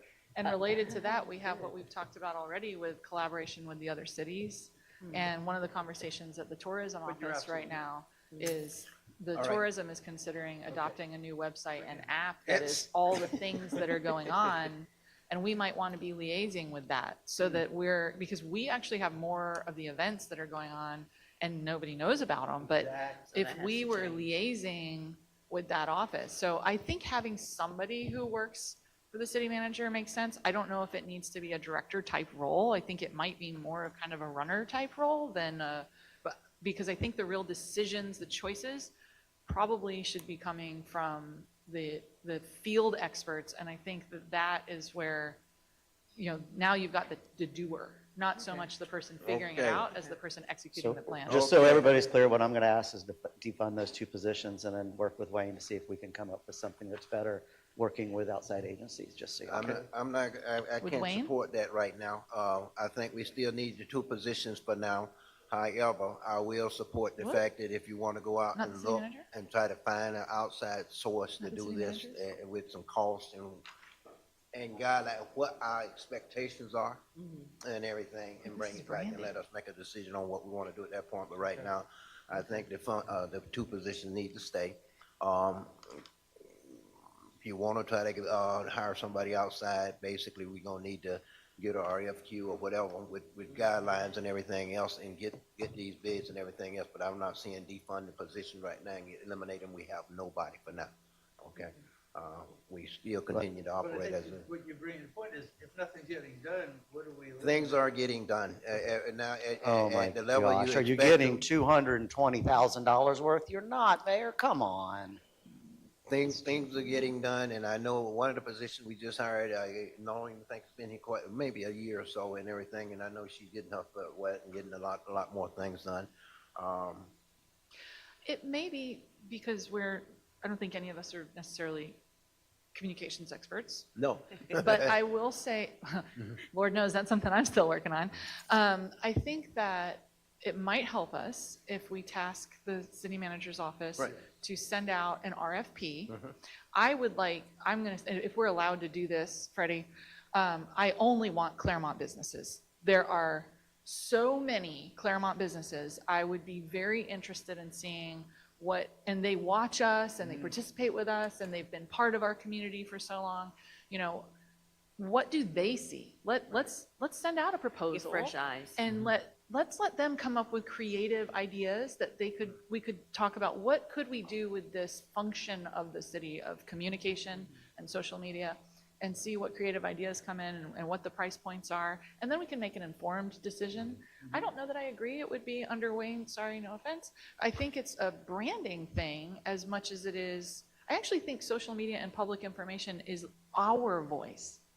I think it's us. I don't think it's a staff voice. I think it's a city council. This is what's happening in the city. It's the voice that attracts people to our city to live, work, and play. And that comes from the decisions that we make. Now, staff executes the decisions, obviously, but I don't know that, again, I mean, no offense. I think it's something that should remain in the city manager's department to make sure the branding is on point and it's consistent with the vision. But I'm open to be convinced. Because social media is YouTube. Social media is YouTube, social media is Facebook, social media is TikTok. There's a lot of rules that go along with it. You also, if we were doing things correctly, when you go in and you land on the landing page, let's assume that we had a proper landing page for the ARC, there should be retargeting. I should be getting some backup emails of, or, Yes. yeah. I know what you Hey, mean, all of a like sudden, constant sales I to want to say, see hey, that yeah, come back on the my show was Facebook or here, on my this is social here, media. yeah. Yeah. Because if I went and looked at that show, I was like, oh, that show's cool. And then I kind of forget about it, but why is it not in front of me Right. again? It should be constant, like and that- other, well, like and other it's called businesses. retargeting. Here's the Okay. thing. And we need somebody to do that, and that would really Here's be the done thing, through we have IT. people in place right now capable of doing all that, however, they've been limited at doing all that, Oh, my gosh. okay? Because you gotta remember, at one point, we wasn't hardly doing any social media whatsoever here in the city and everything, and we got the public information officers, and we've been trying, and that's why we went out, like I say, last year, we created the other position to try to get out there more in the social media and get these things done. And I think we can do just as great of a job in-house than we can go out and hire an outside source to try to keep up with what we're doing here in the city. Well, we had 2, and we knocked it down to 1, and then we got back up to 2. And I think we're kind of, Well, we I don't think had, much we has had 2, the reason we got down to 1 is because one actually quit, because, to be honest with you, they didn't feel like they were making enough money, and the fact of the matter is, they were limited in what they was doing, and they wasn't kind of happy with some of the restraints they were working in, from my understanding when I talked with the people, So, when I first came, so. But, we want to open that back up, give them the ability, we got the 2 people on board. Allison, if We you were put good with an our- RFQ, then our I'd be good with an requirement and let 'em RFQ. go. well, I'd actually like to see an RFP, Or an because then RFP. we can I'd be see. good with that. You good with, is everybody good with an RFP to figure out whether we can defund those 2 positions and hire it cheaper outsourcing? Well, what the alternatives are. What is our opportunity costs for the amount of money that we are spending for in-house? What could we get if we had a community business, a local business? I think, again, it goes to Just a what I started with, comparison. is checking out all the options. I think this is one of those, some positions, like I asked Stoney, should we be outsourcing or should we be insourcing? This one is a flip, but the question remains the same, should we be outsourcing or should we be insourcing? And I don't think we have the information. I haven't talked to anybody in disclosure, but I would imagine we're gonna get some really interesting proposals. I mean, we've got some good, talented people in the city, so. We do. So we'll move to the next department. Council, can I Well, give can you we talk a, about economic development and branding? Economic- Just for clarity, what are you all asking me to do? Send out an RFP for proposals by Clermont businesses for how the city could approach its public communications, social media, branding, Brand you know, manager. advertising. Yeah, how do want a we, brand how do we manager. spread the word about all the things we're doing? Yeah, you want a brand Basically, manager who RFP can do to- social media. RFP for mixed somebody to together. do our, That's what you want. like our that. social media. That's what Say you that want. again? You want a brand manager who can do, Just, who can do our social media and our branding. Social Put media, everything branding, the together. whole. Yes, a brand Some of- manager is what you want. Yeah, she's Some right. of the social media is not going to be covered for the POI position. What do you mean? For example, Channel 6 calls, I need a statement. Okay? That's not, I'm just, there's so You're not many gonna- components to it. So I'm just, I don't feel comfortable not having any representation. Here. Like, we have police officers being sworn in Monday morning. I'm just saying there's a lot of components to consider in this. Right. Beyond just our face in the community with social media and marketing. I don't think we're getting messaging out there well right now, and we've got a gap. I hear you. We have the I gap. hear you. But I'm just saying, if we don't have any presence, we're gonna have a gap. I mean, Yeah. like, like we have, I mean, I can't tell you how many 5 a.m. calls or emails I get. There's a water leak at such and such a street, Okay. and, So that person you know, has that so, and it information. shuts down the road, and we have to communicate. So I'm just saying, there's a lot of pieces and parts Pieces to to it to keep in mind. So I can do an RFP, but I feel like, you understand? I'm just Well, not- I understand that, and these are, like I say, it's a lot more going in there, like you say, and more going into a public information office than we look at rather than social media. Like you said, That's all for I'm saying. example, There's- 5 o'clock in the morning when you got that water lane break, who put that information on the website out there Right. for the people to read? It's our public information officers, okay? What if What if we have both? It is getting done. But- It is getting But no, done. no, no. What if we have Oh, both I though? get calls and say, hey, Mayor, I just letting you know, this is what we posting. When the flood happened in Right. Emerald's Lake last week, who was getting that to the media? I get calls saying, hey, Channel 6 or Channel 9 want to do this interview or that interview. Right, right. Our outside sources not going to be handling all that. So what if we have both? What if we have the public, what's the title again? Public information officer. Public information officer, and we have the manager, brand manager, and social media together, so that what you're saying is still covered, but then we have a whole nother person who knows how to do the brand and do the social media and respond when people ask questions on TikTok, Instagram, or Facebook or whatnot. And that- Why not have both? That is what we have in place right now. Is it being utilized to its greatest potential? I don't think so, because we just went back and filled one of the positions last year to help try to fill that gap. And have we worked with them enough to tell them what we want? I know I sat down with the new person we hired and what my expectation was. Right, And okay. everything, and I see things that get I a didn't even know little we bit had a new better. one, okay, Huh? so, okay, I didn't Rick, even know, can you- so. Yeah, that well, says a we lot. have the two. You got a POI and you got the communication relations, I guess it is, and everything. Now, We're in the same boat. and it is there, but the POI, pretty much information, she's the one that pretty much handles the water main breaks in the middle of the night or whenever.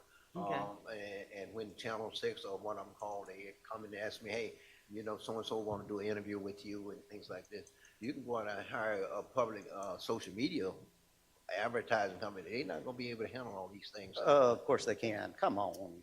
Not at Can the you do- spur of the morning when you get a call, like I get a call all at once, I'm sitting at home at 9 o'clock in the morning, hey, they want to be here, we just got a call, can you be here at 9:30, 10 o'clock for an interview? Social media, by the time you try to call them and arrange something, hey, what are they gonna do? My advertising company works 24/7, just saying. It absolutely does. If you can do an RFP that just brings back that component of doing all of the social media and communications side of it And through somebody local. brand management. You know, trying to manage that brand. That's a good point. And then we can decide what level of administration oversight that needs to be.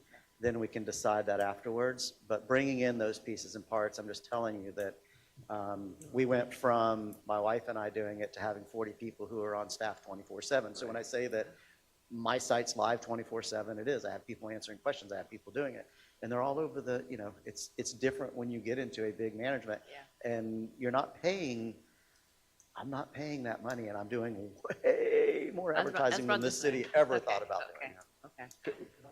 Okay. If it wouldn't be too much for you, could you just, I've got a lot of notes, but where you're seeing some gaps, would you just communicate that with me so I can communicate with our staff? No, He was just saying in not, general. not right now, but just so I have some understanding of what your concerns are. Sure. Okay. That would be very helpful. Okay, happy to do that. Finance? Well, economic development, Oh, economic development, oh. Wait a minute. Where's economic Okay. development at? Well- Finance. Finance is next. Finance is And- next. no, we don't have an economic development department. That's the point. I thought we hired somebody. No, we don't. I think there's an economic development line item under planning and zoning, but, There's a position for that. well, I believe we have a consultant who is We have a supposed to be consultant, doing okay. economic development for us. But it is my understanding, and Well, correct, we'll look at that when we get to. but I think it city should be plan. under the city manager's office. That's my point. That's why I'm bringing it up now that we're at city manager. I don't think economic development belongs under planning and zoning. You think Economic it should be under development is part of attachment to the head and the city vision manager? of where are we going. Once you Agreed. go to planning and zoning, the decision's already been made that you're at planning and zoning, but economic development would be Agreed. involved with branding and communication. I agree with you. And I would like to see it under the city. I thought it was under the city manager's budget until we So went can through we this move process. that? Can you move that to be under you? Is that cool? And all, Is that position filled right now? it's a consultant, right? That's correct. Is a consultant? But Yes. doesn't that consultant mostly work with like Lake County and Wellness Way? I do not know any of the logistics or tasks associated with this, other than it's a consultant who, my understanding is from afar, was hired by the city at some point in time to work with Wellness Way Development. Right. That's the And extent that's of my one part of knowledge. the I don't think we ever really had an economic development Hold on. position here that I can recall, other Okay. than the consultant, and mainly Was that it came aboard, James? right, for the Wellness Way Okay. area. But far as I can recall, the city never really had a person that worked in economic, region. We hired, Shannon we was. hired, when I was on the council, we hired Jim Hitt Yeah. to be our Oh, full-time yes, Yeah, but he economic development director. He went from planning and zoning to that position when Darren was Right. here. And then Shannon, right? She was involved in that.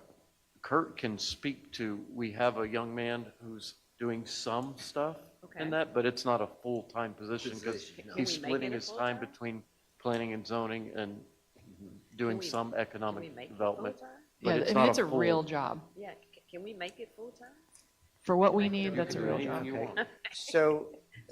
So on this is two different things. We need somebody to be the liaison to sort of what Shannon did back in the day, where it's that liaison between business and city and gets things moving along. It makes things smoother. We obviously need to have, one of the big complaints I get from every single contractor I've ever talked to is that Clermont is painfully slow in getting things approved and moving those along. Not blaming anybody, not saying anything, we need to do better. And when people, I've never heard anybody go, man, you guys have the smoothest process I've ever been through. And until I hear that, then I'm Well, I'm not sorry, being mean, but- I disagree with you, because I get it all the time about No, I don't. how great our departments have been in the So city can I department. finish, and please? moving things, excuse me? Can I finish, please? Go Thank you. right ahead. So on that side of it, on that, I think we need a business development director. That would be a new funding position who is going out, who knows our demographics, who knows exactly how to go out and integrate with bringing people here. If we actually talk about annexing some of these places where we're going to bring in industrial land and we're going to be having industrial complexes and we're going to add on $1.5 million or 1.5 million square feet of business in Wellness Way, not to mention what we're doing here, we need to be specifically targeting those companies we want. I have heard time and time again from just about everybody out there, we don't want any more box stores, we don't want any more mattress stores, we don't want any more, so they know what they Yes. don't want. Yeah. But Yeah. what can we find that they don't know that they want? I mean, Right. they're seed to table out of Naples, so they've got their own farm, they grow all their own stuff, and then they send it, and you buy it through that store. Groveland just did a co-op, really cool, that they're bringing that food from their farms to essentially their table. Wow. That could be done on a larger basis. But we need that person who can find those businesses who have already figured that out and how to bring those in there and bring that large industry. And then we need to guide on what industry we want, not specific business, but what industry. Do we Industry, want healthcare? Do we want, Hospitality. what is it that we want to be when we grow up? We did this back in 2010, went around, Sean Parks and I actually went to every city. He said, what are you going to be when you grow up? Because as a school board member, I wanted to be able to make sure that our education was fulfilling those needs. What can we make sure that we have job-ready people for? What are you going to bring in? Sean was there to make sure, hey, well, if we know what jobs are coming, schools can fill it, then the city should go get it and make sure the land and the zoning and all of that's available. So it's a hand-in-glove fit, and we just need to make sure we're doing that. Sounds good. But until we make that commitment and say, this is what we want to do, and we have somebody who's leading that charge who can give Right. because They can we dedicate heard all that their everybody time. was all over the place on what we felt was industry. Right. There was not a single person out of any of us who had the same definition. So we need that person who can define it, who can go out there and who can kind of take all of our vision Right. and go target those companies let's and bring fund them in. And that's how you're going to do it. We're not going to well, do it let's create it. individually. And Let's to create say the it's slightly position. different in, well, we don't need an RFP because he would just advertise, do we want to outsource it? And I'm not so sure. I kind of think this person needs to be like a diehard rah-rah Clermont person. Yes, I think so, yeah. Economic development by definition is the growth of community wealth. Right. That is what they do. So the person's job is to increase the average household income, to increase property values, to increase job opportunities, to be responsible for making Clermont the safest city in Florida according to the U.S. News and World Report. That is what the economic development director does. They do all those things. So we need somebody full-time in-house to do that. I think so. How much does that person make? How much do they make? I'm sure six figures. $200,000 for that position. It will be all-in, it'll be a $200,000 position for that high, it's a high-level executive.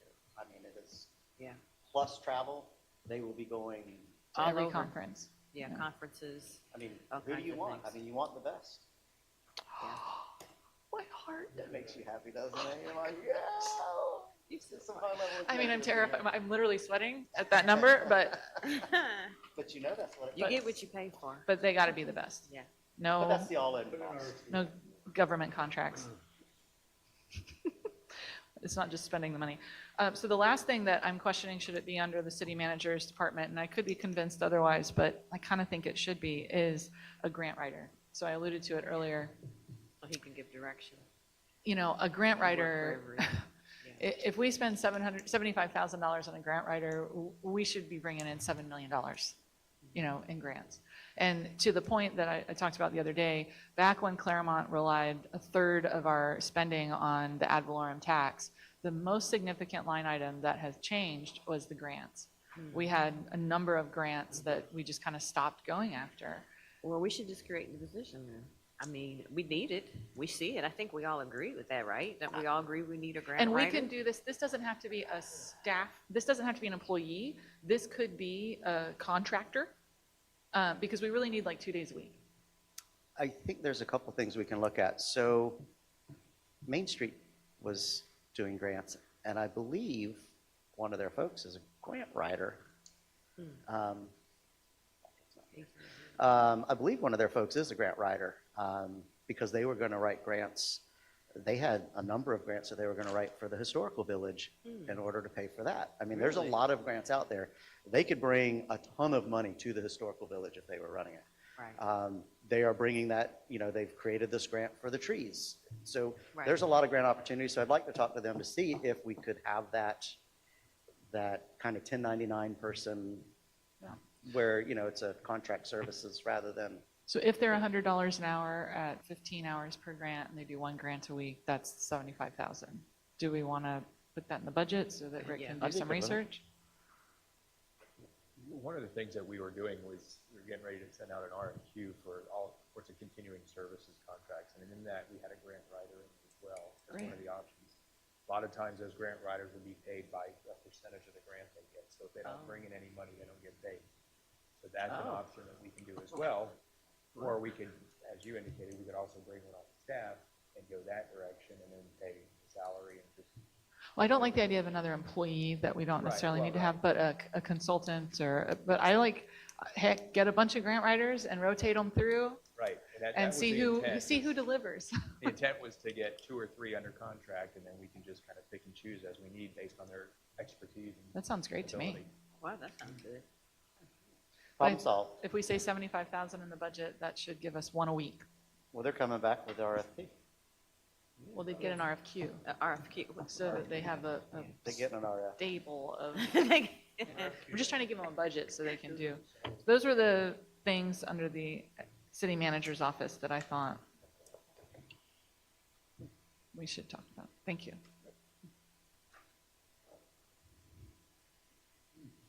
Are we on to finance? Finance. Scott. Can you read back what direction you got? I'm all confused. Okay, you want me to do an RFP for only Clermont businesses to discuss social media, communications, and branding?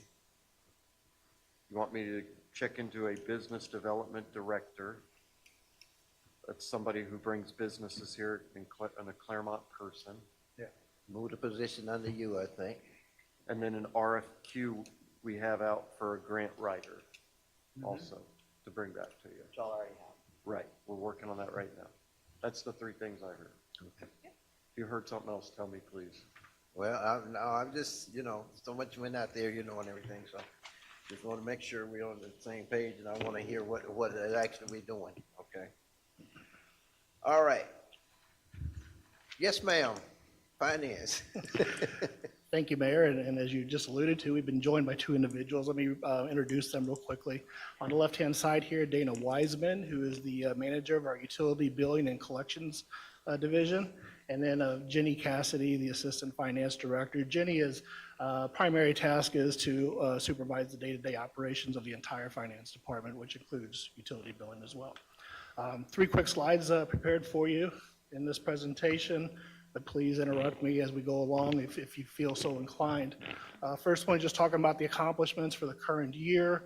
As you know, we've completed 2 audits in this year, and we are up to date. And our anticipation is now that we'll be on a regular schedule to where we're completing our annual audit around the March-April timeframe every year going forward. As you're aware, with the budget book and the OBB that we discussed the other day, we have modernized the budget and reporting platforms. We're happy with where it's at this initial rollout, and it'll just only get better in our eyes going forward. Jenny has led the effort with the transition on the banking side over the last couple months. That project has taken longer than what we anticipated, but no problems there. It was just self-inflicted deadlines that we put. And some of those reasons for that was beyond our control. But we're making good progress, and we're probably within 60 days of fully completing that process. On the UB side, we've had a large focus on customer service this year. One thing that we have completed at this point is our utility billing notification alert system. Dana, can you take a moment just to talk about how that is improved both with the efficiencies within your team as well as the benefits to the customers? Just real quickly, please. Yes, so we started the notification process in April. It sends out notifications to customers for payment reminders, past due reminders, and disconnect warnings. So we've also used it for a boil water notice with utilities that came up, and we're going to be implementing it into our leak notification process soon. And since we've started using it, we've seen a 3.13 decrease in delinquent customers from the notification system. So that, along with Councilmember Myers' late fee grade that you implemented, that had a 5.77 decrease in delinquent. So total in that was 8.9% decrease. So once we extended, you're saying when we extended the late fee period, it went down, the number of late fees are decreased? It did, yes. 5.77%. But we still have a problem paying people with late fees. Still not giving them enough time, they saying. But how much of, I guess they want to give them from bill to bill, I guess, I don't know. Next item we have on here is a current program that we anticipate going live with in the month of August, and that is what we call our resident access program.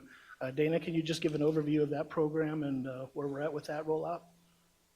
It's a new modernized customer portal for billing. It's going to allow them to sign up for service online, pay a utility deposit online.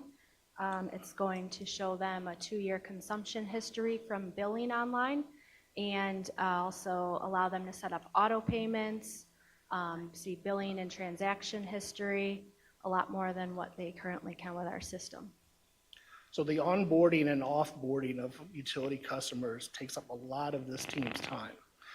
In-person traffic is a lot of that as well. So our hope and our anticipation is that this program will help with that immensely, bring efficiencies not only to our team, but it provides our customers to onboard and offboard and off hours as well. So we're excited about that, the potential with that program. And mid-August, we're thinking on that?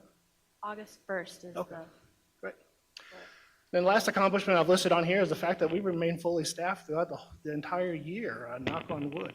A little bit longer than that, actually, for the most part, and given the recent history, that's quite an accomplishment, and very happy with that.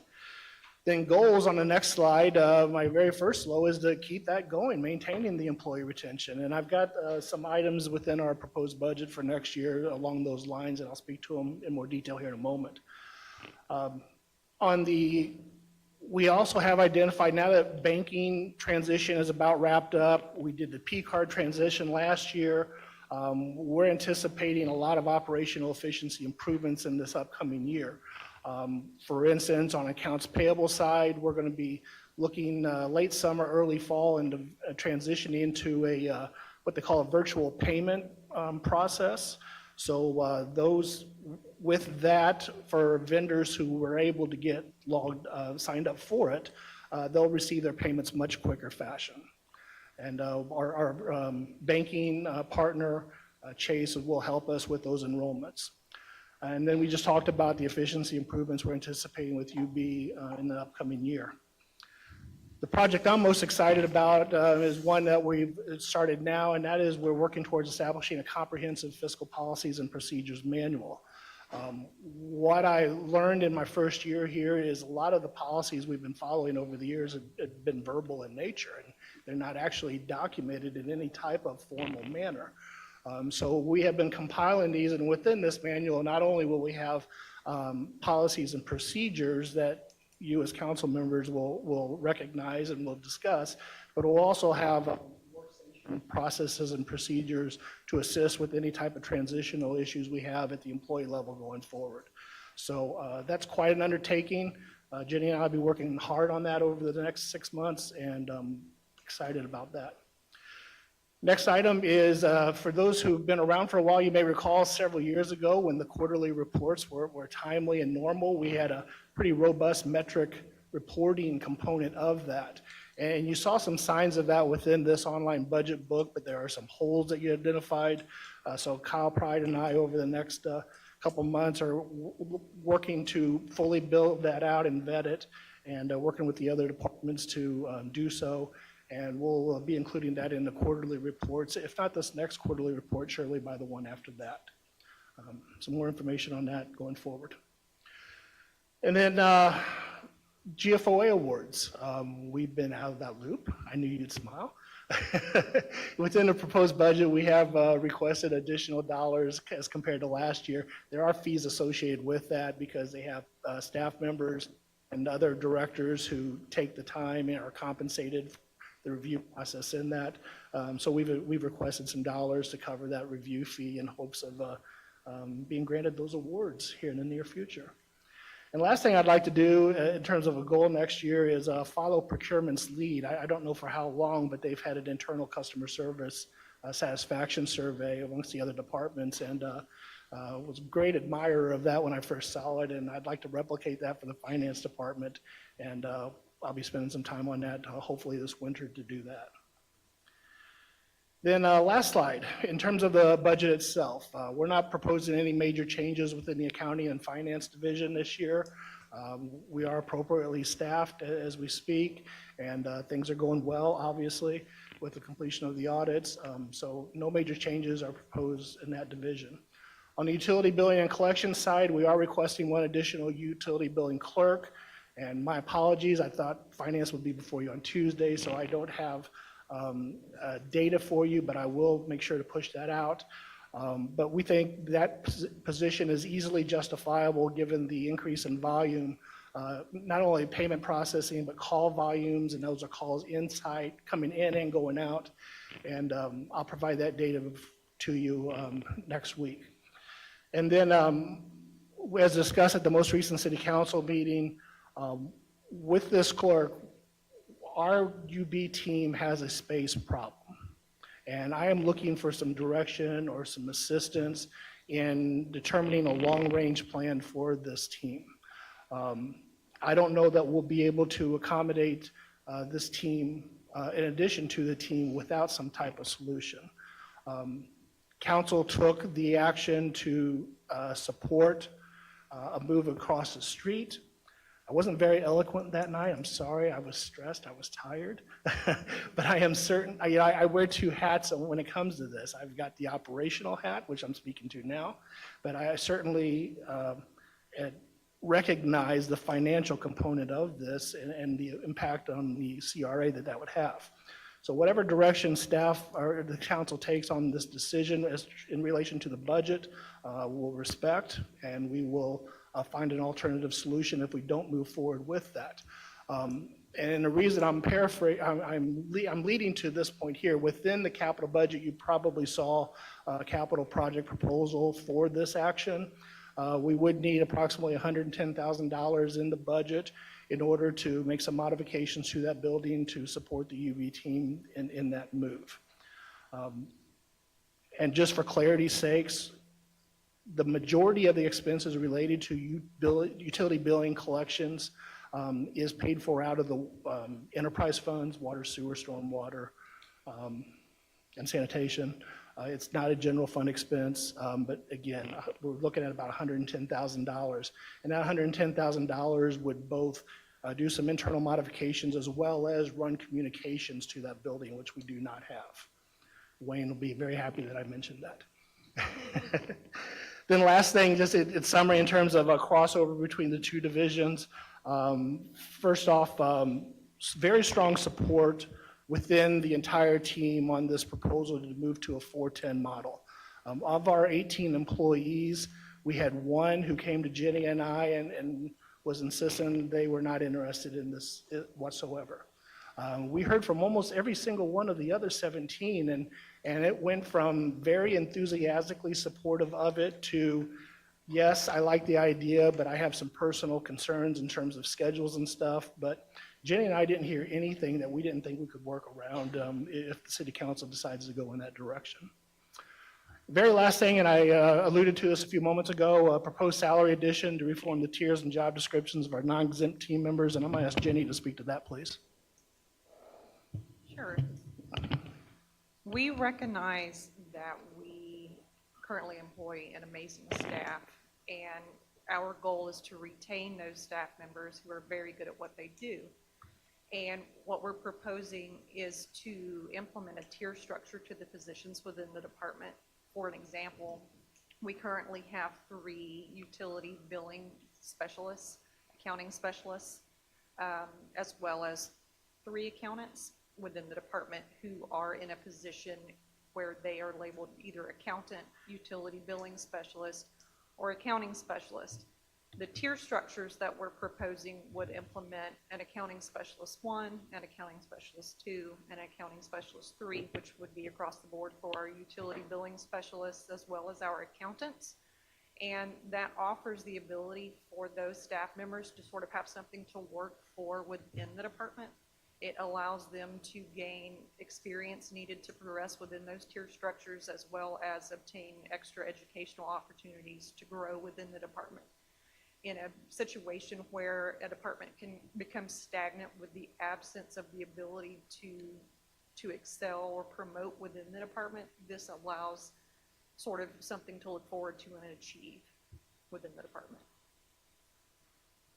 Thanks, Jenny. And that's all we have, short and sweet. I'll be glad to answer any questions you guys have. Back to utility billing and everything, yeah, I still want to see you all get over there across the street as soon as possible so we can improve our utility and our call center. I think I called yesterday. I think I talked to you yesterday, but before I can actually get the way, I ended up having to get through her yesterday because I had a question due to the email I received about billing and everything. I ended up having to call Debbie, and Debbie ended up patching me through to her, because I called about 5 or 6 times and couldn't get through the utility and everything. And this is what our customers is going through out there. And that's why, to me, it's so important that we get that new call center, get moved over across the street, get the new call center going and everything as soon as possible, so we can eliminate. I'm getting tired of the headaches from the people out there calling me saying we can never get through. They call in 3-4 days at a time to try to get through the building department there. Like I say, yesterday after about 5 calls, I finally called Debbie and said, hey, I'm trying to call utilities. And she somehow called Dana and patched me through to Dana and everything. That's how I got a chance to talk to her yesterday after about 5 calls. Because everything was going to voicemail and everything. And then the other problem is when it goes to voicemail, people are leaving messages and they're saying they're not getting calls back for 3-4 days. Okay, this is to me, this is unacceptable for customer service. Okay, and everything we need to get that worked out. So move right ahead with across the street. The 410, I have no problem with the 410 if that's what you want. But the problem I have with the 410, if you want to shut, I have a problem with shutting down the office on Friday. Okay, if you want to figure out a way to do the 410 and we can still remain open on Fridays, I'm go for it. Okay, but the city this size is growing the way we are. I don't see us being able to shut down the whole office on a Friday, especially if I closed on my house on a late Thursday afternoon and I gotta wait until Monday or Monday to get services to my house, and I done missed out a whole weekend of trying to clean my house and get moved in. I'll be upset. And I know we saying we have people on call. Yeah, have people on call. So how much extra is that costing us to have all these people on call to try to get this done on a Friday and Saturday? Mayor, I'm sorry to interrupt you, but I must say this. I want to put this in the proper context. Yeah.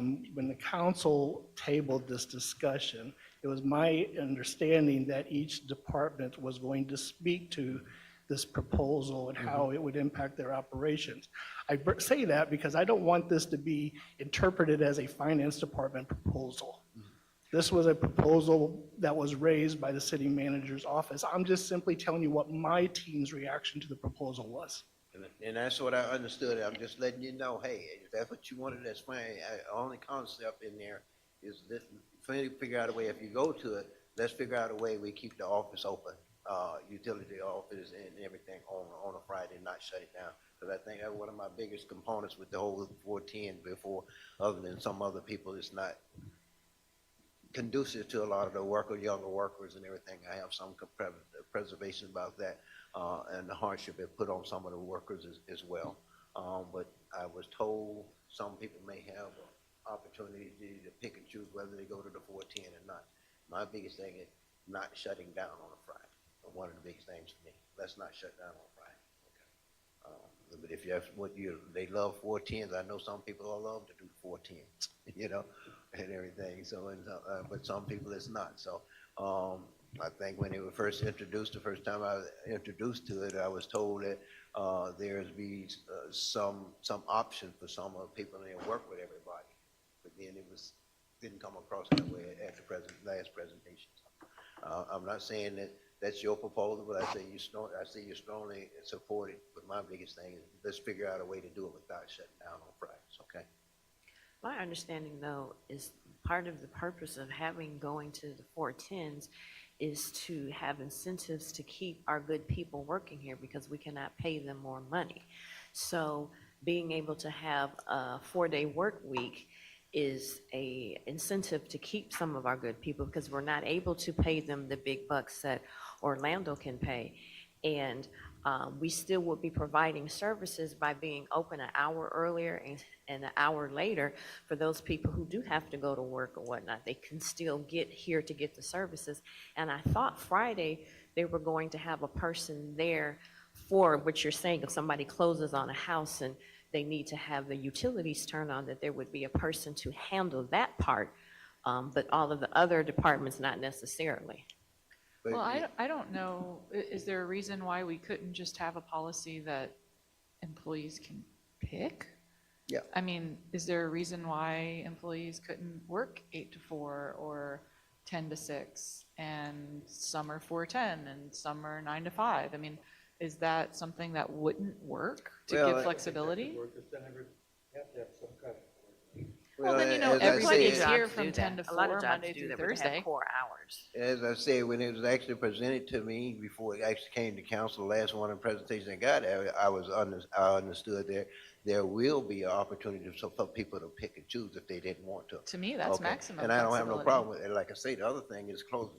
I've never, and I'll say this, like I told HR when it came to me, I've never ever had anybody come to me in all my years when I worked HR and everything and say they decided to stay here on the job because of the 410 shift, because of the work Well, I've hours. heard people do You know, that. Matter of fact, I know most of people the have people that quit were leaving jobs here when I because came here, they have right, to work. because of the pay, they wasn't Yeah. getting enough pay. It Yeah. wasn't the hours that were bothering them. They loved the hours, but the pay was no good, okay? When I first became married, we were losing people left and right, and the main reason they kept indicating to me is because of the pay. And your quality of life, though. That's I mean, the- think about your quality of life. If you only have to work Monday, Tuesday, Wednesday, and Thursday to come out of your house, to come to a physical building, Right. and you get to have Friday, if you have children in school, that means you can go on their field trips or whatnot. If you have family out of town, that means that you can go on a weekend getaway without using your vacation time or whatnot. If you just want to sit home and just relax, you can do that. And to me, that's a driving force in what I've been seeing and hearing is quality of life. And I understand that, and that's why I say I don't have no problem. If you want to provide the people the opportunity, whether they want to work 410s or work 8-hour day, that's fine with me, okay, if that's what you want to do, if that's what you want to do. But then you got a lot of them workers out there, I don't want to force them into the fact that, hey, I'm a young parent. Now, I got to try to get my kids to the babysitter at 6:30 in the morning, and I don't get off and be able to pick up my kids Till at 7:30 6:30 at night. 7:30 or whatever at night. I'm sorry. We got a lot of think we're young. probably So is more on that the a same possibility? page.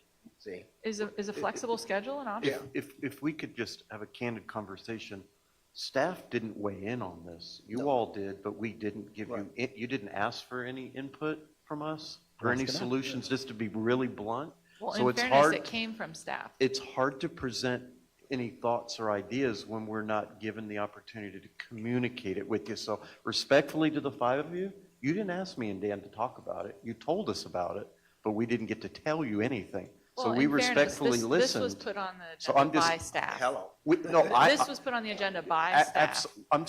You understand? Did you hear what I just said? And I asked for each department to be ready to I speak to I it during didn't. this I process. didn't speak to it, and Dan didn't speak to it because we weren't given an opportunity at the council meeting to discuss it. But that's what this is for. Okay. Well, You're right. if we bring something in front of the Hold up. Mr. Van Wagner, you're right. At council meeting, you wasn't. But back to Mr. Strain, this was brought to the agenda without ever, and that's why I had a problem with it to begin with. it brought to the agenda without ever even coming to council, and council being informed of it. I had got wind of it, but then next thing you know, it's on the agenda. How do And of you course- want me to do that, Mr. Mayor? Well, I well, mean, you- I don't know how to do that. We can have weekly meetings for all of you if you want to know what's coming to the future council meetings. You know what I mean? Well, I'm trying to Mr. figure Mayor, out. Hold on.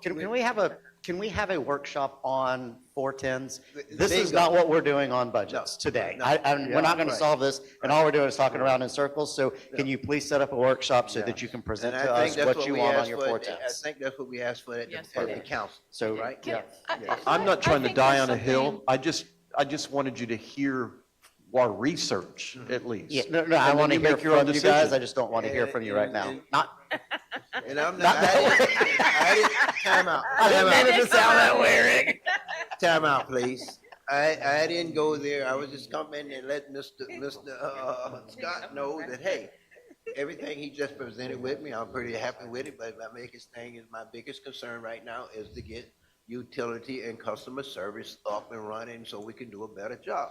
And the complaint I had yesterday, which I'm gonna still go back, and like I asked Ms. Dana yesterday, what, the complaint is, gentleman has a 90-year-old parent, used to pay a bill by check. However, problems that happen when she go online and try to pay it by check, by credit card, it's a convenient fee. And I know there's a lot of other places out there that charge convenient fees. Some way we can get away from some other services and figure out ways that we can get these people to pay, which I still haven't had the gentleman to call me back yet. I left a message. But the thing is, I'm gonna try to convince him to go through his bank bill pay, which I know I pay mine through my bill pay at my bank. It doesn't cost me anything. I go online, and there's other ways out there other than credit card. Now, do she have other sources to pay by it other than credit card? I don't know until I talk to him.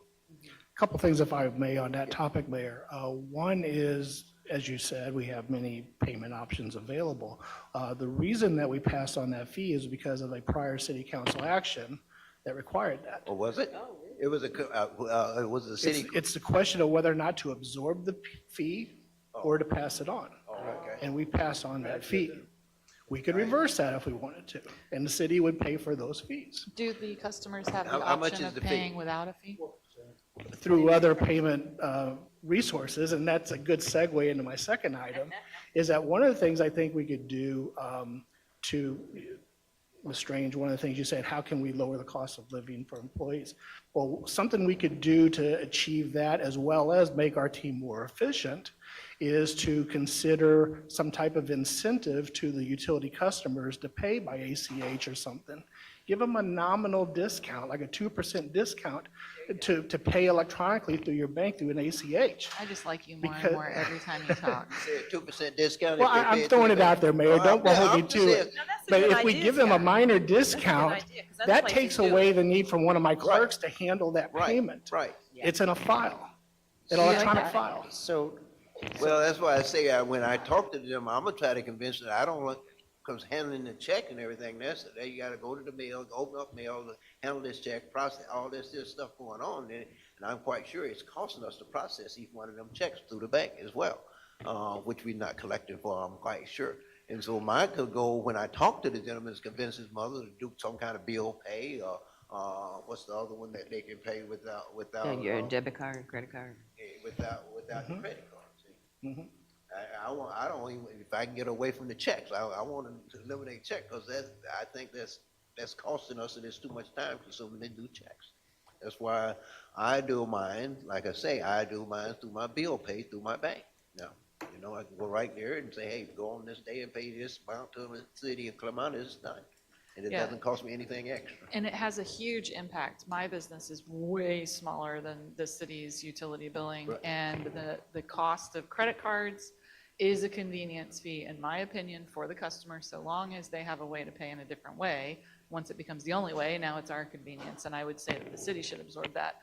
But I love ACH for all the reasons I know you love ACH, and I fully support, and I would say early pay by ACH. You got to pay early and by ACH. Let's be really generous and make them do what we really want them to do. so So I would be for that. I'm worried about the on the 410 issue, what I worry about is not the 410 issue. Jenny and Dana, yes, I'm saying it right, Dana? You ladies and your team have done an extraordinary job of turning around audits and processing budgets in a year that you had an ultimate challenge. I mean, truly above and beyond. So I want to commend you for that. And I also want to say to you, we've never worked together, so it's nice. I think I've met you once. I'm not even sure I've met you, maybe. I mean, I've seen you in passing, but I want to say to you and with the council that I was very much caught off guard on the night of the building across the street. And I don't think you were put in a good position to have been standing there. And I even told Todd afterwards, I said, when we're on the same page and no one else is, it's rough because we're both disagreeable, you might have heard me say. And if we're on the same page being disagreeable, that's really, really difficult. And neither of you deserved however I might have come across in that moment. You know, Scott's used to dealing with me, Rick's used to dealing with me, but I felt I was uncomfortable with you being on the receiving end. And I want you to know that you didn't do anything wrong in standing up and answering the question of how would you use the building. So I want to say that to you. But on the issue of the 410, there's now two things, and I feel like it needs to be said, is I'm looking for, and I say this to the community when the community comes to me as well. When someone in the community wants something, I want them to do the work to put it together and bring it to us so we can make it a reality, okay? The 410 is a staff request, a need for additional space. This is a staff request, okay? So I have a really hard time with you getting the brunt of a surprise moment after doing such extraordinary work. I mean, I say, you know, finance is my shining star, and then the first time I really get to work with you, it's not so great. So I regret that. I don't want you to have that feeling if you had a bad feeling. But I worry that I'm not sensing, and probably, you know, Rick, I'm going to talk to you, but in front of the council, because I think this is important for us to be aware of. I'm not sensing a collaboration between the folks in City Hall. There's no excuse in my mind for you ladies to have taken the brunt that you took and not have your peers standing up to help problem solve, to bring solutions to this council. And, you know, I see a lot of collaboration with police and fire and public works, and I really want to see that. And that's not directed at you. It's really not. This is a very large building. And, you know, I called Rick the next day and I said, if you want my help trying to figure out how to repurpose this space, I will be more than happy to do it. I worry about the silos that I have witnessed from the audience and that I've witnessed from time to time from the dais. And so I hope that your fellow teammates in this building, who we're all here, every one of us is here to serve the public. And again, you folks have done an amazing job this year. And I truly am disheartened and pained that you are in the middle of all that. But I'd like to see more collaboration from department heads, frankly. You can take it, right? You've got big shoulders. I dump on this guy all the time. But it's all of them. I want to see problem solving. I want to see problem solving coming to this council the same way I asked the citizens to problem solve. So I encourage you to look at other solutions. You know, what I'm hearing is it's $110,000 more above a $1.2 million investment to move across the street. I have the same concerns today. This is to the council now, it's not you. I have the same concerns today as I had that night, that $1.2 million of investment. It is my understanding that we received an offer, and we obviously can't take it because we have to send an RFP, but 1.3 came in. We can get our money back on that building and put it back on the tax roll at a 10 mil in the CRA. I think that's critically important.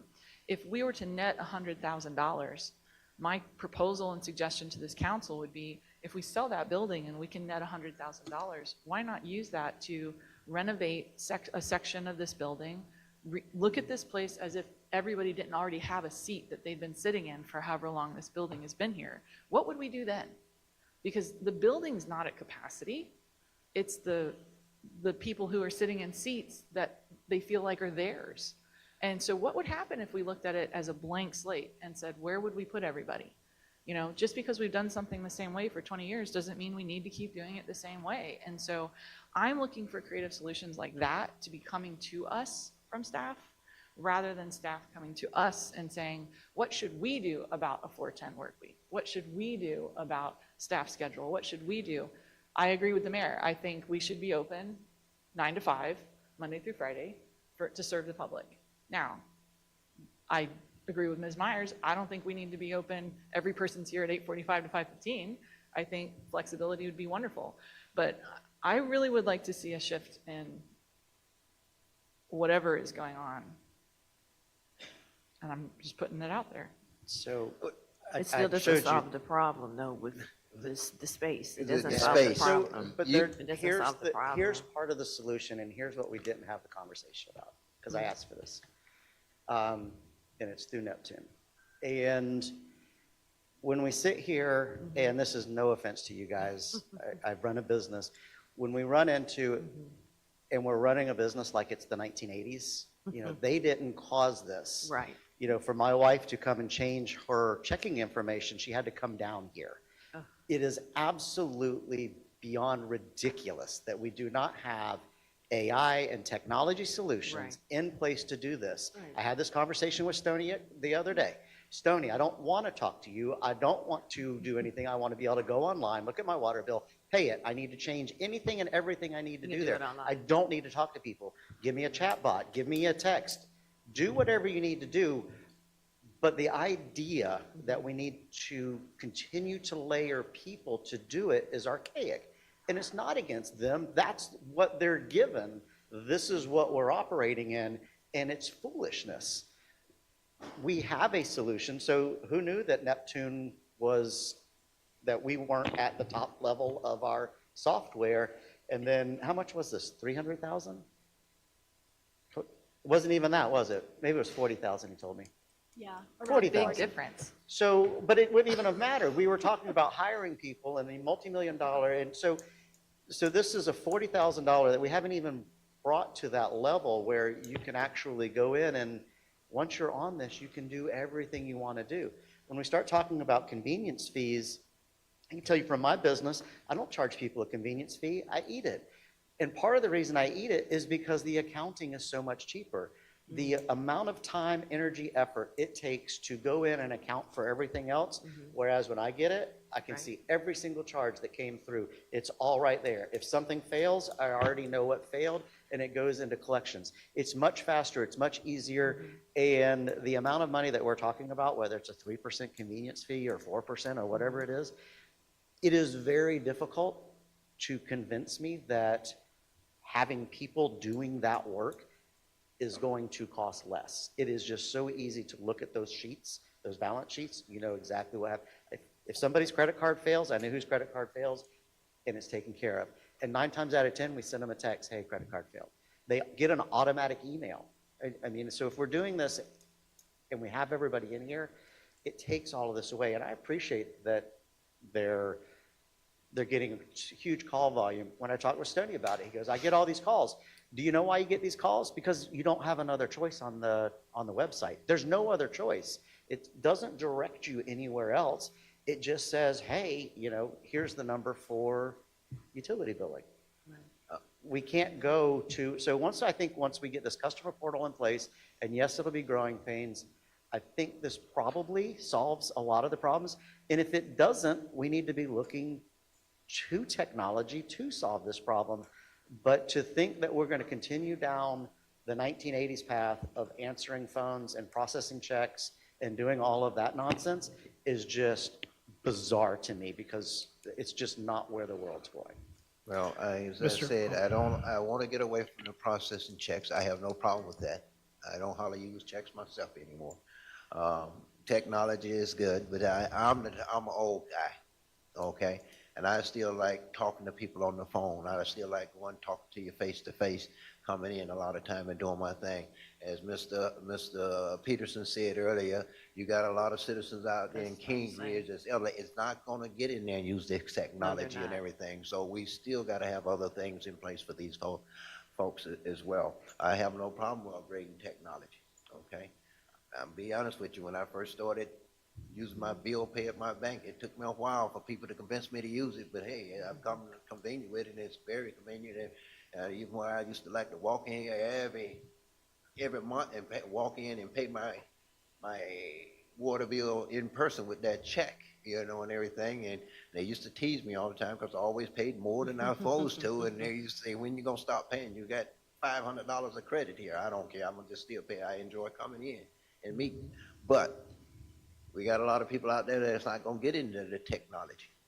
And that technology is not gonna answer all the other calls that we're gonna be getting, that we keep getting about why they being charged too much, or why their meters is this and this is that the customer service don't gonna still be have to answer. Okay, invest in Mayor, technology. I would ask you to look at this because it does answer all of those questions, and there's a lot of people there. And just to finish up on my comments, on your tier structure, I have no issue with it. I'd like to see, if you're going to do that tier structure, please put in defined guidelines of what makes you go to the next level as far as education or whatever it is. So I'm good with that. 410s, present to us. I don't care. I'm not hanging my hat on 410s. I think it's great if people want it. If we want to do flex time, we can do flex time. And then on the convenience fee, I really will tell you that it will save us money by paying that fee and having that in there. How many on average, how much credit card payment do we get every month? Per month? You know that off the top of your head? Justin. Yeah, I guess that's fine. Like what percentage of people? We are will using be that? glad to include that with the data I'll push out related to call I volume. would say probably 30%. Are using credit cards? Are using credit cards? What about using ACH? What is that in dollars? It's low. Well, it's It's lower, the ACH. So you're getting mostly checks? Yeah. Yes, it's still a Yeah. lot of people using a lot of Yeah. checks. They come in. There's a Yeah. lot of old people. There's a lot- I don't we want have a- old citizens out here. We have a lot of. I wasn't gonna we have say a lot that, of- but- You So you said it. There's a lot of Well, seniors well, out I here. think, Remember, it's because I they think don't the have thought insurance. process too is, Yes. why should I mail a check if I have to go past the post office to come here so they pay here in person or whatnot? And some people do not want to pay, no, We do have and some a lot. people don't want to pay that 2.25%. Because for a while, we didn't even have that. The only option you had was come in person, pay by check or cash for years. Yeah, And that's why I say. and that's this why, solves that. when We we need got to to the keep that. point where I could Is use this the technology ACA. solution in here? There's a budget item for technology. The item that Mr. Howard showed is in the budget. That is above and beyond what I discussed in my presentation about the resident access. The resident access is primarily used for onboarding and offboarding customers. Dana, please correct me if I'm wrong, but as I understand it, this Neptune tool relates to leaks and the customer communication surrounding those, correct? Correct. Okay. What was that? We were What was having that talk again? about Yeah, call volume. exactly. So Call that's volumes, what because I you was get getting seven, into. you was have call 700 volumes and leaks all a of week. So it's all covered on a in minimum. either in the People current or the calling, next yeah. budget. And that's what I'm saying, and that, I don't know if that's gonna handle all those calls and everything Yeah. else, but if you've got all these other leaks and complaining about, well, one of those complaints I get, they got this letter from our utility department saying they got a leak, but nobody tell them this, and they gotta call and try to figure, Well, that's what that So here- Neptune is supposed to do, so right? It's supposed here- to tweak it so that they So tell the people. Let me help you out why this is. It's insanity because they don't get a notice until like. Until it's so 2 many weeks. gallons, yeah. Fine, I mean, Lots of it's water a has huge, already- so if you Yeah. have a leak in your irrigation, when I was talking to Sonia, it was just insanity. Yeah. So you're gonna have a leak for 6 weeks before they catch it. Right. And It's a big deal. this does that. And if you can put I was talking with them about, because who knows, I haven't talked to, Rick has talked to Neptune about it, but if we can put a thing in there where if you use above 30% of your normal usage, that you get a text. Exactly.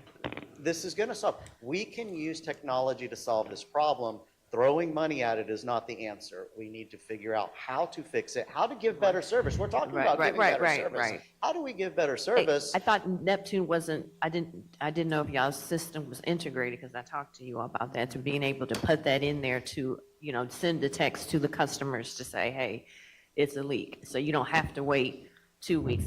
Are they able to do that now? The 'Cause not my Neptune, the understanding. current system, as Mr. Howard was saying, is not set up, in my opinion, in a very efficient manner. And that call volume doesn't just come to the finance department. Development or environmental services is also taking those calls as well. So between the two, the call volume astounded me. So I've done a poor job of communicating calls, payment processors, and the volume of all that work, but I'll make sure you have it next week. But I would like to say this as well. Mr. Howard, if he didn't say it straight up, he at least alluded to AI as part of the customer service platform. Dana has been researching that ability. Dana, please speak to it in more detail if you'd like, but it's not quite at the point of where we feel comfortable with it. We think of maybe another year out from there? Yeah, I went to a conference and it was all about AI and utilities. It's growing faster in the electric side, but for utilities overall, they're starting to use it in work orders, some customer service systems, but they seem to partner with CIS systems. We're an ERP system, so we worry with our ERP there might be some interface that we have to work through, which is why we want to plan it, take a little more time to plan it. So I have it as a goal for 27, just so I can see more demos and really understand what we're able to choose from. And just so you guys know, I'm happy to support you on fixing that problem. For me, fixing that problem does not include multi-million-dollar building and building out all of those pieces for a temporary fix. I want to fix it forever. I want to put the next council in a better position than we're at now. And so when we invest, we should be investing in future technology. So I appreciate what you guys do, and I'm not trying to be, I'm not trying to make your job harder. But I want to fix the problem, and I want to fix it correctly. And some of what we do in the city is just archaic, and we just need to call it what it is and be willing to accept that and dig in and find a way to fix that. And so we need that help, and that's where I'm at with it. So good job. I'm not going to kill you on your stuff, but I'd like to see this Neptune come forward, and let's see what we can do. I have no problem if you want to go ahead and try to start integrating Neptune, but I still say, hey, you need to move forward with what's already been approved and give better customer service, because you're right, technology is good in the community, but one of the biggest things that aggravates me is when I pick up a phone and I call somewhere and I'm trying to get through on the telephone and I can't get a live person. I like talking to people. I don't like talking to machines. Machines don't understand what I'm saying to them and everything. When I'm sitting there they tell me, give me a scale to use, and I use that scale, and they still don't understand what I'm saying. I get so aggravated and everything. So, Mayor, if you get the rest of us off of there, you'll have your own phone line.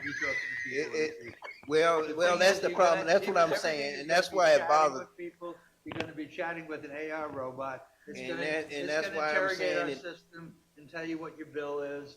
And so you're not going to need a real person. I mean, there's pros and cons to it. I That's think why it's a good mix. I'm getting aggravated because I call people, and I call these companies, and I'm constantly going through first of all, like I called one the other day, they give me this thing, I hit the button, okay, I need 2. Next thing you know, well, they thought, I need 3, now I need 4. And then, okay, what can we help you with? Here's the problem I'm having, how many words? Here's the problem. Yes, sometimes it don't work. Some of them need to be taken. And I get very aggravated. I hope those phone calls are recorded, because I would definitely be an entertainment for many people if they were recording the automated part of that. I work at CVS, but forever they never had a lunch break. And now all of a sudden they put it in, and then in the beginning, people would complain. Oh, where are you, where are you? And now, 3 years later, nobody says anything. That's what they used to. I think the same, and it makes productivity, every place has it now. Walgreens, Walmart, everyone has the same lunch break that they give to the workers in there. So now the workers are really happy that they have that. And I would say the same thing with the 410. You got, yeah, we want to have somebody around, yeah, okay, they'll say that, but then after a while, everybody gets used to what it is. And they'll all get used to not having someone there and know that they got to do it within that 4-day work period. And now you're going to increase morale for the people, because a lot of people like working a 4-day week. Let me offer a suggestion here to help us move on, and also to support these folks. I think that what, at least for me, and I suspect for some others, the rub with can we hire another person is a general policy and opinion that I'll speak for myself is that government is better when it's small. Smaller is beautiful, okay? I will always be a small government person, and I'll never apologize for it. So when we're looking at a 33% cost on top of salary for a burden, and I mean, it adds up and it adds up and adds up. So that's what you're up against in your ask. Your team has demonstrated an absolute ability to problem solve challenging issues, and so you have my absolute faith. What I would suggest that we do is say they believe adding a human is the way to handle the challenge. If we add a human, then that's a long-term solution for us. My suggestion would be whatever that cost is, we empower them to come up with solutions with the team that they have. And if that means some folks are going to have to work overtime, if that means you have some bonuses that you want to give, whatever that means for fiscal year 26, if you spend the year so you're not scrambling again, to come up with a solution that's technology-driven, space-driven, whatever it is, so you're not crammed to do it right now, I would support the overall budget increase for this year so that you have time and, and funds to come up with a solution that's a long-term solution. I think your team deserves that, and I would support that to give them a chance to creatively come up with something. What do we think about that? Now, I know that we've already, voted on the building across the street, but it's come to my knowledge, it's going to cost us a lot of money to make that renovation. $110,000. So wouldn't it be a better option, a quicker option, to lease some property within the area? I know that there's a building down, it's a 4,000 square foot, that already has fiber in it. I don't know if that would be available that you could get right away. And this is where I'm saying, I think if we give them the budget to come up with solutions, if we say, hey, we don't love this the long-term effect of the proposal, but we want to empower you, is that something that you got time, but that's kind of where I'm at, is I don't mind giving you a little extra this year to help come up with a solution that would support the team, and so everyone's not scrambling all the time. Your team did a great job this year, and I want you to have some breathing room. I appreciate that, and by tying additional investments into solutions, that would be helpful. And but just to reiterate what I said earlier, this is not in the general fund, it would be in the enterprise funds, helpful nonetheless. But I also, to Mr. Peterson's comment there a moment ago, I want to be fair to council. When this proposed move came to council at the last council meeting, we did not know the costs associated with it. So once the council greenlit that move, in theory, that's when we did the research to determine what we would need to make it viable. And we know that now, that's why it's in the proposed budget, and wanted to give the council a second chance to review it. Well, let me say this. I'm still, as I said before, I'm still set on what we agreed or what we voted on and moving you all forward across the street. And hey, in a year or two, I think we talked about building you all a new building. And when we build that new building, we turn around, we sell the building. I think we're going to get that 1.3, maybe 1.5, even 2 million out of the building at that point. The value of the building isn't going to go down because they're in there, okay? It's going to steady increase, but in the meantime, we're solving our problem of updating, moving on with customer service and moving things along and everything. The value of the building is still going to increase. We're not losing out on anything, okay? But in the meantime, we still need to provide them a facility, and I don't see, we can sit here, all like you say, and go through this building and try to figure out a way we can repurpose a lot of this building, but I done taken a stroll through this building a few times looking for spaces and everything, and it's not much here, okay? This building was built some 20 years ago, okay? So we've kind of outgrown it. That's why I keep trying to iterate to Mr. Howard and everybody that, hey, we gotta have land, we gotta have things to move on, because the city's steady growing, we gotta grow along with it as well, and we're not sitting still here. There's a lot of different areas up there. I couldn't believe the building was was outgrowing itself, because when it first built, we were always saying, hey, well, we'll have that building forever. You know, and here it is, within 20 years, we outgrown it, and just that quick. So I say I'm still in agreement with moving on what we do, what we had planned. If we want to build them a new building, utilities, a new building down the road, like we said, then we do that. Once we sell that, we'll sell it and put it back on the road at that time. Because the value isn't going down, because we utilize it right now. So I'm at the point that until we get this technology in place and we see if we can reduce call volume, because if we can reduce call volume, that eliminates Mayor Murray's concern that he can't get through and all of that. So we need to find a way to reduce call volume. If we can do that with my concern, it's the customer, it's your residents' concern. May I finish, that please? they can't get through. So if we can reduce call volume by using technology and moving that forward, I'm fine. I'm an absolute no on using the building across the street. It needs to be surplus. It needs to be sold. I'm very questionable on just adding people until we've done the parts that we should be doing from a technology standpoint. And then if we still have an issue, then yes. But I'm not going to continue to invest in an archaic system. I'm just not going to do that. It doesn't make sense. So I'm a no over there. Hard no, will not change my mind. And I'm a yes on getting you guys there. I'll work with you however I can. I will support it. But I'm not just going to go and start hiring people and put us in that position. It makes zero sense when we have other options we haven't even implemented that we know will reduce call volume.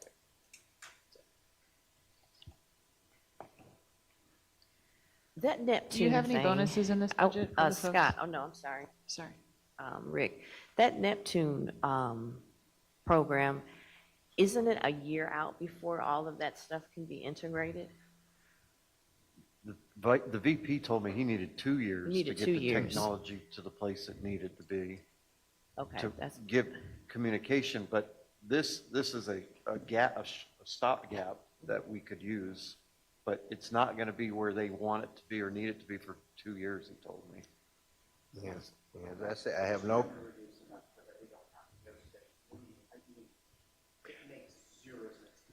How much? There's no financial sense. How much, Scott? How much is the Neptune? 40,000. 40,000. Really? Yes. Okay.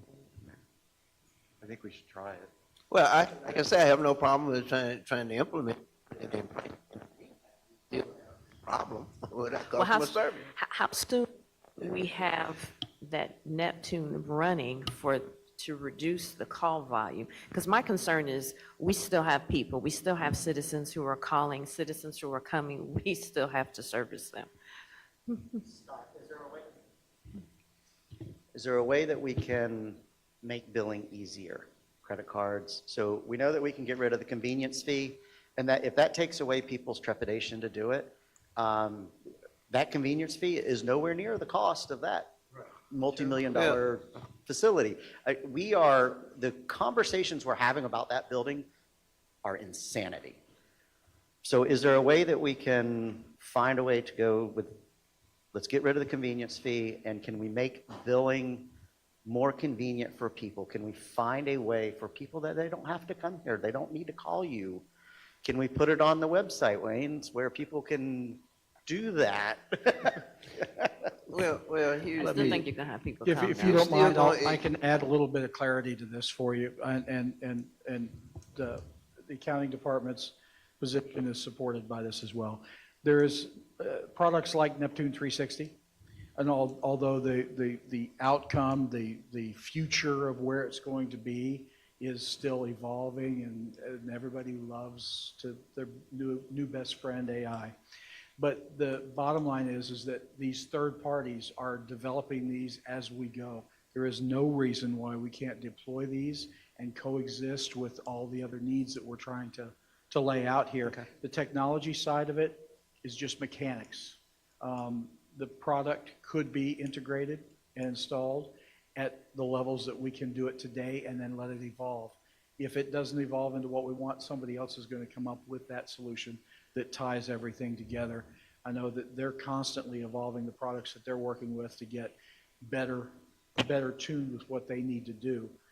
We're working with them on every application that they bring to the table. We're involved in that. So I just wanted to put your mind at ease that, Mayor, between your age and his age is somebody like me. Yeah. Right? So I can talk to both points a little bit and say that from the technology side, that's, can integrate that, still provide that person with a phone call, still provide that person that doesn't want the phone call to get those things in place. And we can start doing that immediately, working with the finance department. Well, and that's all, I think that's all I've been saying. I have no problem going ahead and trying to implement Neptune, however the technology, but there's still a lot of people out there want that personal touch, okay? So let's move on. And that 360 portal that Todd was just pointing out, you were talking about the 360 portal in generalities, right? Correct. Yeah, that portal does provide for both sides of that coin. Yeah, and It's a good starter. And if Neptune will do what you say they do, to detect the leak in 2 or 3 weeks rather than 3 or 4 months after the people have got $500 water bills or because of a leak and everything, I'm all for that. Because, I get tired of hearing somebody call me and say, hey, my water bill was $600. They say I got a leak and it's been leaking for 5-6 months. They just not telling me about it. And because I was told when we integrated these new water meters some years ago, when I sat here and listened about these new water meters, supposedly they've been able to detect a leak and notify the people right away. Of course, I'm assuming the reason we don't do that because we don't have anybody sitting there that can monitor the software that's doing all that and everything all the time and everything. But, people tell me. I think it's not a question of something. Yeah. The system is monitoring itself. Yeah. I got a text that there was a minor water leak, and it said, check your toilet. Mm-hmm. And I Yeah. did, it was a leak, and that was the Yeah. problem. Well- So it wasn't like, I didn't have to speak to anybody. I got that message, I got a text. So- And we do have that technology. And I say that's what our meters and everything is supposed to do It didn't that. require any phone calls, what I'm trying to say. So I'm saying it didn't, no, but when it first started, we getting text now, thank God, but it used to be a letter that they sent. But the quality is, the point I'm trying to make is, how long has you had that leak before you got the text? It wasn't that long. See? So I know this answer because I wish he was here because he could give us answers. Yeah. So on a continuous leak, it gets caught quickly. Right. It's the leak in your irrigation system where there's a break in a main line that it's dumping water periodically through the day or so it doesn't catch that. And so, but with this new software, you can put a limit. So you could say, well, if anything is 30% above normal usage, you get a trigger. So it's not going to be instantaneous, but it will get you at 30%. So instead of having a $500 water bill, you're going to have, mine's what, 20, so I'll have a $250 water bill, but it will have caught it early. But back to you, Scott, are there things that we can do to make this more consumer friendly? A number of things we've already talked about, and I Right. think that's the point. It's going to take a combination of efforts and items in order to get where we need to be and want to be. You just nailed it on the head perfectly as it relates to customers' frustrations on Neptune and irrigation.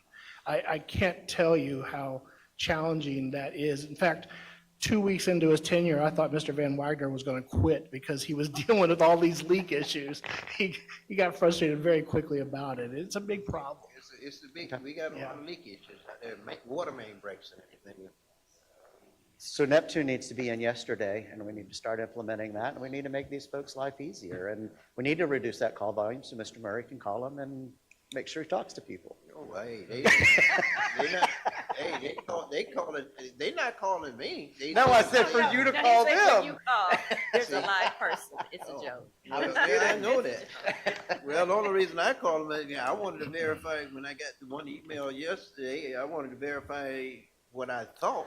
So I tried to make the phone call and verify before I called the customer back and say what I had to say. And I do know, I get people coming to me all the time. I say, hey, just keep calling.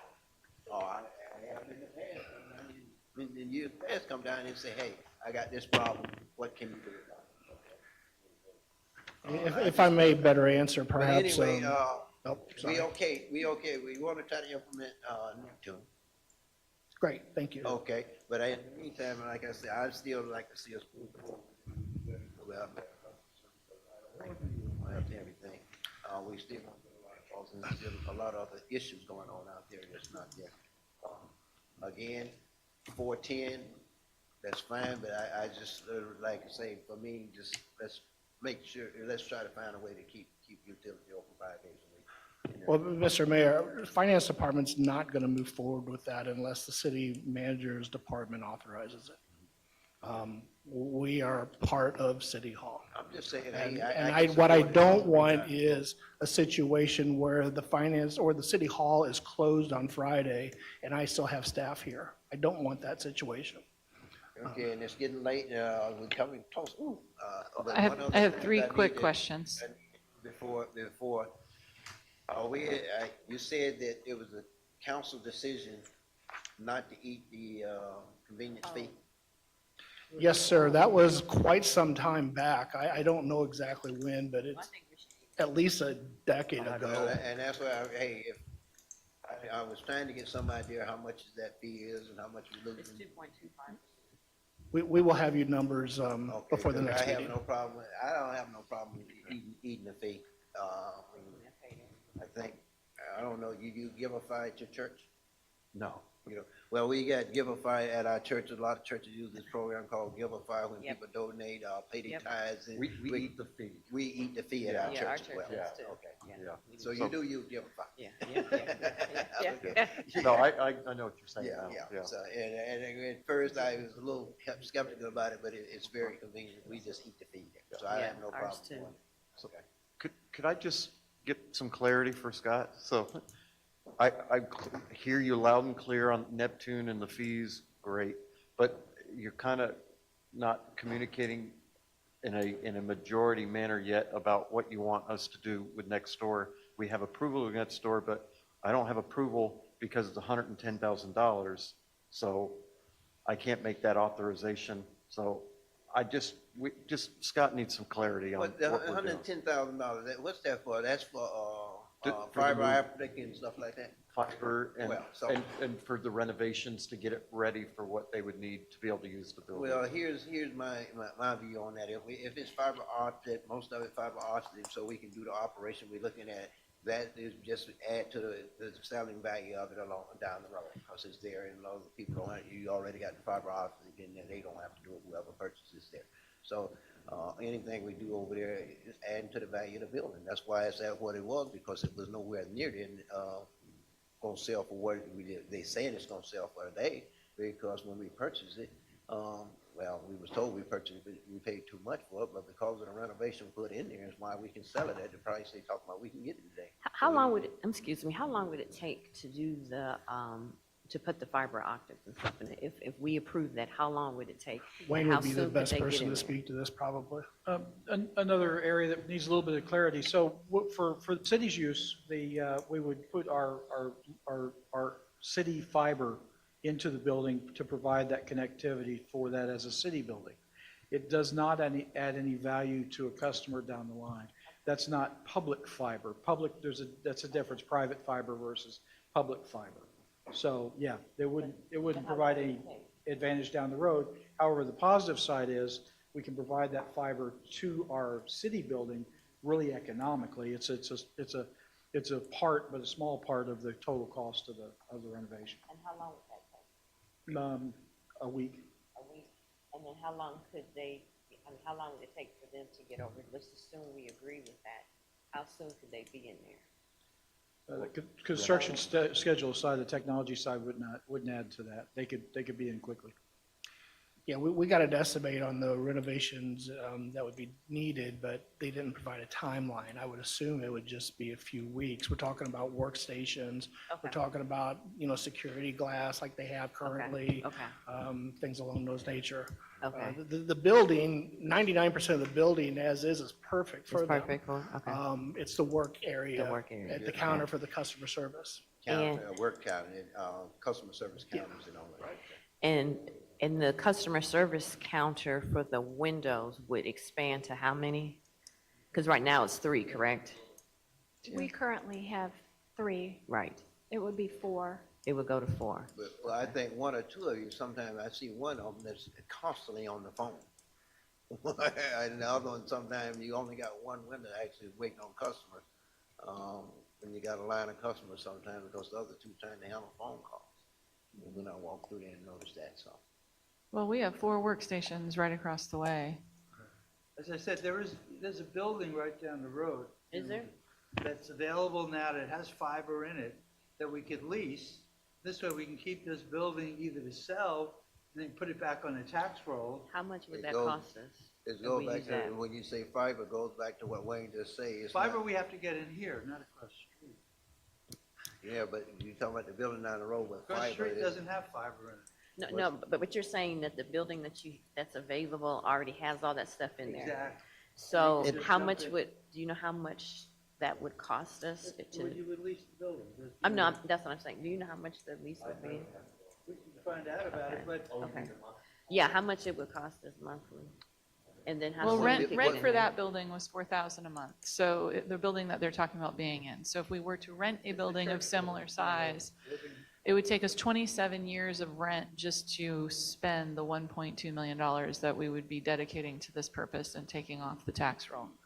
That's my thing, is it doesn't make fiscal sense. I can come up with 50 other solutions that don't cost $1.2 million, and you don't want me to do it. You But don't it need can be me to done. do it, My but my point is how soon they could get in there, Well, because building a building even is if you gonna went- take years. I just wanna know, like, what here, you're proposing, if there's another place that they can go to, how much would that cost us and how soon they could be in there? Because I want the problem solved of the customer service.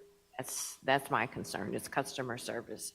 And we have constant people moving here, the Neptune thing, all of that. That's my concern. moving them across the street won't solve the customer service problem. Hiring a person solves the customer service problem now. So the move is a red herring in that respect. You know? I disagree. I think moving the location and having more people available to have more space solves the problem, whether it's that's at having this more building people. here or a different building, because they need more space. All of our departments need more space so you can shift. So I disagree with that. But the point is to get better customer service. Better customer service. That's, however, And once we move them out, yeah, that'll free up some more space in here for the other agencies and heads here can have better utilize of this building. Back to the other building down there, even if we move it in there, we're gonna have to do the same thing. We're gonna have to build a customer service desk. We're gonna have to do the same. you're going to have to do that here. We- So, I mean, I'm it's, just saying. yeah. It's not, it's not gonna, understand what I'm saying. Going there isn't gonna speed up anything, okay, because you're gonna have to do the same thing there that you're gonna do across the street. I think it's going to be faster because they said they already have fiber optic at that Can I other also building. still have to put our fiber optic in there? We understand what he said. That's public fiber optic, and we have to do our own optic. But it's gonna be in here. but there's logistics involved with this. We're gonna have to, Let's move on. we've gotta move. Can I hear- We've gotta move, you're gonna have to train people to go to another place temporarily. This is just a terrible idea. If we need to add somebody over here. We'll steal some space from planning and development and Well- make it work over there. But until we get this technology in place, I have a really hard time spending dollars on additional staff. Once we have the technology in place, if it's still necessary. But it's hard to invest in an archaic system. And that's all we're doing, is saying we're The gonna real problem right prolong now this system. is city council's running the finance department and utility building. That goes Well, to the here we go. conversation we had about whether we I'm- should be getting salaries. I think, I just asked Wayne, if they're in an existing building that has fiber, we're probably looking at $500 to $600 to use it, comparable for what we need. Oh. So that's what our cost $500 to would be $600. per month. Yeah.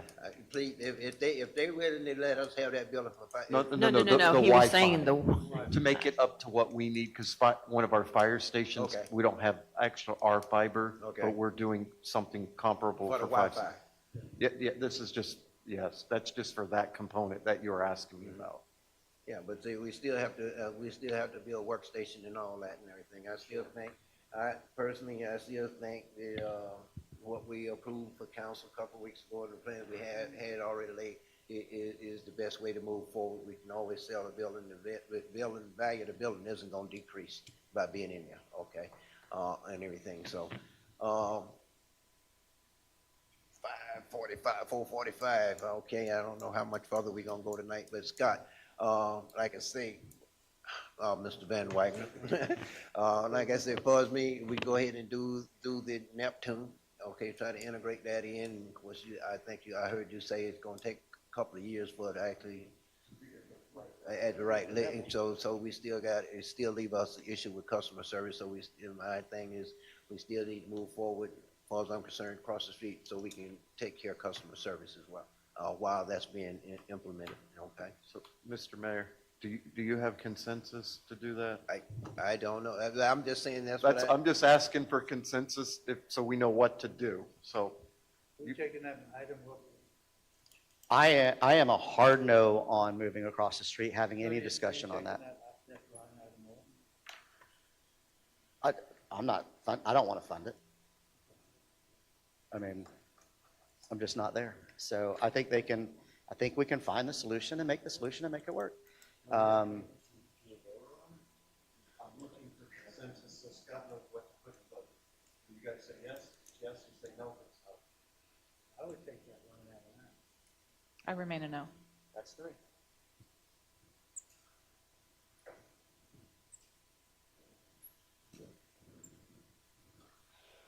Do we want to do legal services now?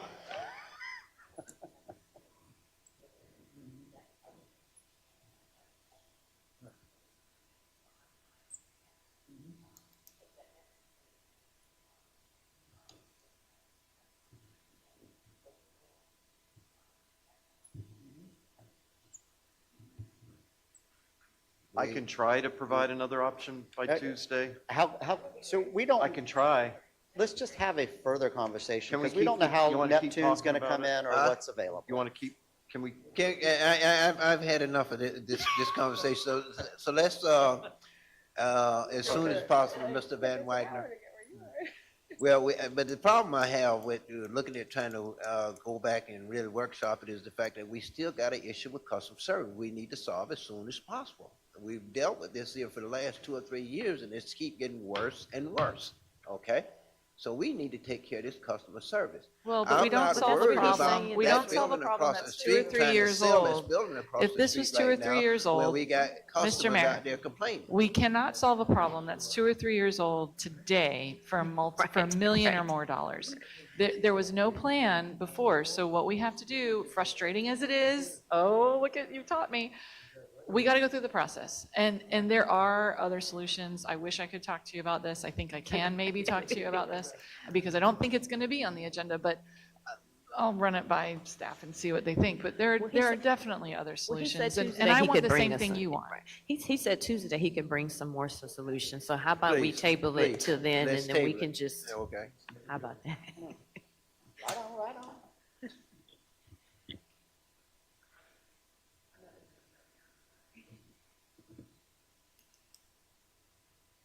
All right, so where we are, this is what, Legal. finance? Legal. Legal. I'm good with I it. think he's not here. I'm good with it. Next. Planning is on, we don't have. I can.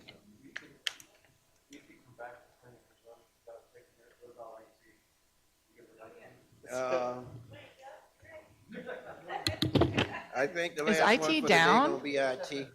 Okay. Am I reading this right? IT Wait a is minute, down across the board? developing and, Yeah, he did awesome. So here's my only issue, is that the one department I don't think should be going backwards. It's Thank going you, ladies. backwards. Which you- one? Oh, IT. The one department that should be increasing is not increasing, and I appreciate what you're doing, but I'd like to see more IT, more technology coming through. We need to be investing in that, which would make his department expand. And I get that not everybody's doing that, but I'd like to see more and more and more coming to you so that you're busier and busier. And then you're mad at me and you're like, Todd, quit bringing more IT to me. Never, ever, ever assume that efficiency is not moving forward as well. So, and what I'm saying is that it's other departments that should be working through So- you and Yes. having to increase that side. Exactly. So we should have other departments driving some of his budget, and his budget's actually going backwards. And so I get concerned when I see that tells me that we're not investing as we should be. And that concerns me because then we end up with archaic systems like the building one. Your we're doing. point, your point is well taken, but the savings that you're seeing is that we were spending money unnecessarily in previous years. So that's really why the decrease is there, but I support your theory completely. I'm ready, I'm ready to move forward. Wayne, if we've been investing in technology quite heavily in the last few years, right? And we've upgraded a lot of different systems. and Sure, everything, yeah. Technology-wise, and we continue to do that.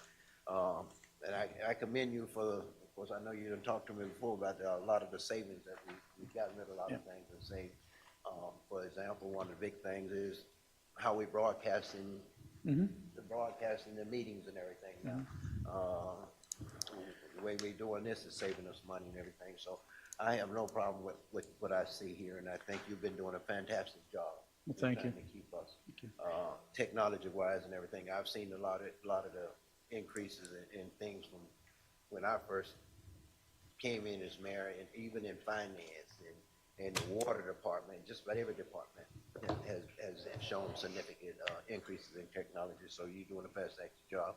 And some of it take time, and I was a little skeptical about the cost of some of them things, especially in the finance department, some of the software and everything we were having to spend money on. Woo!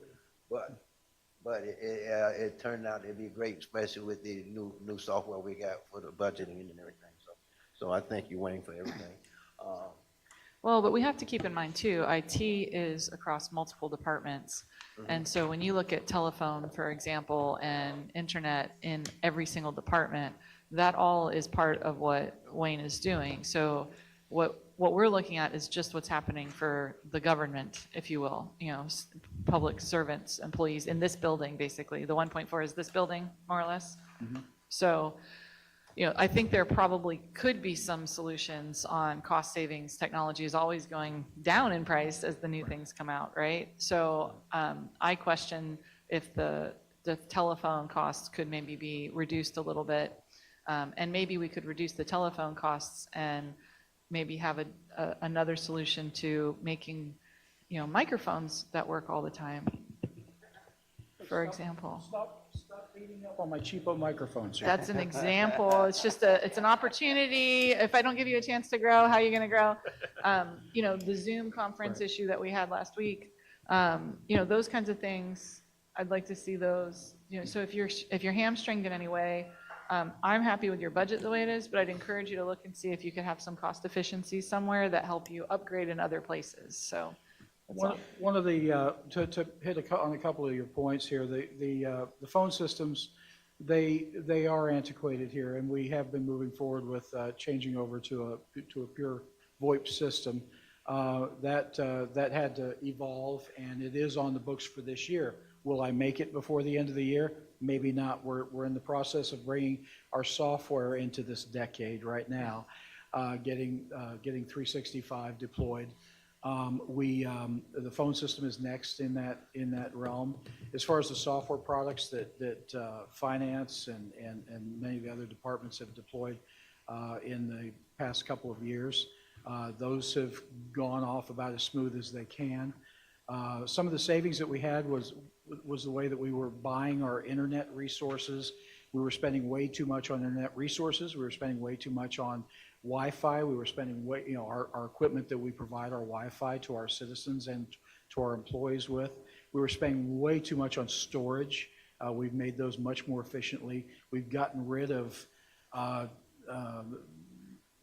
75% of the servers that we had when I took over the position, the hardware, the big servers.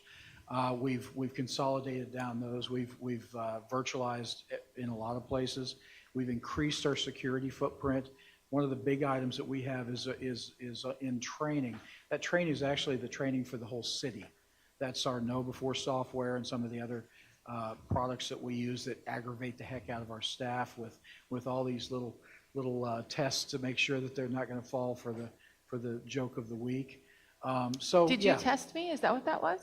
that That was training? That may or may not have been training. If That we was well tell done. you, it doesn't work anymore. Yeah, that's true. So I Anyway. think this goes to kind of what I talked about earlier about the body, when I see things like, and this could be a financial function, Scott, I don't want to make you crazy, but, I would be interested in seeing how much are we spending just on cell phones in the city, combined. Right now, we have to look at every single department and add it up, and you might have a different way of pulling it, and I understand that. But that goes kind of to the body piece, right? And so to really have a clear picture, and I'm curious if there are savings there. I mean, we're spending a fortune. Personally, I am not a Microsoft person. I am not a Samsung person. So Lord knows I apologize to everybody who ever sends me an email or a text message. There's a place in the world for Apple people too. Right, yes, we love all people. So I'm wondering if we're going in a direction where we can fully integrate and have ease of use with communications. And here's what I'm envisioning, challenges that I see. When the police department gets a FOIA request, they have a different system. And so someone in the police department has to pull the record and send it to the clerk's office. We don't have an integrated system where all of the records of the city go to one place. Goes back to are we siloed or are we unified, right? And I think technology creates an opportunity for us to have software that fully can, enterprise, is that the word I'm looking for? That's a good one, yeah. Yeah. So you hit on a couple of topics there. One of the reasons you're seeing some siloing in between the departments, it's really not the fault of, in the case of the police department or the fire department especially, and it goes into HR, it goes into finance as well. They all have governing parties that, and you've run into them before, but like on the police side, we've got CJIS, we've got certain ways that we have to store information at the police department. There are only certain people that are allowed to view that information. Anybody who touches that information has to have training to be able to do that. So that's why some of that siloing is happening. On the voice communication side, Freddie can pull the numbers on the cell phones in a matter of minutes for you. He buys and distributes all the cell phones. IT comes in when there's a technical difficulty that they can't solve. We come in and we try to fix that. Our new phone system it's not magic. It's been around for a long time. It's just getting us pulled into this decade, I keep saying. But that new VoIP system does, we're currently internally in IT and finance department is now on board. We're using things like Teams for communications and group speak within the organization. The cell phones that we currently have, will we need all of them added with this technology? Probably not. But we do have the ability to integrate our desk phone numbers with our cell phones. That's something that that should be easy to incorporate for most departments. Technology-wise, it's a no-brainer. It's mature technology. So I think that will answer a lot of the questions that you have, and we're already on the plate to do that. Is there a platform, and if not, I might start a new business. Is there a platform that serves cities as an enterprise software integration platform?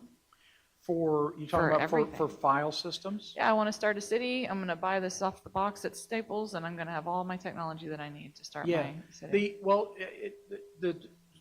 The couple of sides of that coin. So if you're talking about communications platforms, we're currently on one communications platform. But on the data side, there again, you can't have your typical document management product. I think that's what maybe you were alluding to. That document management program will not work with those agencies because they have to silo that data. There's data that is criminal information, investigations, all that stuff that's siloed there. HR and in the data that they hold in their department, they've got very sensitive information. So you've got HIPAA requirements there. So that standard document management system, I don't know of one, and I have looked. I don't know of one that fits the mold of a city. I think it's just too many governing bodies. I got some really active head shaking in the back It seems like Freddie might have something to felt chat with Freddie's you. presence over Yeah, so I don't know, maybe you two could chat, see what you if you can come up with anything. I'd be interested in that. I just want to streamline it, make it efficient and cost effective, but I don't have the solutions, but it sounds like you might have a resource in the back. So I'm happy with lowering the costs. I'm not going to complain. Well, okay, go ahead. That's it? Okay, at 5 o'clock, yes. Again, Thank Freddie, you. you know, like I say, when I look at it, but yeah, your cost went down. I know we invested a lot in technology last year. I see we, asking for about a $500,000 or so less than this year than we did last year. So, well, $1.5 million almost than last year. But I know that's last year. We spent a whole lot of money in new software and everything. So to try to bring technology up. Yeah, so it makes sense that it's down. I'm glad you explained the fact that why it's kind of difficult to do the poll. We have to kind of keep police and fire and everything separate from what we do here. Right. Everything. Somewhat same perimeters as this when we start talking about the internet and social media as well. So thank you, but it's 5 o'clock here and it's 5 o'clock somewhere else. And it's time to go home. Can the IT department be recognized as the fastest department of all of them? Time out. You need any direction, Mr. Van Wyk? One thing. No, I was just saying, could the IT department be recognized as the fastest department in the whole group? So far? Oh, yeah, but he didn't show. Yes, sir. One question for you. Do you feel like, sir, we can finish this on Tuesday, or do we need to have notice for another day too, or I just need some input from you? Basic what we have left is, we got, planning and development, which we'll pick up, on Tuesday morning, planning. Planning, procurement, building, We did building, fire parks, inspection, public, works. HR, and then the capital projects, And then we got parks and recs. and the capital projects. Let's try to do planning and zoning Tuesday morning.